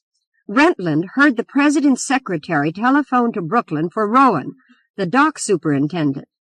He heard Welter's heavy steps going to and fro in the private office, his hoarse voice raised angrily. And soon afterwards Rowan blustered in. Rentland could no longer overhear the voices. He went back to his own private office and called the station master at the Grand Central Station on the telephone. "The 7 o'clock train from Chicago?" the clerk asked in a guarded voice. "It came in at 10:30 as expected?" "Oh, at 10:10. Thank you." He hung up the receiver and opened the door to pass a word with Rowan as he came out of the president's office. "They've wired that the Elizabethan Age couldn't get beyond Boston, Rowan," he cried curiously. "The blank hooker!" The dock superintendent had gone strangely white. For the imperceptible fraction of an instant, his eyes dimmed with fear as he stared into the wondering face of the clerk. But he recovered himself quickly. spat offensively, and slammed the door as he went out. Rentland stood with clenching hands for a moment. Then he glanced at the clock and hurried to the entrance of the outer office. The elevator was just bringing up from the street a red-haired, blue-gray-eyed young man of medium height, who, noting with a quick, intelligent glance the arrangement of the offices, advanced directly toward President Welter's door. The chief clerk stepped forward quickly. "You are Mr. Trant?" "Yes." "I'm Rentland. This way, please." He led the psychologist to the little room behind the files where he had telephoned the moment before. "Your wire to me in Chicago, which brought me here," said Trant, turning from the inscription file clerk on the door to the dogged, decisive features and wiry form of his client, "gave me to understand that you wished to have me investigate the disappearance or death of two of your dock scale checkers. I suppose you were acting for President Welter, of whom I have heard, in sending for me?" "No," said Rentland as he waved Trant to a seat. "President Welter is certainly not troubling himself to that extent over an investigation." "Then the company, or some other officer?" Trant questioned with increasing curiosity. "No, nor the company, nor any other officer in it, Mr. Trant," Rentland smiled. "Nor even am I, as file clerk of the American Commodities Company, over troubling myself about those checkers." He leaned nearer to Trant, confidentially. "But as a special agent for the United States Treasury Department, I'm extremely interested in the death of one of these men, and in the disappearance of the other, and for that I called you to help me." "As a secret agent for the government?" Trant repeated with rapidly rising interest. "Yes, a spy, if you wish to call me, but as truly in the ranks of the enemies to my country as any Nathan Hale who is a statue in the city. Today, the enemies are the big, corrupting, thieving corporations like this company, and appreciating that, I am not ashamed to be a spy in their ranks, commissioned by the government to catch and condemn President Welter and any other officers involved with him for systematically stealing from the government for the past 10 years, and for probable connivance in the murder of at least one of those two checkers, so that the company might continue to steal." "To steal? How?" "Customs frauds, thefts, smuggling, anything you wish to call it. Exactly what or how I can't tell, for that is part of what I sent for you to find out. For a number of years the Customs Department has suspected, upon circumstantial evidence, that the enormous profits of this company upon the 1,001 things which it is importing and distributing must come in part from goods they have got through without paying the proper duty. So, at my own suggestion, I entered the employ of the company a year ago to get track of the method. But after a year here, I was almost ready to give up the investigation in despair, when Ed Landers, the company's checker on the docks in Scale House number 3, was killed, accidentally, the coroner's jury said. To me, it looked suspiciously like murder. Within 2 weeks, Morse, who was appointed as checker in his place, suddenly disappeared. The company's officials showed no concern as to the fate of these two men, and my suspicions that something crooked might be going on at Scale House number 3 were strengthened, and I sent for you to help me get at the bottom of things. Is it not the best, then, to begin by giving me as fully as possible the details of the employment of Morse and Landers, and also of their disappearance?" the young psychologist suggested. "I have told you these things here, Trant, rather than take you to some safer place," the secret agent replied, "because I have been waiting for someone who can tell you what you need to know better than I can. Edith Rowan, the stepdaughter of the dock superintendent, knew Landers well, for he boarded at Rowan's house. She was, or is, if he still lives, engaged to Morse. It is an unusual thing for Rowan himself to come here to see President Welter, as he did just before you came. But every morning since Morse disappeared, his daughter has come to see Welter personally. She is already waiting in the outer office." Opening the door, he indicated to Trant a light-haired, overdressed, nervous girl twisting about uneasily on the seat outside the president's private office. "Welter thinks it policy, for some reason, to see her a moment every morning, but she always comes out almost at once, crying. "This is interesting," Trant commented as he watched the girl go into the president's office. After only a moment she came out, crying. Rentland had already left his room, so it seemed by chance that he and Trant met and supported her to the elevator, and over the slippery pavement to the neat electric coupe which was standing at the curb. "It's hers," said Rentland, as Trant hesitated before helping the girl into it. "It's one of the things I wanted you to see." "Broadway is very slippery, Miss Rowan. You will let me see you home again this morning? This gentleman is Mr. Trant, a private detective. I want him to come along with us." The girl acquiesced, and Trant crowded into the little automobile. Rentland turned the coupe skillfully out into the swept path of the street, ran swiftly down Fifth Avenue to 14th Street, and stopped 3 streets to the east before a house in the middle of the block. The house was as narrow and cramped and as cheaply constructed as its neighbors on both sides. It had lace curtains conspicuous in every window, and impressive statuettes, vases, and gaudy bits of bric-a-brac in the front rooms.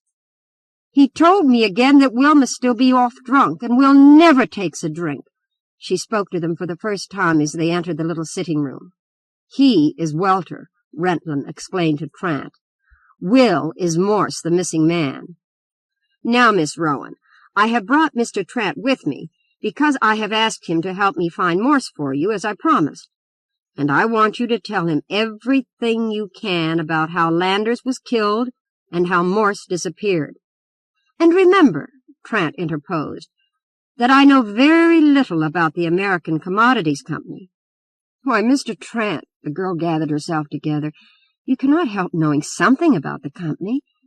It imports almost everything: tobacco, sugar, coffee, wines, olives, and preserved fruits and oils, and all sorts of table delicacies from all over the world, even from Borneo, Mr. Trant, and from Madagascar and New Zealand. It has big warehouses at the docks with millions of dollars' worth of goods stored in them. My stepfather has been with the company for years and has charge of all that goes on at the docks." "Including the weighing?" "Yes. Everything on which there is a duty when it is taken off the boats has to be weighed. And to do this there are big scales, and for each one a scale house. When a scale is being used, there are 2 men in the scale house. One of these is the government weigher, who sets the scale to a balance and notes down the weight in a book. The other man, who is an employee of the company, writes the weight also in a book of his own, and he is called the company's checker.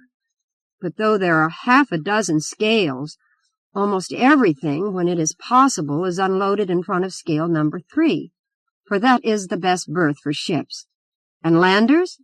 Landers was the company's checker on scale number 3. Well, about 5 weeks ago, I began to see that Mr. Landers was troubled about something. Twice a queer, quiet little man with a scar on his cheek came to see him, and each time they went up to Mr. Landers' room and talked a long while. Ed's room was over the sitting room, and after the man had gone I could hear him walking back and forth, walking and walking, until it seemed as though he would never stop. I told Father about this man who troubled Mr. Landers, and he asked him about it. But Mr. Landers flew into a rage and said it was nothing of importance. Then one night, it was a Wednesday, everybody stayed late at the docks to finish unloading the steamer Cavallo. About 2 o'clock, Father got home, but Mr. Landers had not been ready to come with him. He did not come all that night, and the next day he did not come home. Now, Mr. Trant, they are very careful at the warehouses about who goes in and out, because so many valuable things are stored there. On one side, the warehouses open onto the docks, and at each end they are fenced off so that you cannot go along the docks and get away from them that way. And on the other side, they open onto the street through great driveway doors. And at every door, as long as it is open, there stands a watchman, who sees everybody that goes in and out. Only one door was open that Wednesday night, and the watchman there had not seen Mr. Landers go out. And the second night passed, and he did not come home. But the next morning, Friday morning, the girl caught her breath hysterically. Mr. Landor's body was found in the engine room back of scale house number 3, with the face crushed in horribly. Was the engine room occupied? Said Trant quickly. It must have been occupied in the daytime and probably on the night when Landers disappeared, as they were unloading the Cavallo. But on the night after which the body was found, was it occupied that night? I don't know, Mr. Trant. I think it could not have been, for after the verdict of the coroner's jury, which was that Mr. Landers had been killed by some part of the machinery, it was said that the accident must have happened either the evening before, just before the engineer shut off his engines, or the first thing that morning, just after he had started them. For otherwise somebody in the engine room would have seen it. But where had Landers been all day Thursday, Miss Rowan? From 2 o'clock on the second night before, when your father last saw him, until the accident in the engine room. It was supposed he had been drunk. When his body was found, his clothes were covered with fibers from the coffee sacking, and the jury supposed he had been sleeping off his liquor in the coffee warehouse during Thursday. But I had known Ed Landers for almost 3 years, and in all that time I never knew him to take even one drink. And it was a very unlikely supposition. You do not believe in that accident, Miss Rowan? Trant said brusquely. The girl grew white as paper. Oh, Mr. Trant, I don't know. I did believe in it, but since Mr. Morse, has disappeared in exactly the same way, under exactly the same circumstances, and everyone acts about it exactly the same way. You say the circumstances of Morse's disappearance were the same?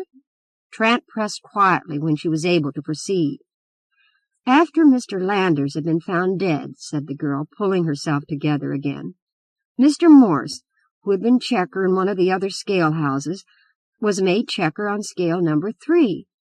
We were surprised at that, for it was a sort of promotion, and Father did not like Will. He had been greatly displeased at our engagement. Will's promotion made us very happy, for it seemed as though Father must be changing his opinion. But after Will had been checker on scale number 3 only a few days, the same queer, quiet little man with a scar on his cheek, who had begun coming to see Mr. Landers before he was killed, began coming to see Will too.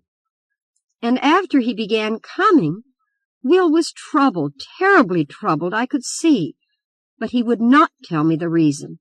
And he expected, after that man began coming, that something would happen to him. And I know, from the way he acted and spoke about Mr. Landers, that he thought he had not been accidentally killed.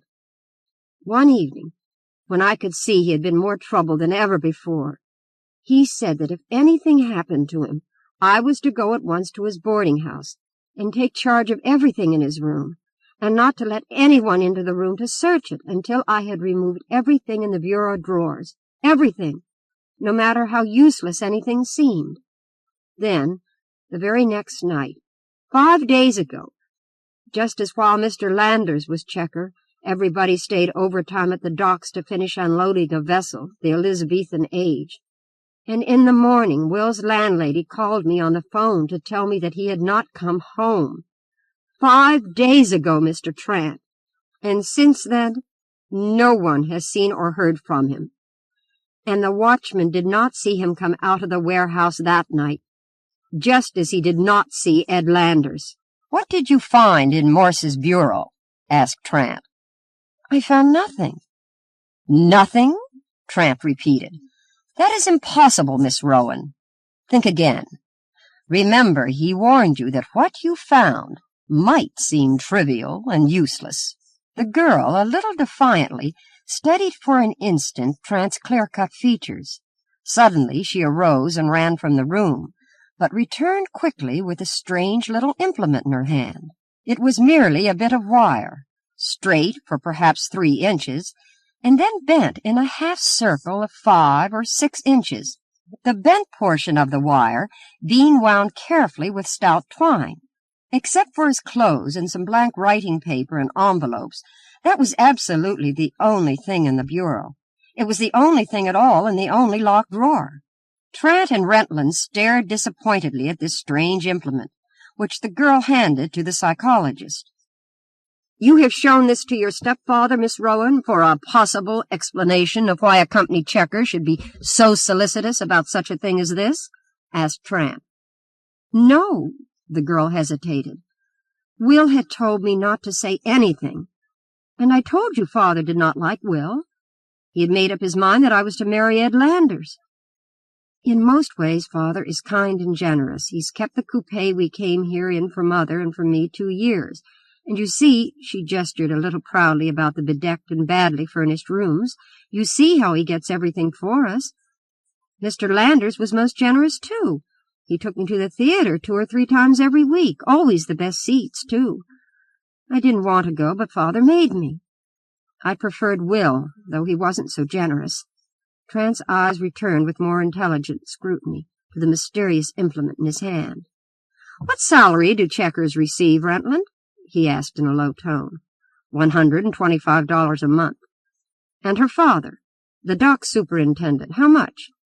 Trant's expressive glance, now jumping about from one gaudy, extravagant trifle in the room to another, caught a glimpse again of the electric coupe standing in the street, then returned to the tiny bit of wire in his hand. $3,000 a year, Rentland replied. Tell me, Miss Rowan, said Trant, this implement, have you by any chance mentioned it to President Welter? Why, no, Mr. Trant. You are sure of that? Excellent, excellent. Now, the queer, quiet little man with a scar on his cheek who came to see Morse. No one could tell you anything about him? No one, Mr. Trant. But yesterday, Will's landlady told me that a man has come to ask for Will every forenoon since he disappeared. And she thinks this may be the man with the scar, though she can't be sure, for he kept the collar of his overcoat up about his face. She was to telephone me if he came again. If he comes this morning, Trant glanced quickly at his watch, you and I, Rentland, might much better be waiting for him over there. The psychologist rose, putting the bent, twine-wound bit of wire carefully into his pocket.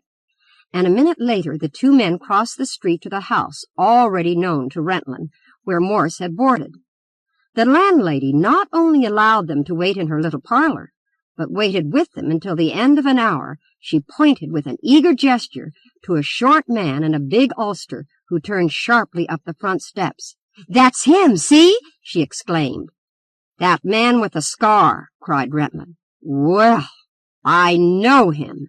He made for the door, caught at the ulster, and pulled the little man into the house by main force. Well, Dickie, the secret agent challenged as the man faced him in startled recognition, what are you doing in this case?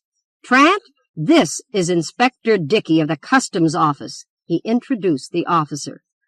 I'm in the case on my own hook, if I know what case you're talking about, piped Dickey. Morse, eh? And the American Commodities Company, eh? Exactly, said Rentland brusquely. What were you calling to see Landers for? You know about that? The little man looked up sharply. Well, 6 weeks ago, Landers came to me and told me he had something to sell. A secret system for beating the customs. But before we got to terms, he began losing his nerve a little. He got it back, however, and was going to tell me when all at once he disappeared. And 2 days later he was dead. That made it hotter for me. So I went after Morse. But Morse denied he knew anything. Then Morse disappeared too. So you got nothing at all out of them, Rentland interposed. Nothing I could use. Landers, one time when he was getting up his nerve, showed me a piece of bent wire with string around it in his room, and began telling me something when Rowan called him, and then he shot up. A bent wire? Trant cried eagerly. Like this? He took from his pocket the implement given him by Edith Rowan. Morse had this in his room, the only thing in a locked drawer. The same thing, Dickey cried, seizing it. So Morse had it too, after he became checker at scale number 3, where the cheating is, if anywhere. The very thing Landers started to explain to me, and how they cheated the customs with it. I say, we must have it now, Rentland. We need only go to the docks and watch them while they weigh, and see how they use it, and arrest them, and then we have them at last, eh, old man? He cried in triumph. We have them at last. You mean, Trant cut in upon the customs man, that you can convict and jail perhaps the checker, or a foreman, or maybe even a dock superintendent, as usual. But the men higher up, The big men who are really at the bottom of this business, and the only ones worth getting. Will you catch them?" "We must take those we can get," said Dickie sharply. Trant laid his hand on the little officer's arm. "I am a stranger to you," he said, "but if you have followed some of the latest criminal cases in Illinois, perhaps you know that, using the methods of modern practical psychology, I have been able to get results where old ways have failed. We are front to front now with perhaps the greatest problem of modern criminal catching. To catch, in cases involving a great corporation, not only the little men low down who perform the criminal acts, but the men higher up who conceive or connive at the criminal scheme. Rentland, I did not come here to convict merely a dock foreman, but if we are going to reach anyone higher than that, you must not let Inspector Dickey excite suspicion by prying into matters at the docks this afternoon." "But what else can we do?" said Rentland doubtfully. "Modern practical psychology gives a dozen possible ways for proving the knowledge of the man higher up in this corporation crime," Trant answered, "and I'm considering which is the most practicable. Only tell me," he demanded suddenly, "Mr. Welter, I've heard, is one of the rich men of New York who make it a fad to give largely to universities and other institutions. Can you tell me with what ones he may be most closely interested?" "I have heard," Rentland replied, "that he is one of the patrons of the Stuyvesant School of Science. It is probably the most fashionably patron institution in New York, and Welter's name, I know, figures with it in the newspapers." "Nothing could be better," Trant exclaimed. "Kuno Schmaltz has his psychological laboratory there. I see my way now, Rentland, and you will hear from me early in the afternoon. But keep away from the docks." He turned and left the astonished customs officers abruptly. Half an hour later, the young psychologist sent in his card to Professor Schmaltz in the laboratory of the Stuyvesant School of Science. The German, broad-faced, spectacled, beaming, himself came to the laboratory door. "Is it Mr. Trant, the young apt pupil of my old friend Dr. Ryland?" he boomed admiringly. "Ach, luck is good to Ryland. For 20 years I, too, have shown them in the laboratory how fear, guilt, every emotion causes in the body reactions which can be measured. But do they apply it? Poof! No. It remains to them all impractical academic, because I have only nincompoops in my classes." "Professor Schmaltz," said Trant, following him into the laboratory and glancing from one to another of the delicate instruments with keen interest, "tell me along what line you are now working." "Ach, I have been for a year now experimenting with the plethysmograph and the pneumograph. I make a taste, I make a smell, or I make a noise to excite feeling in the subject. And I read by the plethysmograph that the volume of blood in the hand decreases under the emotions and that the pulse quickens. And by the pneumograph, I read that the breathing is easier or quicker, depending on whether the emotions are pleasant or unpleasant. I have performed this year more than 2,000 of those experiments." "Good. I have a problem in which you can be of the very greatest use to me, and the plethysmograph and the pneumograph will serve my purpose as well as any other instrument in the laboratory. For no matter how hardened a man may be, no matter how impossible it may have become to detect his feelings in his face or bearing, he cannot prevent the volume of blood in his hand from decreasing and his breathing from becoming different under the influence of emotions of fear or guilt. By the way, Professor, is Mr. Welter familiar with these experiments of yours?" "What, he?" cried the stout German. "For why should I tell him about them? He knows nothing. He has bought my time to instruct classes.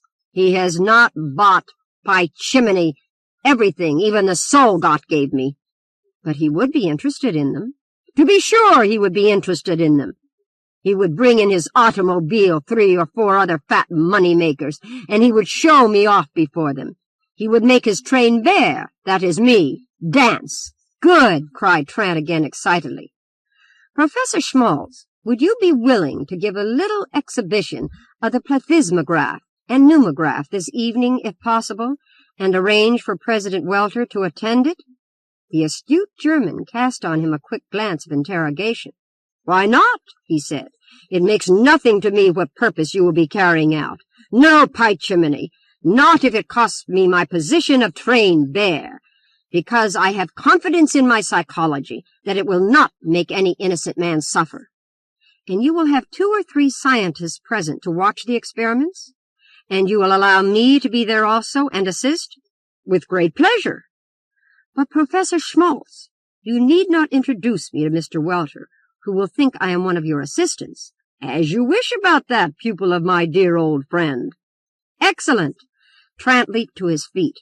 "Provided it is possible to arrange this with Mr. Welter, how soon can you let me know?" "Ah, it is as good as arranged, I tell you. His vanity will arrange it if I assure the greatest publicity." "The more publicity, the better. Wait, it shall be fixed before you leave here." The professor led the way into his private study, telephoned to the president of the American Commodities Company, and made the appointment without trouble.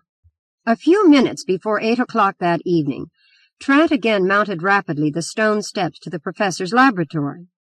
The professor and 2 others, who were bending over a table in the center of the room, turned at his entrance. President Welter had not yet arrived. The young psychologist acknowledged with pleasure the introduction to the 2 scientists with Schmaltz. Both of them were known to him by name, and he had been following with interest a series of experiments which the elder, Dr. Annerly, had been reporting in a psychological journal. Then he turned at once to the apparatus on the table. He was still examining the instruments when the noise of a motor stopping at the door warned him of the arrival of President Welter's party. Then the laboratory door opened and the party appeared. They also were 3 in number, stout men, rather obtrusively dressed, in jovial spirits, with strong faces flushed now with the wine they had taken at dinner. "Well, Professor, what fireworks are you going to show us tonight?" asked Welter patronizingly. "Schmaltz," he explained to his companions, "is the chief ringmaster of this circus." The bearded face of the German grew purple under Welter's jokingly overbearing manner, but he turned to the instruments and began to explain them. The Marais pneumograph, which the professor first took up, consists of a very thin, flexible brass plate, suspended by a cord around the neck of the person under examination, and fastened tightly against the chest by a cord circling the body. On the outer surface of this plate are 2 small, bent levers, connected at one end to the cord around the body of the subject, and at the other end to the surface of a small, hollow drum fastened to the plate between the 2. As the chest rises and falls in breathing, the levers press more and less upon the surface of the drum, and this varying pressure on the air inside the drum is transmitted from the drum through an airtight tube to a little pencil, which it drops and lifts. The pencil, as it rises and falls, touching always a sheet of smoked paper traveling over a cylinder on the recording device, traces a line whose rising strokes represent accurately the drawing of air into the chest, and whose falling represents its expulsion. It was clear to Trant that the professor's rapid explanation, though plain enough to the psychologists already familiar with the device, was only partly understood by the big men. It had not been explained to them that changes in the breathing so slight as to be imperceptible to the eye would be recorded unmistakably by the moving pencil. Professor Schmaltz turned to the second instrument. This was a plethysmograph, designed to measure the increase or decrease of the size of one finger of a person under examination as the blood supply to that finger becomes greater or less. It consists primarily of a small cylinder, so constructed that it can be fitted over the finger and made airtight. Increase or decrease of the size of the finger then increases or decreases the air pressure inside the cylinder.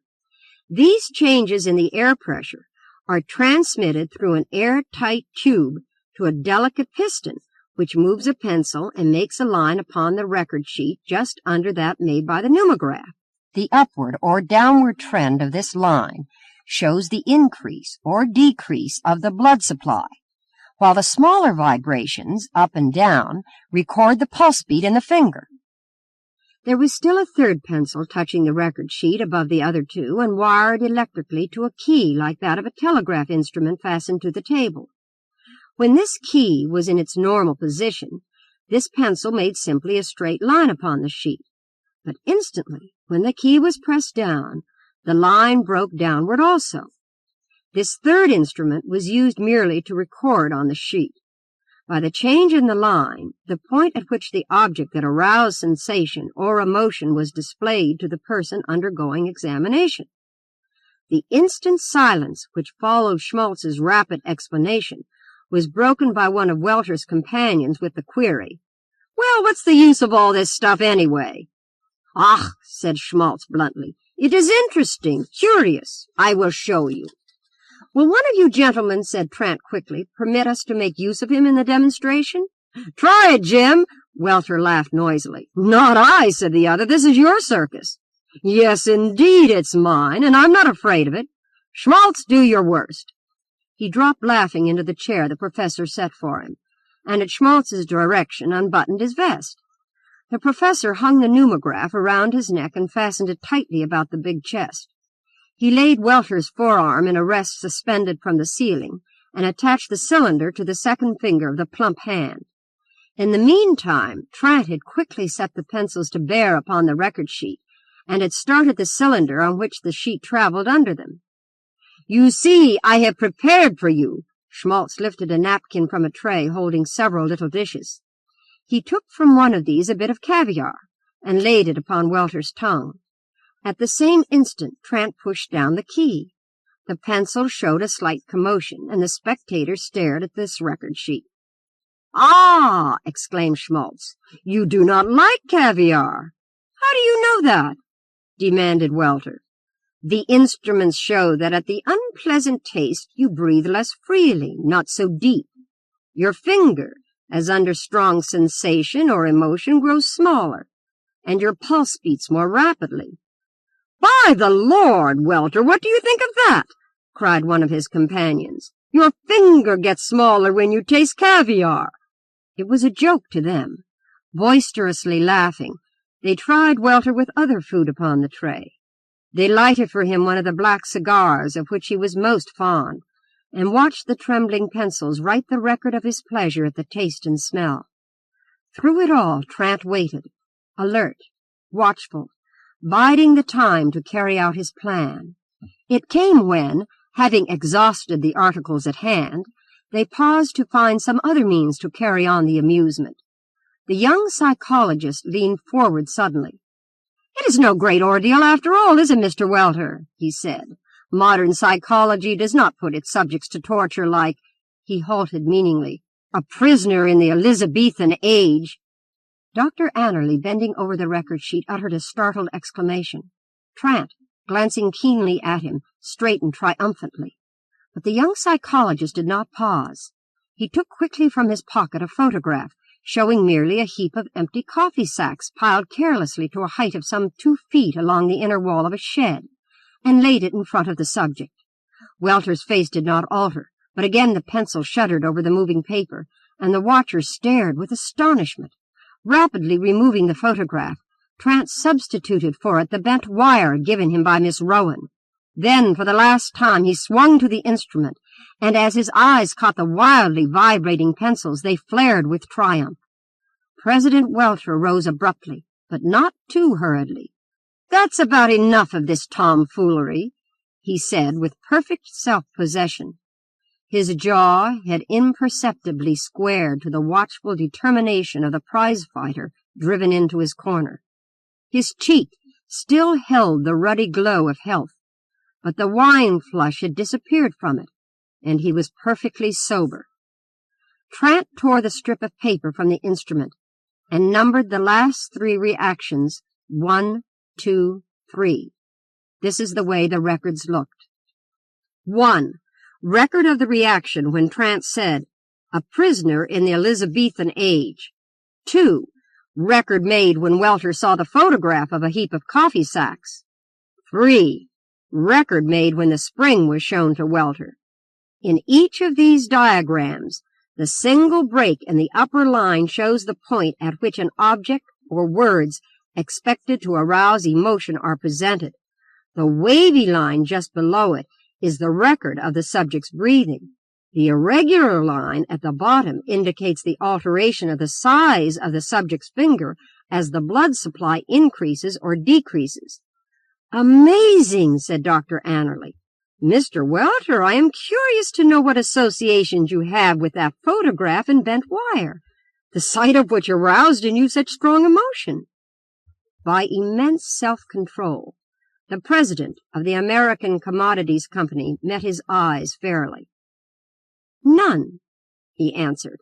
"Impossible. No psychologist, knowing how this record was taken, could look at it without feeling absolutely certain that the photograph and spring caused in you such excessive emotion that I am tempted to give it, without further words, the name of intense fright. But if we have inadvertently surprised a secret, we have no desire to pry into it further. Is it not so, Mr. Trant?" At the name, President Welter whirled suddenly. "Trant! Is your name Trant?" he demanded. "Well, I've heard of you." His eyes hardened. "A man like you goes just so far, and then somebody stops him." "As they stopped Landers?" Trant inquired. "Come, we've seen enough, I guess," said President Welter, including for one instant in his now frankly menacing gaze both Trant and Professor Schmaltz. He turned to the door, closely followed by his companions, and a moment later the quick explosions of his automobile were heard. At the sound, Trant seized suddenly a large envelope, dropped into it the photograph and wire he had just used, sealed, signed, and dated it. Signed and dated also the record from the instruments, and hurriedly handed all to Dr. Annerly. "Doctor, I trust this to you," he cried excitedly. "It will be best to have them attested by all three of you. If possible, get the record photograph tonight and distribute the photographs in safe places. Above all, do not let the record itself out of your hands until I come for it. It is important, extremely important. As for me, I have not a moment to lose." The young psychologist sped down the stone steps of the laboratory 3 at a time, ran at top speed to the nearest street corner, turned it, and leaped into a waiting automobile. "The American Commodities Company's docks in Brooklyn," he shouted, "and never mind the speed limits." Rentlin and the chauffeur, awaiting him in the machine, galvanized at his coming. "Hot work?" the customs agent asked. "It may be very hot, but we have the start of him," Trant replied as the car shot ahead. "Welter himself is coming to the docks tonight, I think, by the look of him. He left just before me, but must drop his friends first. He suspects now that we know, but he cannot be aware that we know that they are unloading tonight. He probably counts on our waiting to catch them at the cheating tomorrow morning. So he's going over tonight himself, if I size him up right, to order it stopped and remove all traces before we can prove anything. Is Dickie waiting? When you give the word, he is to take us in and catch them at it. If Welter himself comes, as you think, it will not change the plan?" Rentlin replied. "Not at all," said Trant, "for I have him already. He will deny everything, of course, but it's too late now." The big car, with unchecked speed, swung down Broadway, slowed after a 20-minute run to cross the Brooklyn Bridge, and, turning to the left, plunged once more at high speed into the narrower and less well-kept thoroughfares of the Brooklyn waterfront. 2 minutes later, it overtook a little electric coupe, bobbing excitedly down the sloping street. As they passed it, Trant caught sight of the illuminated number hanging at its rear and shouted suddenly to the chauffeur, who brought the big motor to a stop 100 feet beyond. The psychologist, leaping down, ran into the road before the little car. "Miss Rowan!" he cried to its single occupant as it came to a stop. "Why are you coming over here at this time tonight?" "Oh, it's you, Mr. Trant." She opened the door, showing relief in the recognition. "Oh, I'm so worried. I'm on my way to see Father, for a telegram just came to him from Boston. Mother opened it and told me to take it to him at once, as it was most important. She wouldn't tell me what it was about, but it excited her a great deal. Oh, I'm so afraid it must be about Will, and that was why she wouldn't tell me." From Boston? Trant pressed quickly.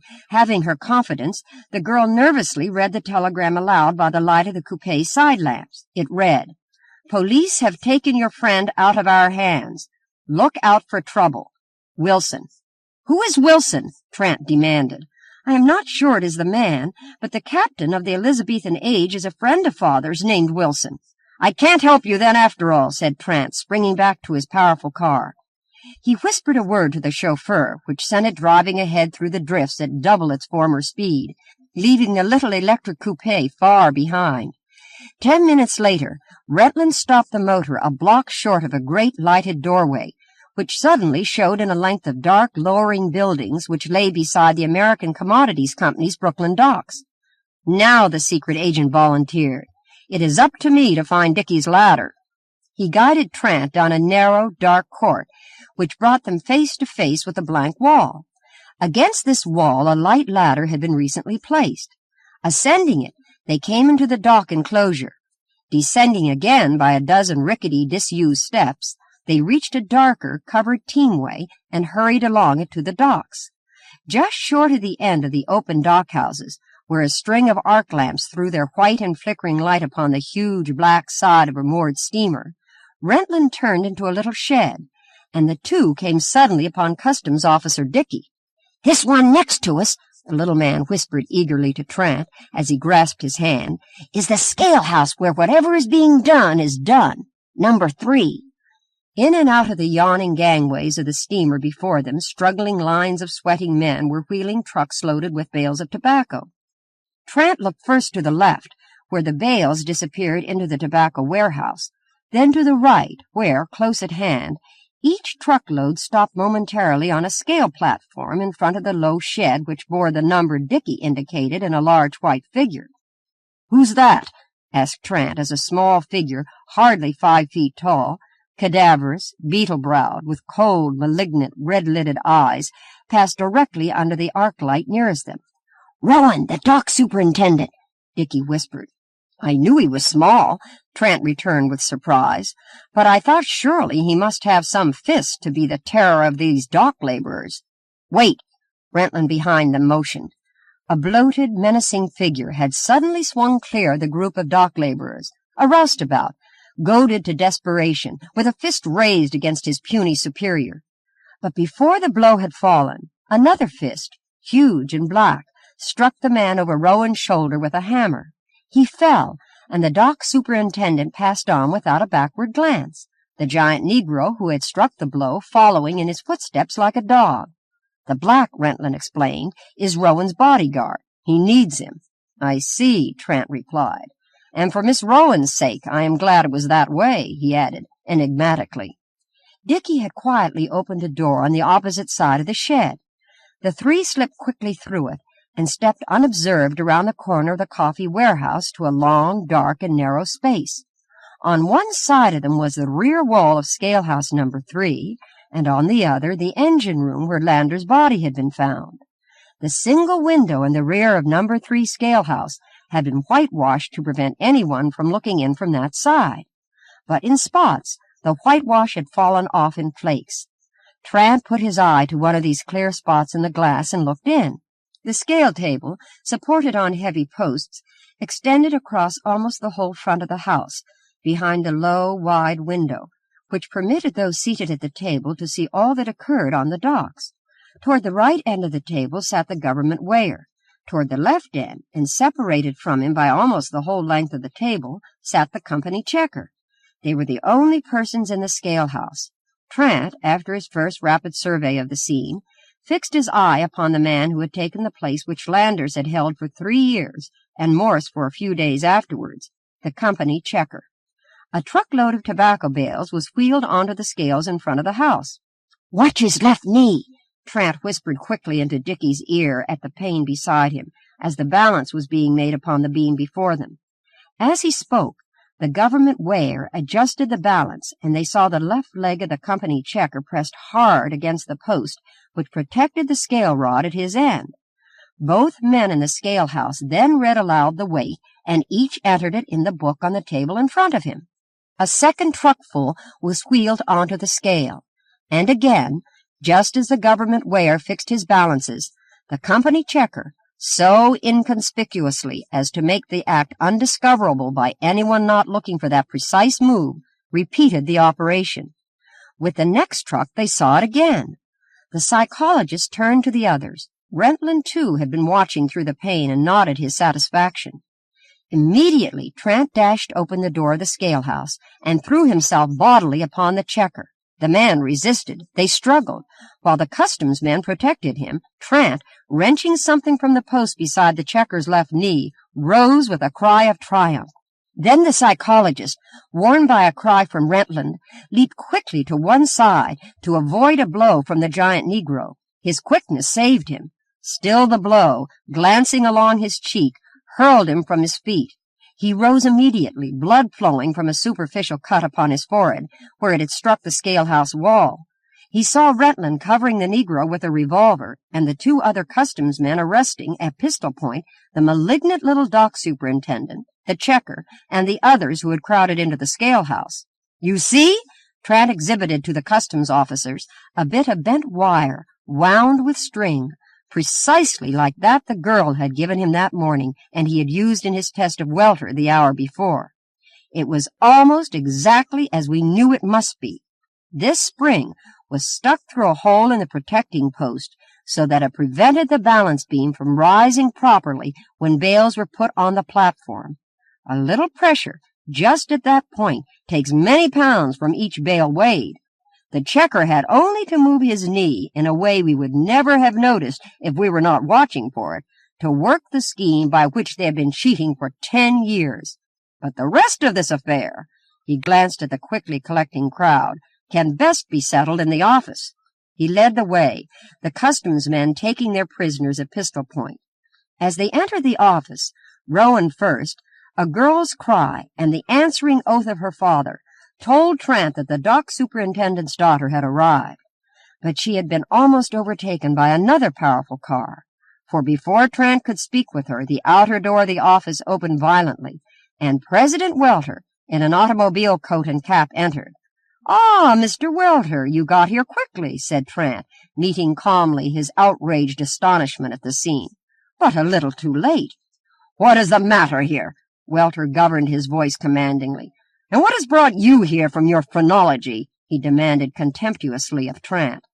"The hope of catching red-handed, as we have just caught them, your company checker and your dock superintendent defrauding the government," Trant returned, "before you could get here to stop them and remove evidences." "What raving idiocy is this?" Welter replied, still with excellent moderation. "I came here to sign some necessary papers for ship's clearing, and you—" "I say we have caught your men red-handed," Trant repeated, "at the methods used, with your certain knowledge and under your direction, Mr. Welter, to steal systematically from the United States government for, probably, the last 10 years. We have uncovered the means by which your company checker at scale number 3, which, because of its position, probably weighs more cargoes than all the other scales together, has been lessening the apparent weights upon which you pay duties." "Cheating here under my direction?" Welter now bellowed indignantly. "What are you talking about? Rowan, what is he talking about?" he demanded boldly of the dock superintendent. But the cadaverous little man was unable to brazen it out with him. "You need not have looked at your dock superintendent just then, Mr. Welter, to see if he would stand the racket when the trouble comes, for which you have been paying him enough on the side to keep him in electric motors and marble statuettes. And you cannot try now to disown this crime with the regular president of corporation excuse, Mr. Welter, that you never knew of it, that it was all done without your knowledge by a subordinate to make a showing in his department. And do not expect, either, to escape so easily your certain complicity in the murder of Landers, to prevent him from exposing your scheme, and, since even the American Commodities Company scarcely dared to have 2 accidental deaths of checkers in the same month, the shanghaiing of Morse later." "My complicity in the death of Landers and the disappearance of Morse?" Welter roared. "I said the murder of Landers," Trant corrected.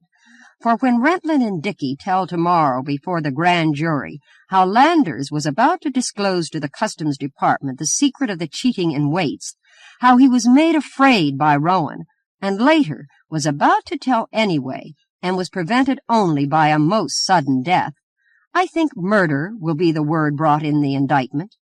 And I said shanghaiing of Morse, Mr. Welter. When we remembered this morning that Morse had disappeared the night the Elizabethan age left your docks, and you and Rowan were so intensely disgusted at its having had to put into Boston this morning instead of going on straight to Sumatra, we did not have to wait for the chance information this evening that Captain Wilson is a friend of Rowan's to deduce that the missing checker was put aboard, as confirmed by the Boston Harbor Police this afternoon, who searched the ship under our instructions. Trant paused a moment, again fixed the now trembling Welter with his eye, and continued, I charge your certain complicity in these crimes, along with your certain part in the customs frauds, the psychologist repeated. Undoubtedly, it was Rowan who put Morse out of the way upon the Elizabethan age. Nevertheless, you knew that he was a prisoner upon that ship, a fact which was written down in indelible black and white by my tests of you at the Stuyvesant Institute 2 hours ago, when I merely mentioned to you a prisoner in the Elizabethan age. I do not charge that you, personally, were the one who murdered Landers, or even that Rowan himself did. Whether his Negro did, as I suspect, is a matter now for the courts to decide upon, but that you undoubtedly were aware that he was not killed accidentally in the engine-room, but was killed the Wednesday night before, and his body hidden under the coffee bags, as I guessed from the fibers of coffee sacking on his clothes, was also registered as mercilessly by the psychological machines when I showed you merely the picture of a pile of coffee sacks. And last, Mr. Welter, you deny knowledge of the cheating which has been going on and was at the bottom of the other crimes. Well, Welter, the psychologist took from his pocket the bent, twine-wound wire. Here is the innocent little thing which was the third means of causing you to register upon the machines such extreme and inexplicable emotion.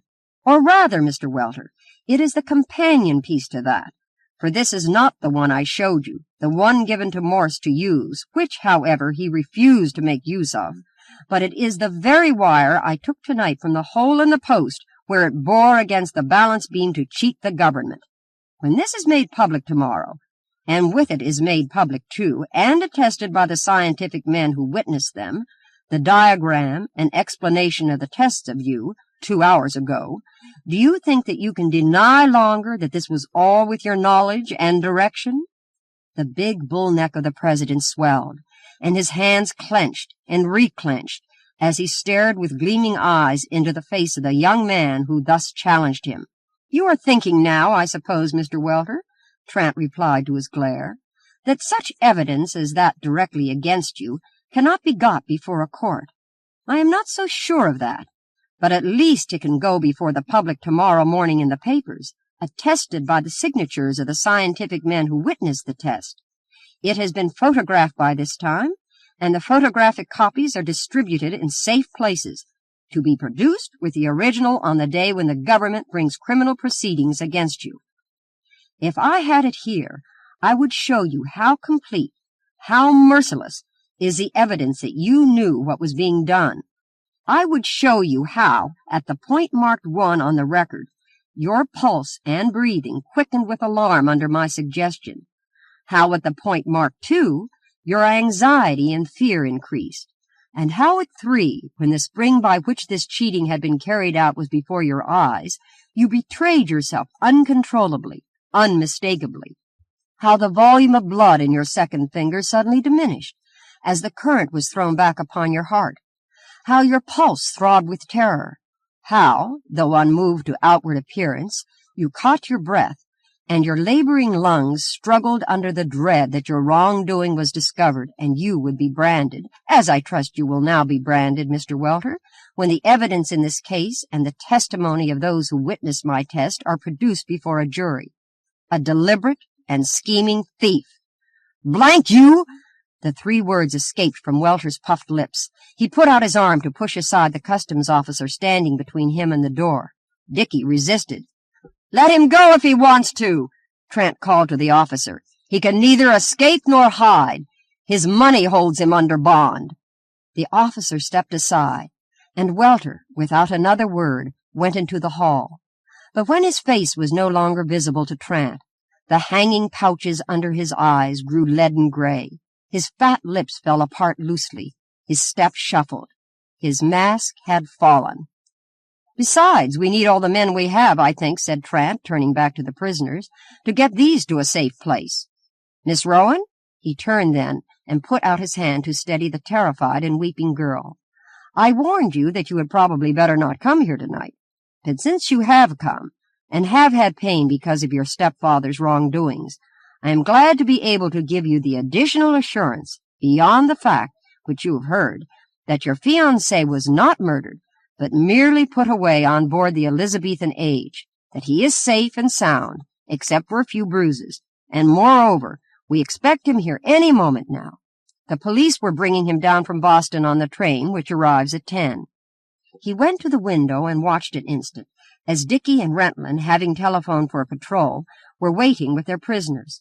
Before the patrol wagon appeared, he saw the bobbing lanterns of a lurching cab that turned a corner a block away. As it stopped at the entrance, a police officer in plain clothes leaped out, and helped after him a young man wrapped in an overcoat, with one arm in a sling, pale and with bandaged head.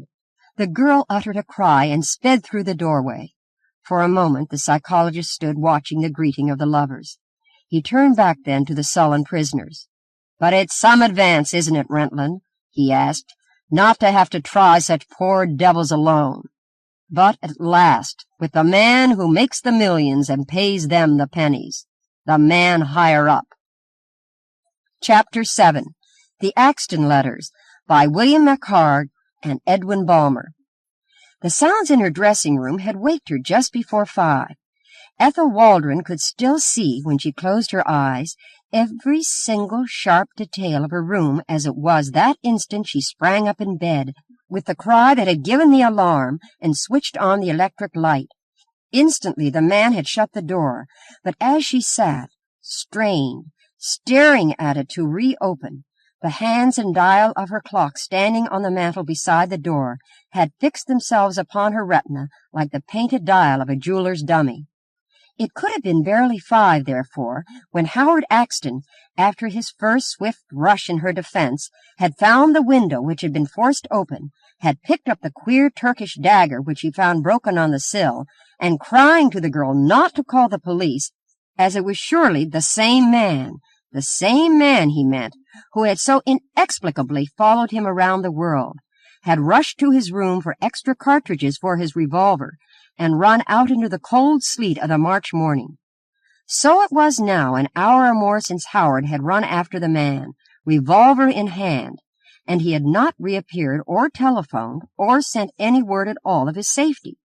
And however much Howard's life in wild lands had accustomed him to seek redress outside the law, hers still held the city-bred impulse to appeal to the police.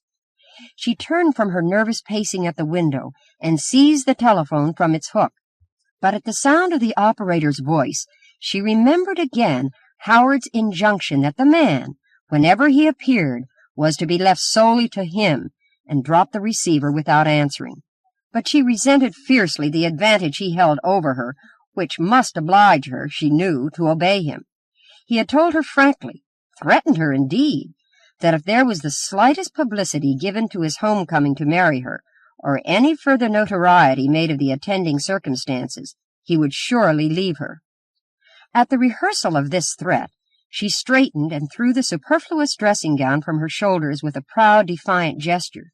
She was a straight, almost tall girl, with the figure of a more youthful Diana, and with features as fair and flawless as any younger Hera, and in addition a great depth of blue and very direct eyes, and a crowning glory of thick golden hair. She was barely 22, and she was not used to having any man show a sense of advantage over her, much less threaten her as Howard had done. So, in that impulse of defiance, she was reaching again for the telephone she had just dropped, when she saw through the fog outside the window the man she was waiting for, a tall, alert figure hastening toward the house. She ran downstairs rapidly and herself opened the door to him, a fresh flush of defiance flooding over her. Whether she resented it because this man, whom she did not love but must marry, could appear more the assured and perfect gentleman without collar or scarf and with his clothes and boots spattered with mud and rain than any of her other friends could ever appear, or whether it was merely the confident, insolent smile of his full lips behind his small, close-clipped mustache, she could not tell. At any rate, she motioned him into the library without speaking, but when they were alone, and she had closed the door, she burst upon him. "Well, Howard? Well, Howard?" breathlessly. "Then you have not sent any word to the police, Ethel?" "I was about to the moment you came, but I have not yet," she had to confess. "Or to that—" he checked the epithet that was on his lips. "Your friend Carol?" She flushed and shook her head. He drew his revolver, broke it, ejecting the cartridges carelessly upon the table, and threw himself wearily into a chair. "I'm glad to see you understand that this has not been the sort of affair for anyone else to interfere in." "Has been, you mean?" The girl's face went white. You caught him this time and killed him, Howard?" "Killed him, Ethel?" The man laughed, but observed her more carefully. "Of course I haven't killed him, or even caught him. But I've made myself sure at last that he's the same fellow that's been trying to make a fool of me all this year, that's been after me as I wrote you.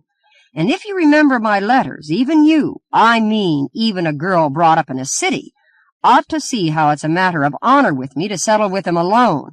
If he is merely trying to make a fool of you, as you say, yes, Howard," the girl returned hotly. "But from what you yourself have told me of him, you know he must be keeping after you for some serious reason. Yes, you know it. I can see it. You can't deny it." "Ethel, what do you mean by that?" "I mean that, if you do not think that the man who has been following you from Calcutta to Cape Town to Chicago means more than a joke for you to settle for yourself, anyway, I know that the man who has now twice gone through the things in my room is something for me to go to the police about." "And have the papers flaring the family scandal again?" The man returned. "I admit, Ethel," he conceded, carefully calculating the sharpness of his second sting before he delivered it, "that if you or I could call in the police without setting the whole pack of papers upon us again, I'd be glad to do it, if only to please you. But I told you, before I came back, that if there was to be any more airing of the family affairs at all, I could not come. So if you want to press the point now, of course I can leave you." He gave the very slightest, but most suggestive glance about the rich, luxurious furnishings of the great room in possession. "You know I can't let you do that." The girl flushed scarlet. "But neither can you prevent me from making the private inquiry I spoke of for myself." She went to the side of the room and, in his plain hearing, took down the telephone and called a number without having to look it up. "Mr. Carroll, please," she said. "Oh, Henry, is it you? You can take me to your Mr. Trant. Wasn't that the name? As soon as you can now." "Yes. I want you to come here. I will have my broom immediately." And still without another word or even a glance at Axton, she brushed by him and ran up the stairs to her room. He had made no effort to prevent her telephoning, and she wondered at it, even as, in the same impetus of reckless anger, she swept up the scattered letters and papers on her writing desk and put on her things to go out. But on her way downstairs, she stopped suddenly. The curl of his cigarette smoke through the open library door showed that he was waiting just inside it. He meant to speak to her before she went out. Perhaps he was even glad to have Carol come, in order that he might speak his say in the presence of both of them. Suddenly his tobacco's sharp, distinctive odor sickened her. She turned about, ran upstairs again, and fled, almost headlong, down the rear stairs and out the servants' door to the alley.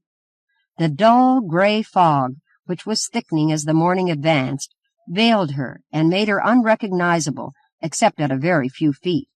But at the end of the alley, she shrank instinctively from the glance of the men passing until she made out a hurrying form of a man taller even than Axton and much broader.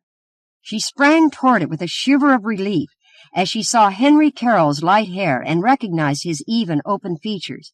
"Ethel!" He caught her, gasping his surprise. "You here? Why, don't go to the house." She led him the opposite way. "There's a cab stand at the corner. Get one there and take me to this Mr. Trant. I will tell you everything. The man came again last night. Auntie is sick in bed from it. Howard still says it is his affair and will do nothing. I had to come to you." Carol steadied her against a house wall an instant, ran to the corner for a cab, and, returning with it, half lifted her into it. 40 minutes later, he led her into Trent's reception room in the First National Bank building, and recognizing the abrupt, decisive tones of the psychologist in conversation in the inner office, Carol went to the door and knocked sharply. "I beg your pardon, but can you possibly postpone what you are doing, Mr. Trent?" he questioned quickly as the door opened, and he faced the sturdy and energetic form of the red-haired young psychologist, who in 6 months had made himself admittedly the chief consultant in Chicago on criminal cases. "My name is Carol. Henry Howell introduced me to you last week at the club, but I am not presuming upon that for this interruption. I and my friend need your help badly, Mr. Trent, and immediately. I mean, if we cannot speak with you now, we may be interrupted, unpleasantly." Carol had moved, as he spoke, to hide the girl behind him from the sight of the man in the inner office, who, Carol had seen, was a police officer. Trent noted this, and also that Carol had carefully refrained from mentioning the girl's name. "I can postpone this present business, Mr. Carroll," the psychologist replied quietly. He closed the door, but reopened it almost instantly. His official visitor had left through the entrance directly into the hall. The 2 young clients came into the inner room. "This is Mr. Trent, Ethel," Carol spoke to the girl a little nervously as she took a seat. "And, Mr. Trent, this is Miss Waldron. I have brought her to tell you of a mysterious man who has been pursuing Howard Axton about the world, and who, since Axton came home to her house 2 weeks ago, has been threatening her." "Axton! Axton!" The psychologist repeated the name which Carol had spoken, as if assured that Trent must recognize it. "Ah, of course, Howard Axton is the son." He frankly admitted his clearing recollection and his comprehension of how the face of the girl had seemed familiar. "Then you," he addressed her directly, "are Miss Waldron of Drexel Boulevard." "Yes, I am that Miss Waldron, Mr. Trent," the girl replied, flushing red to her lips, but raising her head proudly and meeting his eyes directly. "The stepdaughter, the daughter of the second wife of Mr. Nimrod Axton. It was my mother, Mr. Trent, who was the cause of Mrs. Anna Axton getting a divorce and the complete custody of her son from Mr. Axton 20 years ago. It was my mother who, just before Mr. Nimrod Axton's death last year, required that, in the will, the son, the first Mrs. Axton was then dead, should be cut off absolutely and entirely without a cent, and that Mr. Axton's entire estate be put in trust for her, my mother. So, since you doubtless remember the reopening of all this again 6 months ago when my mother too died, I am now the sole heir and legatee of the Axton properties, of upwards of 60 millions, they tell me. Yes, I am that Miss Waldron, Mr. Trent. I recall the accounts, but only vaguely, from the death of Mr. Axton, and later, of the second Mrs. Axton, your mother, Miss Waldron," Trent replied quietly, "though I remember the comments upon the disposition of the estate both times. It was from the pictures published of you and the accompanying comment in the papers only a week or 2 ago that I recognized you. I mean, of course, the recent comments upon the son, Mr. Howard Axton, whom you have mentioned, who has come home at last to contest the will. You do Miss Waldron an injustice. All the papers have been doing her a great injustice, Mr. Trent," Carol corrected quickly. "Mr. Axton has not come to contest the will." "No?" "No. Miss Waldron has had him come home at her own several times repeated request, so that she may turn over to him as completely as possible the whole of his father's estate. If you can recall in any detail the provisions of Mr. Axton's will, you will appreciate, I believe, why we have preferred to let the other impression go uncorrected. For the second Mrs. Axton so carefully and completely cut off all possibility of any of the property being transferred in any form to the son that Miss Waldron, when she went to a lawyer to see how she could transfer it to Howard Axton as soon as she had come into the estate, found that her mother's lawyers had provided against every possibility except that of the heir marrying the disinherited son. So she sent for him, offering to establish him into his estate, even at that cost." "You mean that you offered to marry him?" Trent questioned the girl directly again. "And he has come to gain his estate in that way?" Yes, Mr. Trent, but you must be fair to Mr. Axton also, the girl replied. When I first wrote him, almost a year ago, he refused point-blank to consider such an offer. In spite of my repeated letters, it was not till 6 weeks ago, after a shipwreck in which he lost his friend who had been traveling with him for some years, that he would consent even to come home. Even now, I remain the one urging the marriage. The psychologist looked at the girl keenly and questioningly. I need scarcely say how little urging he would need, entirely apart from the property, Carol flushed. If he were not gentleman enough to appreciate, partly at least, Miss Waldron's position. Her friends, I mean, Mr. Trent, have admitted that he appeared at first well enough in every way to permit the possibility of her marrying him if she considers that her duty. But now, this mystery has come up about the man who has been following him, the man who appeared again only this morning in Miss Waldron's room and went through her papers. And Mr. Axton cannot account for it? The psychologist helped him. Axton won't tell her or anybody else who the man is or why he follows him. On the contrary, he has opposed in every possible way every inquiry or search made for the man, except such as he chooses to make for himself.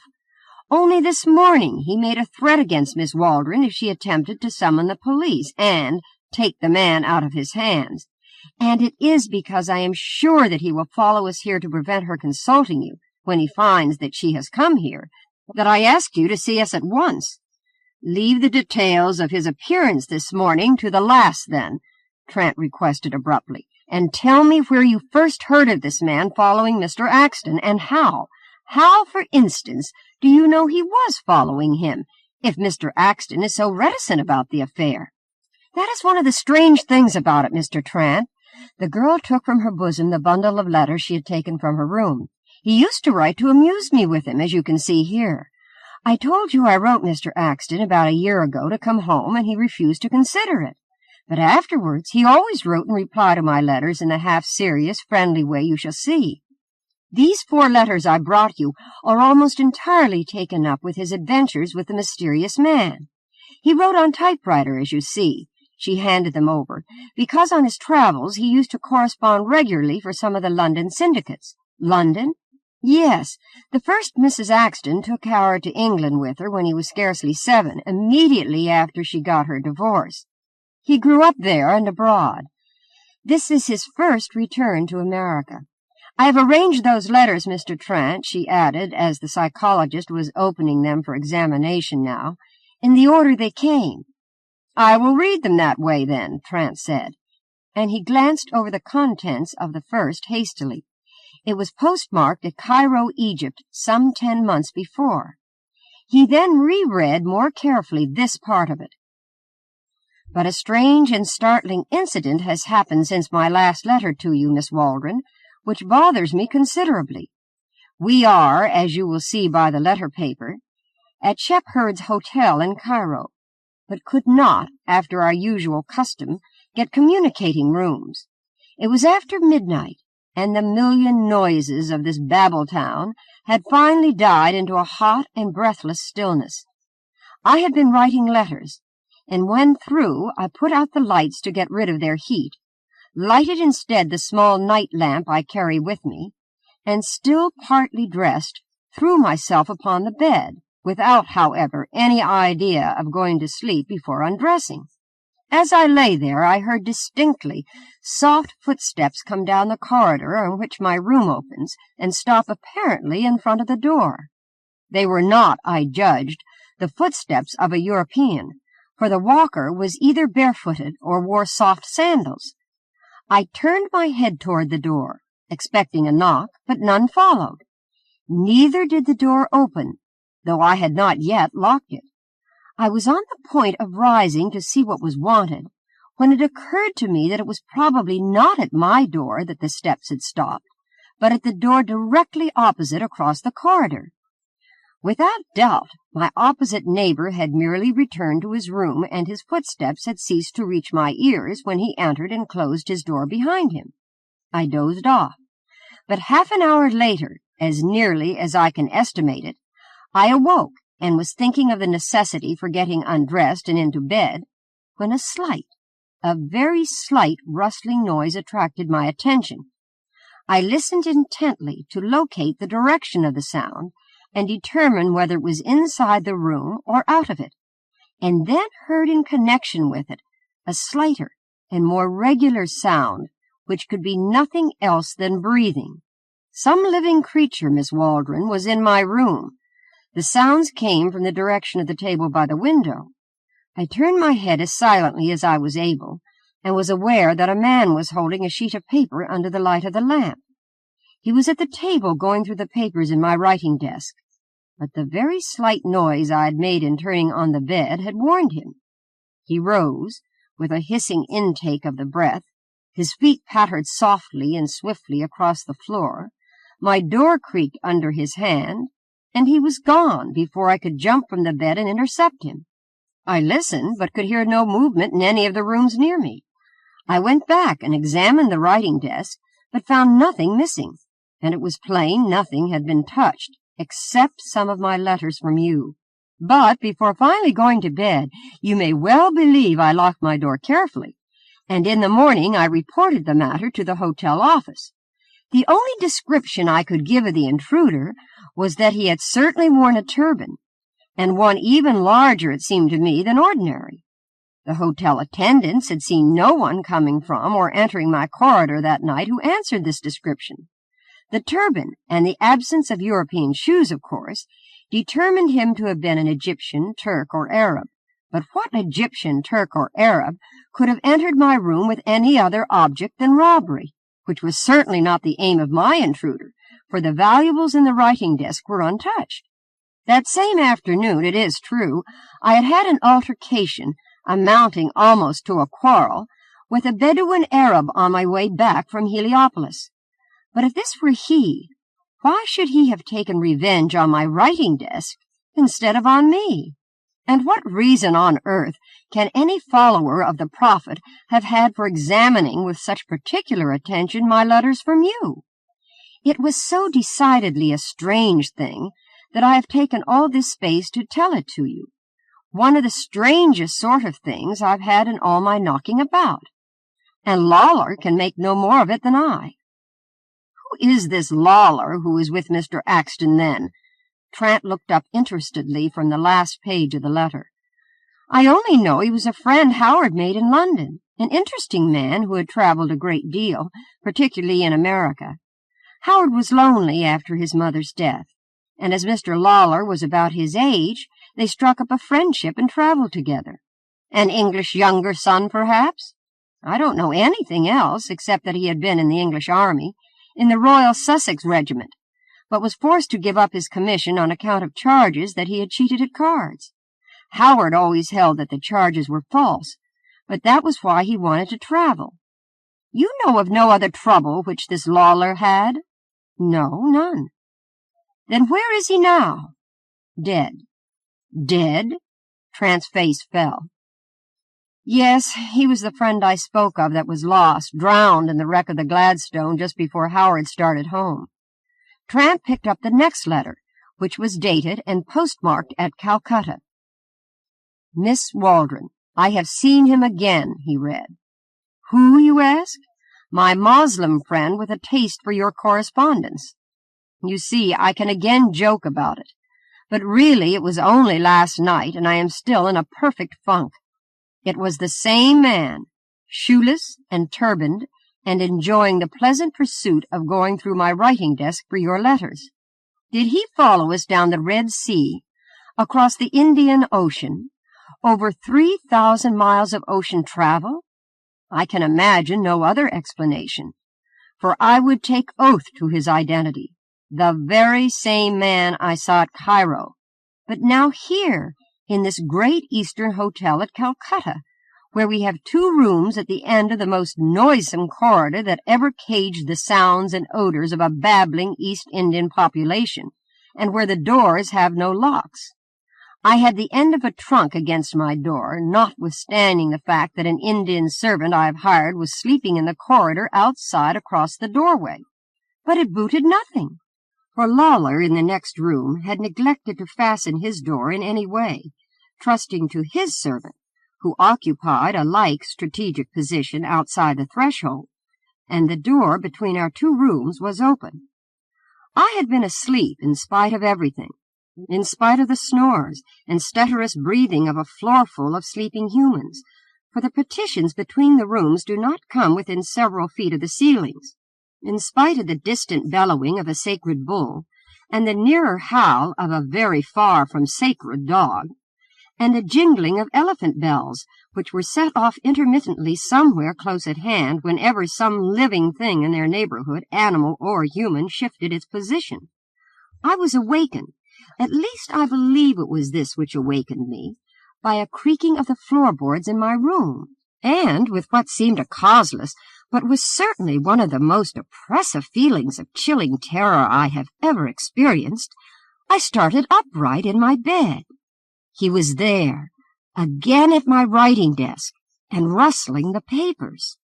For an instant I remained motionless, and in that moment, alarmed by the slight sound I had made, he fled noiselessly, pattered through the door between the rooms, and loudly slammed it shut, slammed Lawler's outer door behind him, and had gone.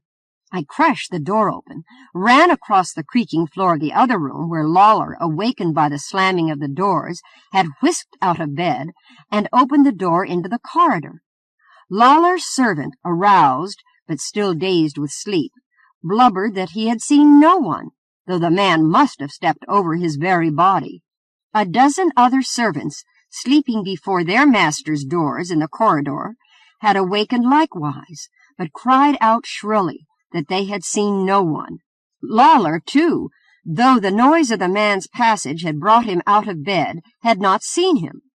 When I examined my writing desk, I found, as before at Cairo, that nothing had been taken. The literary delight of looking over your letters seems to be all that draws him. Of course I am joking, for there must be a real reason. What it is that he is searching for, why it is that he follows me, for he has never intruded on anyone else so far as I can learn, I would like to know. I would like to know. I would like to know. The native servants asked in awe-struck whispers whether I noticed if his feet were turned backwards, for it seems they believe that to be one of the characteristics of a ghost. But the man was flesh and blood, I am sure of it, and I am bound that if he comes again I will learn his object, for I sleep now with my pistol under my pillow, and next time I shall shoot.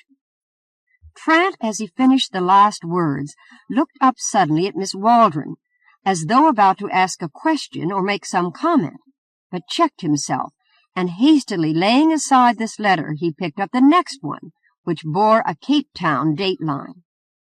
My affair with my mysterious visitor came almost to a conclusion last night, for except for a careless mistake of my own, I should have bagged him. Isn't it mystifying, bewildering, yes, and a little terrifying? He made his appearance here last night in Cape Town, thousands of miles away from the two other places I had encountered him, and he seemed to have no more difficulty in entering the house of a Cape Town correspondent, Mr. Arthur Emsley, where we are guests, than he had before in entering public hotels, and when discovered, he disappeared as mysteriously as ever. This time, however, he took some precautions. He had moved my night lamp so that, with his body in shadow, he could still see the contents of my desk, but I could hear his shoulders rubbing on the wall, and located him exactly. I slipped my hand noiselessly for my revolver, but it was gone. The slight noise I made in searching for it alarmed him, and he ran. I rushed out into the hall after him. Mr. Emsley and Lawler, awakened by the breaking of the glass, had come out of their rooms. They had not seen him, and though we searched the house, he had disappeared as inexplicably as the two other times. But I have learned one thing. It is not a turban he wears. It is his coat, which he takes off and wraps around his head to hide his face. An odd disguise, and the possession of a coat of that sort makes it probable he is a European.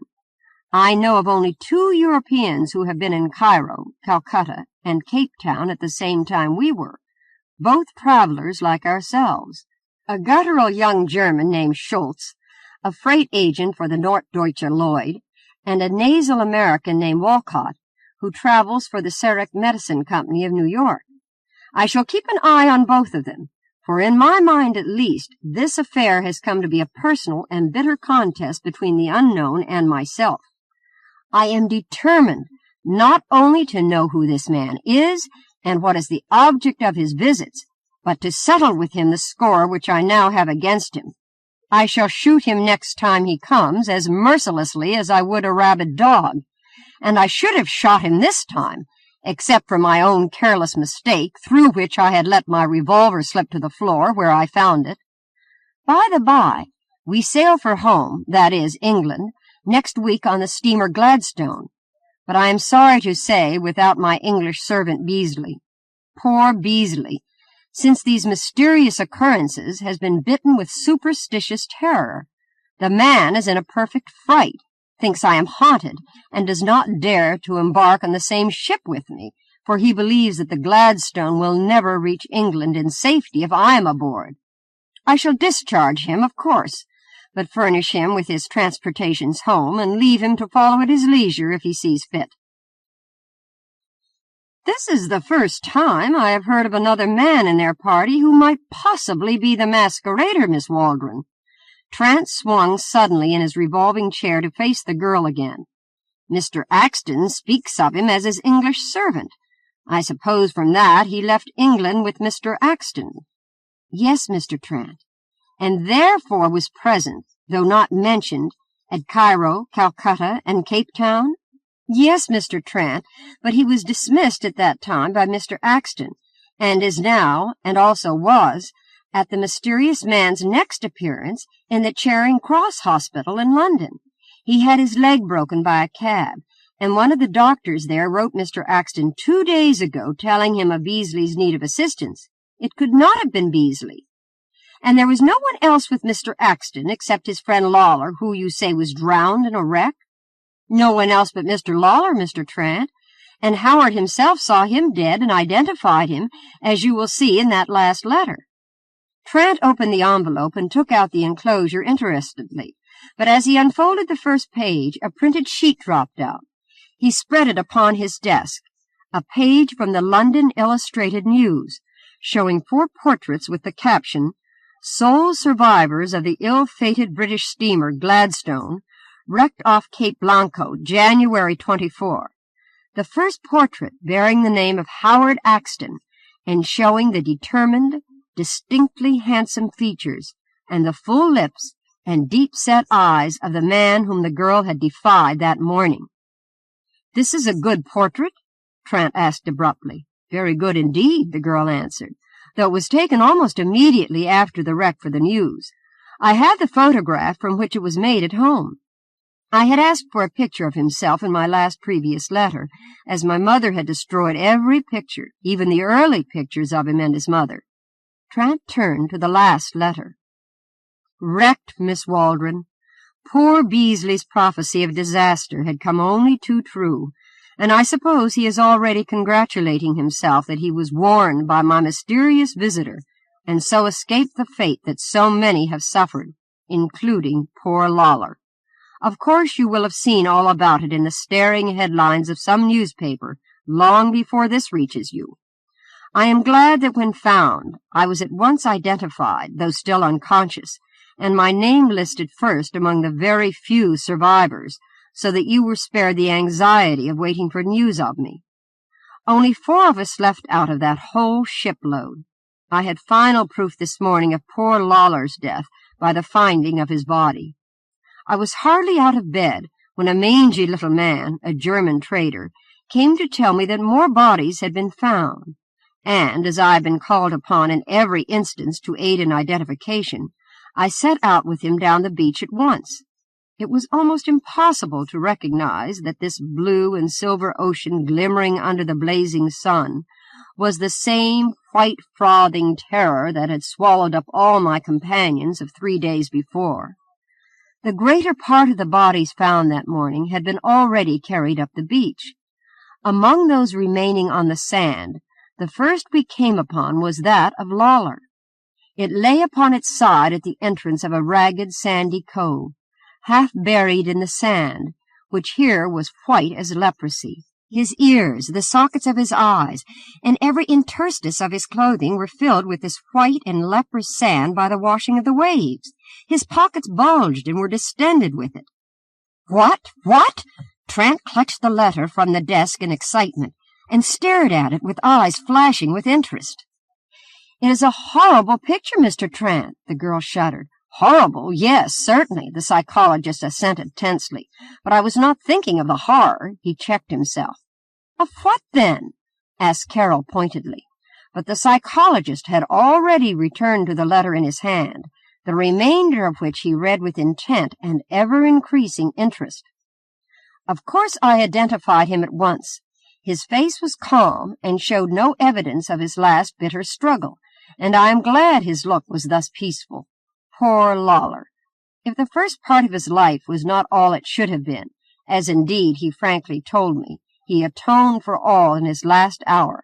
For undoubtedly, Miss Waldron, Lawler gave his life for mine. I suppose the story of the wreck is already all known to you, for our one telegraph wire that binds this isolated town to the outside world has been laboring for 3 days under a load of messages. You know then that 18 hours out of St. Vincent fire was discovered among the cargo, that the captain, confident at first that the fire would be got under control, kept on his course, only drawing in somewhat toward the African shore in case of emergency.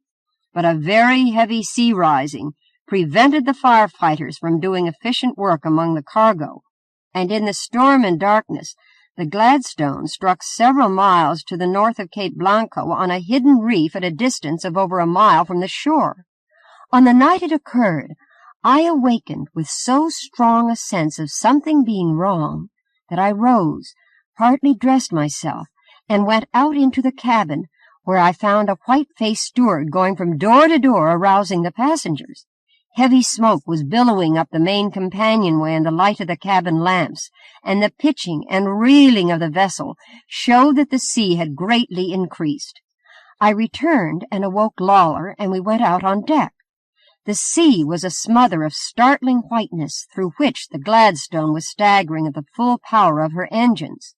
No flame as yet was anywhere visible, but huge volumes of smoke were bursting from every opening in the forepart of the vessel. The passengers, in a pale and terrified group, were kept together on the afterdeck as far as possible from the fire. Now and then some pallid, staring man or woman would break through the guard and rush back to the cabin in search of a missing loved one or valuables. Lawler and I determined that one of us must return to the stateroom for our money, and Lawler successfully made the attempt. He returned in 10 minutes with my money and papers and 2 life-preservers. But when I tried to put on my life-preserver, I found it to be old and in such a condition as made it useless. Lawler then took off the preserver that he himself had on, declaring himself to be a much better swimmer than I, which I knew to be the case, and forced me to wear it. This life-preserver was all that brought me safely ashore, and the lack of it was, I believe, the reason for Lawler's death.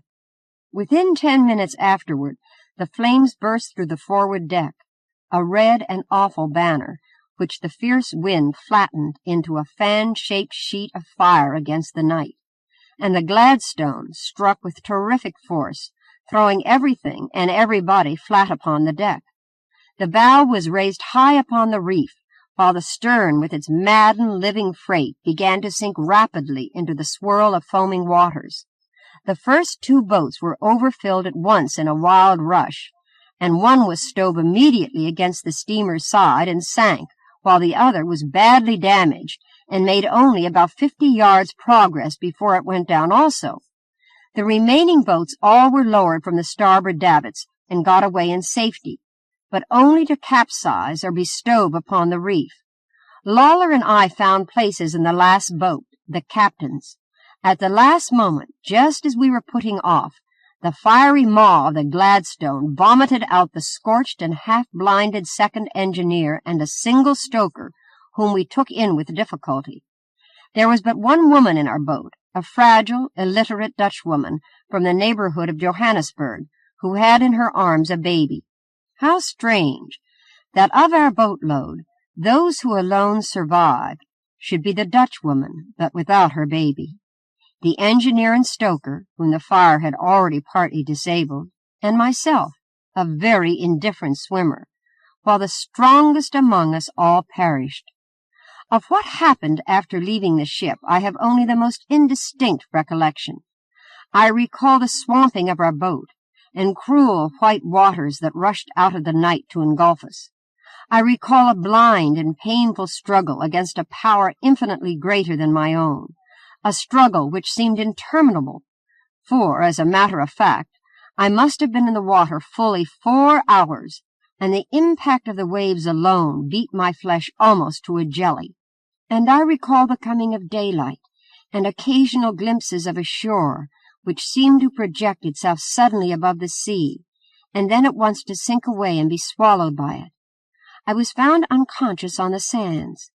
I have not the faintest idea how I got there, and I was identified before coming to myself, it may please you to know this, by several of your letters which were found in my pocket. At present, with my 3 rescued companions, whose names even I probably never should have known if the Gladstone had reached England safely, I am a most enthralling center of interest to the white, black, and party-colored inhabitants of this region, and I am writing this letter on an antiquated typewriter belonging to the smallest, thinnest, baldest little American that ever left his own dooryard to become a missionary.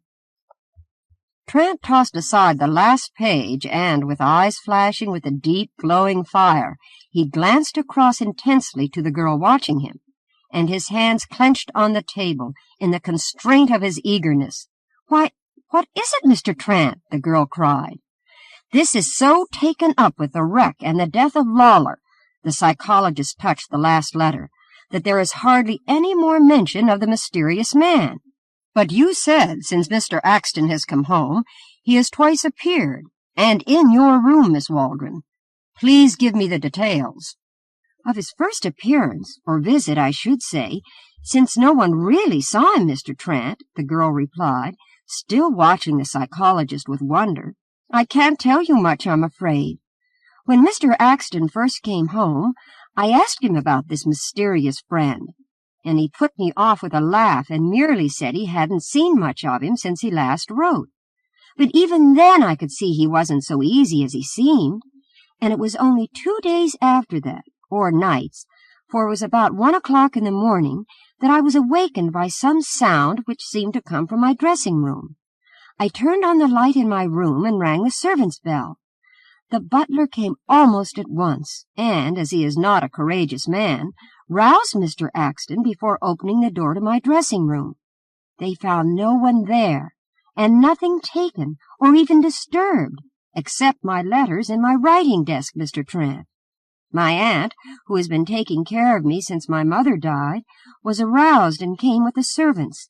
She thought I must have imagined everything, but I discovered and showed Mr. Axton that it was his letters to me that had appeared to be the ones the man was searching for. I found that 2 of them had been taken, and every other typewritten letter in my desk, and only those, had been opened in an apparent search for more of his letters. I could see that this excited him exceedingly, though he tried to conceal it from me, and immediately afterwards he found that a window on the first floor had been forced, so some man had come in, as I said. Then last night? It was early this morning, Mr. Trant, but still very dark, a little before 5 o'clock. It was so damp, you know, that I had not opened the window in my bedroom, which is close to the bed, but had opened the windows of my dressing-room, and so left the door between open. It had been closed and locked before, so when I awoke I could see directly into my dressing-room. Clearly? Of course not at all clearly, but my writing desk is directly opposite my bedroom door, and in a sort of silhouette against my shaded desk light, which he was using, I could see his figure, A very vague, monstrous-looking figure, Mr. Trant. Its lower part seemed plain enough, but the upper part was a formless blotch.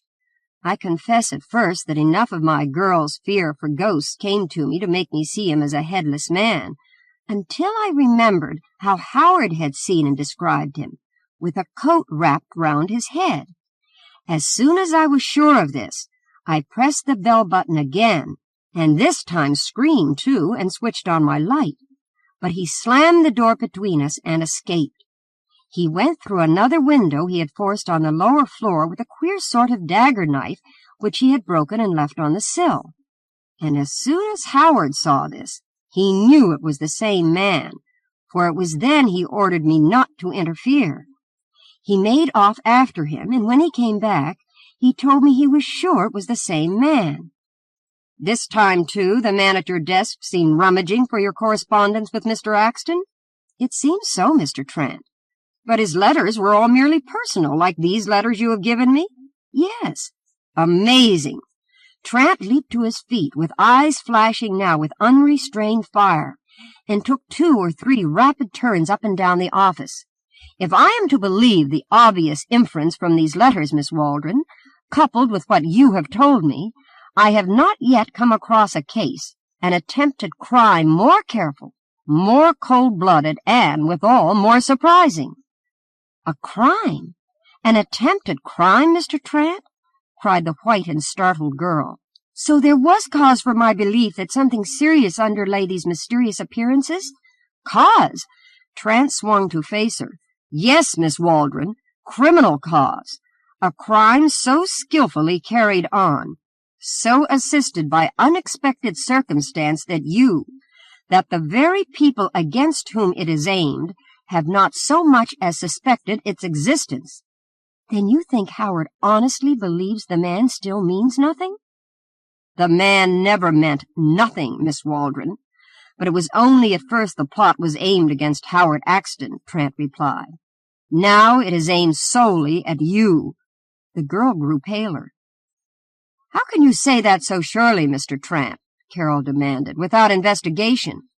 Those letters are quite enough evidence for what I say, Mr. Carroll, Trant returned.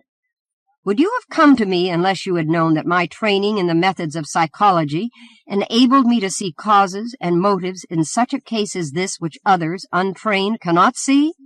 You have nothing more to tell me which might be of assistance? He faced the girl again, but turned back at once to Carroll. Let me tell you then, Mr. Carroll, that I am about to make a very thorough investigation of this for you.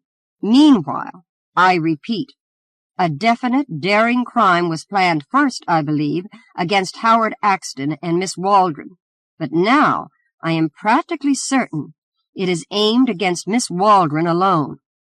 But there cannot be in it the slightest danger of intentional personal hurt to her, so neither of you need be uneasy while I am taking time to obtain full proof.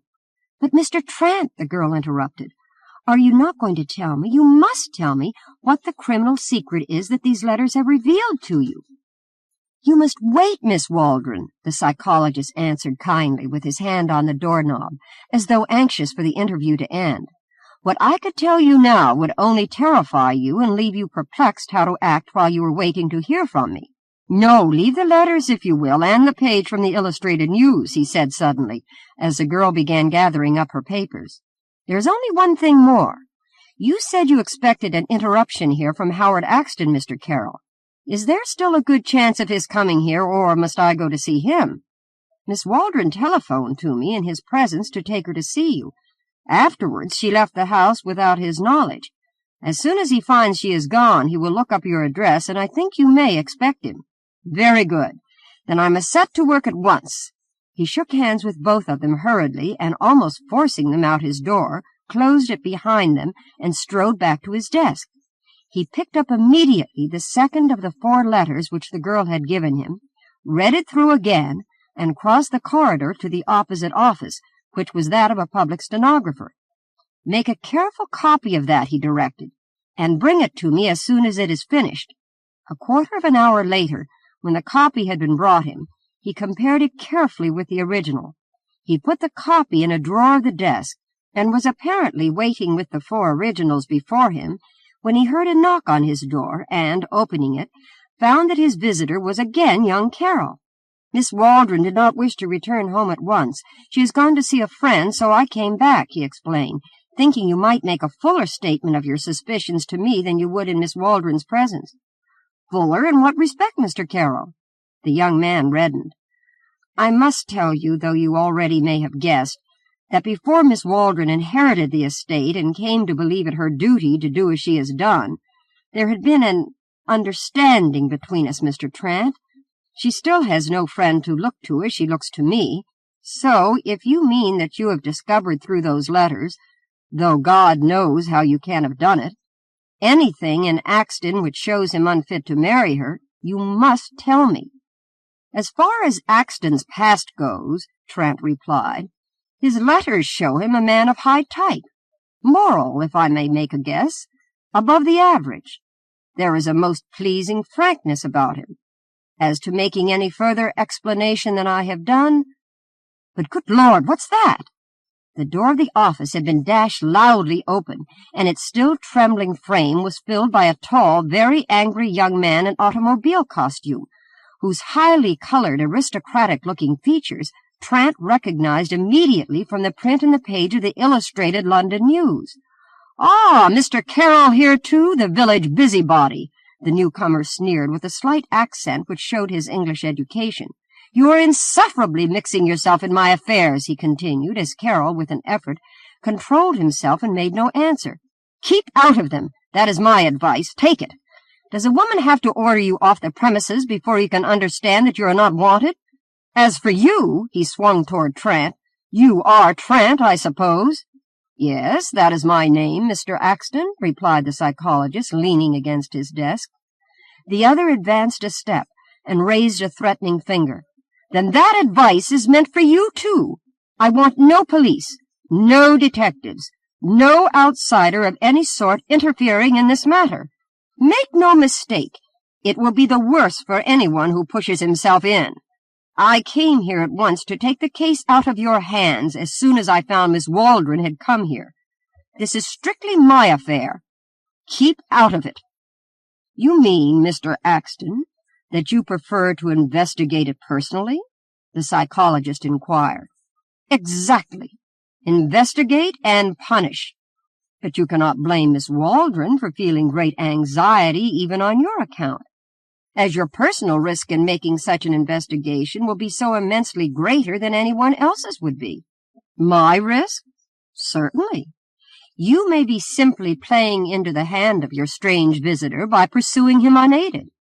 Any other's risk, mine, for instance, if I were to take up the matter, would be comparatively slight, beginning perhaps by questioning the night watchman and stable boys in the neighborhood with a view to learning what became of the man after he left the house. And besides, such risks are a part of my business." Axton halted.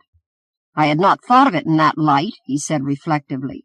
"You are too courageous, foolishly courageous, Mr. Axton. Do you mind if I sit down?" "Thank you. You think, Mr. Trant, that an investigation such as you suggest would satisfy Miss Waldron? Make her easier in her mind, I mean?" "I think so, certainly." "And it would not necessarily entail calling in the police? You must appreciate how I shrink from publicity. Another story concerning the Axton family exploited in the daily papers. I had no intention of consulting the police, or of calling them in, at least until I was ready to make the arrest." "I must confess, Mr. Trant," said Axton easily, "that I find you a very different man from what I had expected. I imagined an uneducated, somewhat brutal, perhaps talkative fellow. But I find you, if I may say so, a gentleman. Yes, I am tempted to let you continue your investigation on the lines you have suggested. I shall ask your help. I will help you as much as is in my power." "Then let me begin, Mr. Axton, with a question. Pardon me if I open a window, for the room is rather warm. I want to know whether you can supplement these letters, which so far are the only real evidence against the man, by any further description of him. and Trant, who had thrown open the window beside him, undisturbed by the roar that filled the office from the traffic-laden street below, took the letters from his pocket and opened them one by one, clumsily, up on the desk. "I am afraid I cannot add anything to them, Mr. Trant." "We must get on, then, with what we have here." The psychologist hitched his chair near to the window to get a better light on the paper in his hand, and his cuff knocked one of the other letters off the desk onto the window-sill. He turned hastily but clumsily, and touched, but could not grasp it before it slipped from the sill out into the air. He sprang to his feet with an exclamation of dismay and dashed from the room. Axton and Carroll, rushing to the window, watched the paper, driven by a strong breeze, flutter down the street until lost to sight among wagons, and a minute later saw Trant appear below them, bareheaded and excited, darting in and out among vehicles at the spot where the paper had disappeared. But it had been carried away upon some muddy wagon wheel, or reduced to tatters, for he returned after 15 minutes' search, disheartened, vexed, and empty-handed. "It was the letter describing the second visit," he exclaimed disgustedly as he opened the door. "It was most essential, for it contained the most minute description of the man of all. I do not see how I can manage well now without it." "Why should you?" Carroll said in surprise at the evident stupidity of the psychologist. "Surely Mr. Axton, if he cannot add any other details, can at least repeat those he had already given." "Of course," Trant recollected. "If you would be so good, Mr. Axton, I will have a stenographer take down the statement to give you the least trouble." "I will gladly do that," Axton agreed. And when the psychologist had summoned the stenographer, he dictated without hesitation the following letter. "The second time that I saw the man was at Calcutta in the Great Eastern Hotel. He was the same man I had seen at Cairo, shoeless and turbaned. At least I believed then that it was a turban, but I saw later at Cape Town that it was his short brown coat wrapped round his head and tied by the sleeves under his chin. We had at the Great Eastern 2 whitewashed communicating rooms opening off a narrow, dirty corridor, along whose whitewashed walls, at a height of some 2 feet from the floor, ran a greasy smudge gathered from the heads and shoulders of the dark-skinned, white-robed native servants who spent the night sleeping or sitting in front of their masters' doors. Though Lawler and I each had a servant also outside his door, I dragged a trunk against mine after closing it, a useless precaution as it proved, as Lawler put no trunk against his, and though I see now that I must have been moved by some foresight of danger, I went to sleep afterward quite peacefully. I awakened somewhat later in a cold and shuddering fright, oppressed by the sense of some presence in my room, started up in bed and looked about. My trunk was still against the door as I had left it, and besides this, I saw at first only the furniture of the room, which stood as when I had gone to sleep. 2 rather heavy and much scratched mahogany English chairs, a mahogany dresser with swinging mirror, and the spindle-legged 4-post canopy bed on which I lay. But presently I saw more. He was there. A dark shadow against the whitewashed wall beside the flat-topped window marked his position, as he crouched beside my writing desk and held the papers in a bar of white moonlight to look at them. For an instant the sight held me motionless, and suddenly, becoming aware that he was seen, he leaped to his feet. A short, broad-shouldered, bulky man sped across the blue and white straw matting into Lawler's room, and drove the door to behind him. I followed, forcing the door open with my shoulder, saw Lawler just leaping out of bed in his pajamas, and tore open Lawler's corridor door, through which the man had vanished. He was not in the corridor, though I inspected it carefully, and Lawler, though he had been awakened by the man's passage, had not seen him. Lawler's servant, pretty well dazed with sleep, told me in blank and open-mouthed amazement at my question that he had not seen him pass, and the other white-draped Hindus, gathering about me from the doors in front of which they had been asleep, made the same statement. None of these Hindus resembled in the least the man I had seen, for I looked them over carefully one by one with this in mind. When I made a light in my room, in order to examine it thoroughly, I found nothing had been touched except the writing desk, and even from that nothing had been taken, although the papers had been disturbed. The whole affair was as mysterious and inexplicable as the man's first appearance had been, or as his subsequent appearance proved.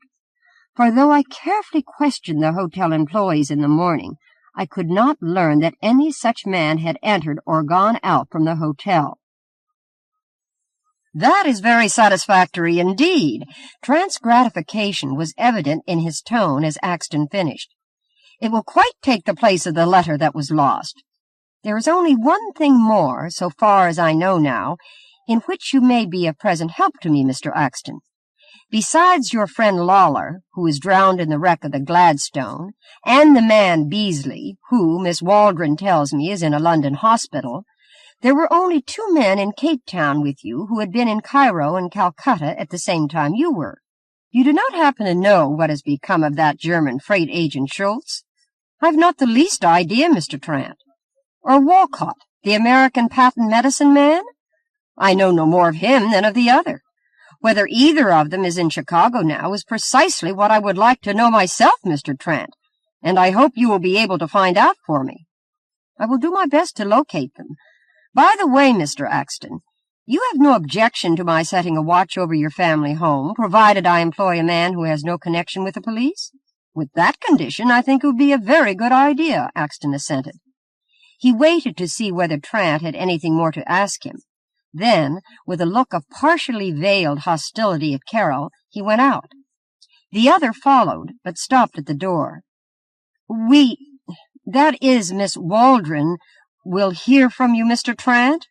he asked with sudden distrust. "I mean, you will report to her as well as to Mr. Axton?" "Certainly, but I hardly expect to have anything for you for 2 or 3 days." The psychologist smiled as he shut the door behind Carroll.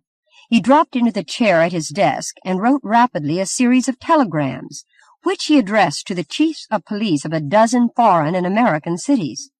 Then, more slowly, he wrote a message to the Sarek Medicine Company of New York, and another to the Norddeutscher Lloyd. The first 2 days of the 3 Trant had specified to Carroll passed with no other event than the installing of a burly watchman at the Axton home.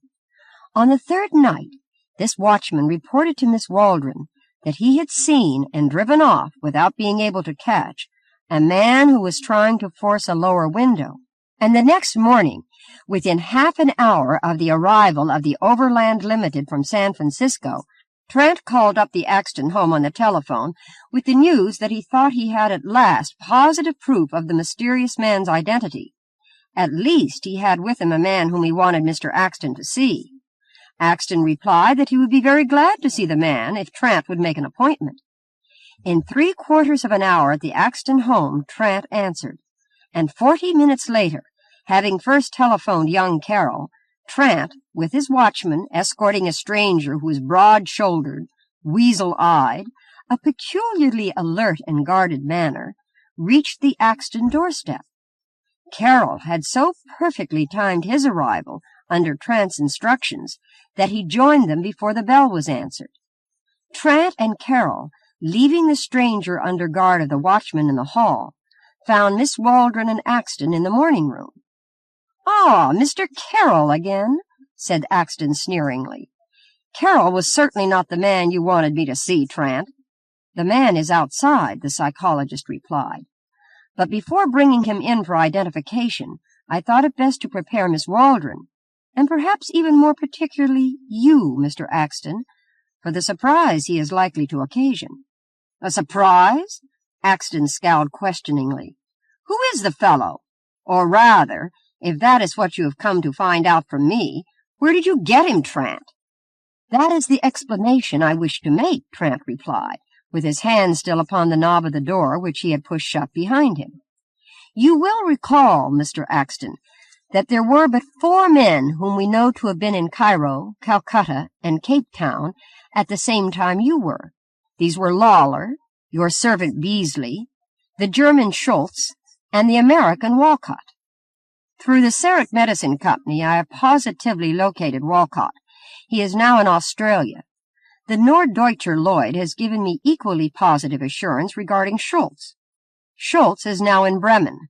Miss Waldron has accounted for Beasley, and the Charing Cross Hospital corroborates her. Beasley is in London. There remains, therefore, the inevitable conclusion that either there was some other man following Mr. Axton, some man whom Mr. Axton did not see, or else that the man who so pried into Mr. Axton's correspondence abroad and into your letters, Miss Waldron, this last week here in Chicago, was Lawler. And this I believe to have been the case. Lawler! The girl and Carol echoed in amazement, while Axton stared at the psychologist with increasing surprise and wonder. Lawler? Oh, I see. Axton all at once smiled contemptuously. You believe in ghosts, Trant. You think it is Lawler's ghost that Miss Waldron saw. I did not say Lawler's ghost, Trant replied a little testily. I said Lawler's self, in flesh and blood. I am trying to make it plain to you. Trant took from his pocket the letters the girl had given him 4 days before, and indicated the one describing the wreck. That I believe the man whose death you so minutely and carefully describe here in this letter as Lawler was not Lawler at all. You mean to say that I didn't know Lawler? Axton laughed loudly. Lawler, who had been my companion in 16,000 miles of travel? Trant turned as though to reopen the door into the hall, then paused once more and kindly faced the girl.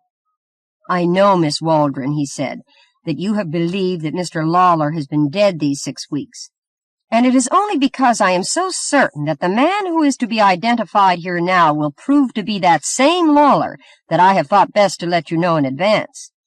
He threw open the door and stood back to allow the Irish watchman to enter, preceded by the weasel-faced stranger. Then he closed the door quickly behind him, locked it, put the key in his pocket, and spun swiftly to see the effect of the stranger upon Axton. That young man's face, despite his effort to control it, flushed and paled, flushed and went white again, but neither to Carol nor the girl did it look at all like the face of one who saw a dead friend alive again. I do not know him. Axton's eyes glanced quickly, furtively about. I have never seen him before. Why have you brought him here? This is not Lawler. No, he is not Lawler, Trant agreed. And at his signal, the Irishman left his place and went to stand behind Axton. But you know him, do you not? You have seen him before. Surely I need not recall to you this Special Officer Burns of the San Francisco Detective Bureau. That is right. You had better keep hold of him, Sullivan. And now, Burns, who is this man? Do you know him? Can you tell us who he is? Do I know him? The detective laughed. Can I tell you who he is? Well, rather. That is Lord George Albany, who got into Claude Shelton's boy in San Francisco for $30,000 in a card game. That is Mr. Arthur Wilmering, who came within a hair of turning the same trick on young Stuyvesant in New York. That, first and last, is Mr. George Lawler himself, who makes a specialty of cards and rich men's sons. Lawler? George Lawler? Carol and the girl gasped again. But why in this affair he used his own name, the detective continued, is more than I can see, for surely he shouldn't have minded another change. He met Mr. Howard Axton in London, Trant suggested, where there was still a chance that the card cheating in the Sussex Guards was not forgotten, and he might at any moment meet someone who recalled his face. It was safer to tell Axton all about it and protest innocence. Howard Axton? The girl echoed, recovering herself at the name. Why, Mr. Trant, if this is Mr. Lawler, as this man says, and you believe, then where is Mr. Axton? Oh, where is Howard Axton? I am afraid, Miss Waldron, the psychologist replied, that Mr. Howard Axton was undoubtedly lost in the wreck of the Gladstone. It may even have been the finding of Howard Axton's body that this man described in that last letter. Howard Axton drowned. Then this man— Mr. George Lawler's specialty being rich men's sons, said the psychologist, I suppose he joined company with Howard Axton because he was the son of Nimrod Axton. Possibly he did not know at first that Howard had been disinherited, and he may not have found it out until the second Mrs. Axton's death, when the estate came to Miss Waldron, and she created a situation which at least promised an opportunity. It was in seeking this opportunity, Miss Waldron, among the intimate family affairs revealed in your letters to Howard Axton, that Lawler was 3 times seen by Axton in his room, as described in the first 3 letters that you showed to me. That was it not, Lawler? The prisoner, for the attitude of Sullivan and Burns left no doubt now that he was a prisoner, made no answer. You mean, Mr. Trant— the eyes of the horrified girl turned from Lawler as though even the sight of him shamed her— that if Howard Axton had not been drowned, this man would have come anyway? I cannot say what Lawler's intentions were if the wreck had not occurred, the psychologist replied. For you remember that I told you that this attempted crime has been most wonderfully assisted by circumstances. Lawler, cast ashore from the wreck of the Gladstone, found himself, if the 4th of these letters is to be believed, identified as Howard Axton even before he had regained consciousness by your stolen letters to Howard, which he had in his pocket. From that time on, he did not have to lift a finger beyond the mere identification of a body, possibly Howard Axton's, as his own. Howard had left America so young that identification here was impossible unless you had a portrait, and Lawler undoubtedly had learned from your letters that you had no picture of Howard.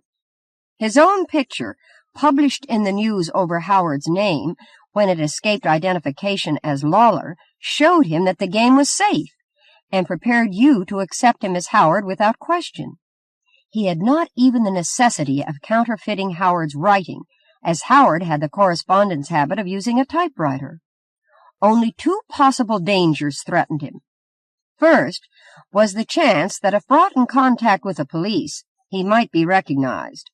You can understand, Miss Waldron, by his threats to prevent your consulting them, how anxious he was to avoid this. And second, that there might be something in Howard Axton's letters to you which, if unknown to him, might lead him to compromise and betray himself in his relations with you. His sole mistake was that, when he attempted to search your desk for these letters, he clumsily adopted once more the same disguise that had proved so perplexing to Howard Axton. For he could have done nothing that would have been more terrifying to you. It quite nullified the effect of the window he had fixed to prove by the man's means of exit and entrance that he was not a member of the household. It sent you, in spite of his objections and threats, to consult me. And, most important of all, it connected these visits at once with the former ones described in Howard's letters, so that you brought the letters to me, when, of course, the nature of the crime, though not the identity of the criminal, was at once plain to me. I see it was plain. But was it merely from these letters, these typewritten letters, Mr. Trant? Cried Carroll incredulously. From those alone, Mr. Carroll. The psychologist smiled slightly. Through a most elementary, primer fact of psychology. Perhaps you would like to know, Lawler, Trant turned, still smiling, to the prisoner, just wherein you failed. And, as you will probably never have another chance, such as the one just passed, for putting the information to practical use, even if you were not, as Mr. Burns tells me, likely to retire for a number of years from active life, I am willing to tell you. The prisoner turned on Trant, his face, now grown livid, with an expression of almost superstitious questioning. Did you ever happen to go to a light opera with Howard Axton, Mr. Lawler, asked Trant, and find after the performance that you remembered all the stage settings of the piece, but could not recall a tune? You know you cannot recall a tune, Lawler, while Axton perhaps could whistle all the tunes, but could not remember a costume or a scene. Psychologists call that difference between you and Howard Axton a difference in memory types. In an almost masterly manner, you imitated the style, the tricks and turns of expression of Howard Axton in your letter to Miss Waldron describing the wreck. Not quite so well in the statement you dictated in my office, but you could not imitate the primary difference of Howard Axton's mind from yours. That was where you failed. The change in the personality of the letter-writer might easily have passed unnoticed, as it passed Miss Waldron, had not the letters fallen into the hands of one who, like myself, is interested in the manifestations of mind. For different minds are so constituted that inevitably their processes run more easily along certain channels than along others. Some minds have a preference, so to speak, for a particular type of impression. They remember a sight that they have seen. They forget the sound that went with it, or they remember the sound and forget the sight. There are minds which are almost wholly ear minds, or eye minds. In minds of the visual, or eye type, all thoughts and memories and imaginations will consist of ideas of sight. If of the auditory type, the impressions of sound predominate and obscure the others. The first 3 letters you handed me, Miss Waldron, the psychologist turned again to the girl, were those really written by Howard Axton. As I read through them, I knew that I was dealing with what psychologists call an auditory mind. When in ordinary memory he recalled an event he remembered best its sounds, but I had not finished the first page of the 4th letter when I came upon the description of the body lying on the sand. A visual memory so clear and so distinct, so perfect to the pockets distended with sand, that it startled and amazed me, for it was the first distinct visual memory I had found. As I read on, I became certain that the man who had written the first 3 letters, who described a German as guttural and remembered the American as nasal, could never have written the 4th. Would that first man, the man who recalled even the sound of his midnight visitors' shoulders when they rubbed against the wall, fail to remember in his recollection of the shipwreck the roaring wind and roaring sea, the screams of men and women, the crackling of the fire? They would have been his clearest recollection. But the man who wrote the 4th letter recalled most clearly that the sea was white and frothy, the men were pallid and staring. I see, Carol and the girl cried as, at the psychologist's bidding, they scanned together the letters he spread before them. The subterfuge by which I destroyed the 2nd letter of the set, after first making a copy of it. You did it on purpose? What an idiot I was! Exclaimed Carol. Was merely to obviate the possibility of mistake, Trent continued, without heeding the interruption. The statement this man dictated, as it was given in terms of sight, assured me that he was not Axton.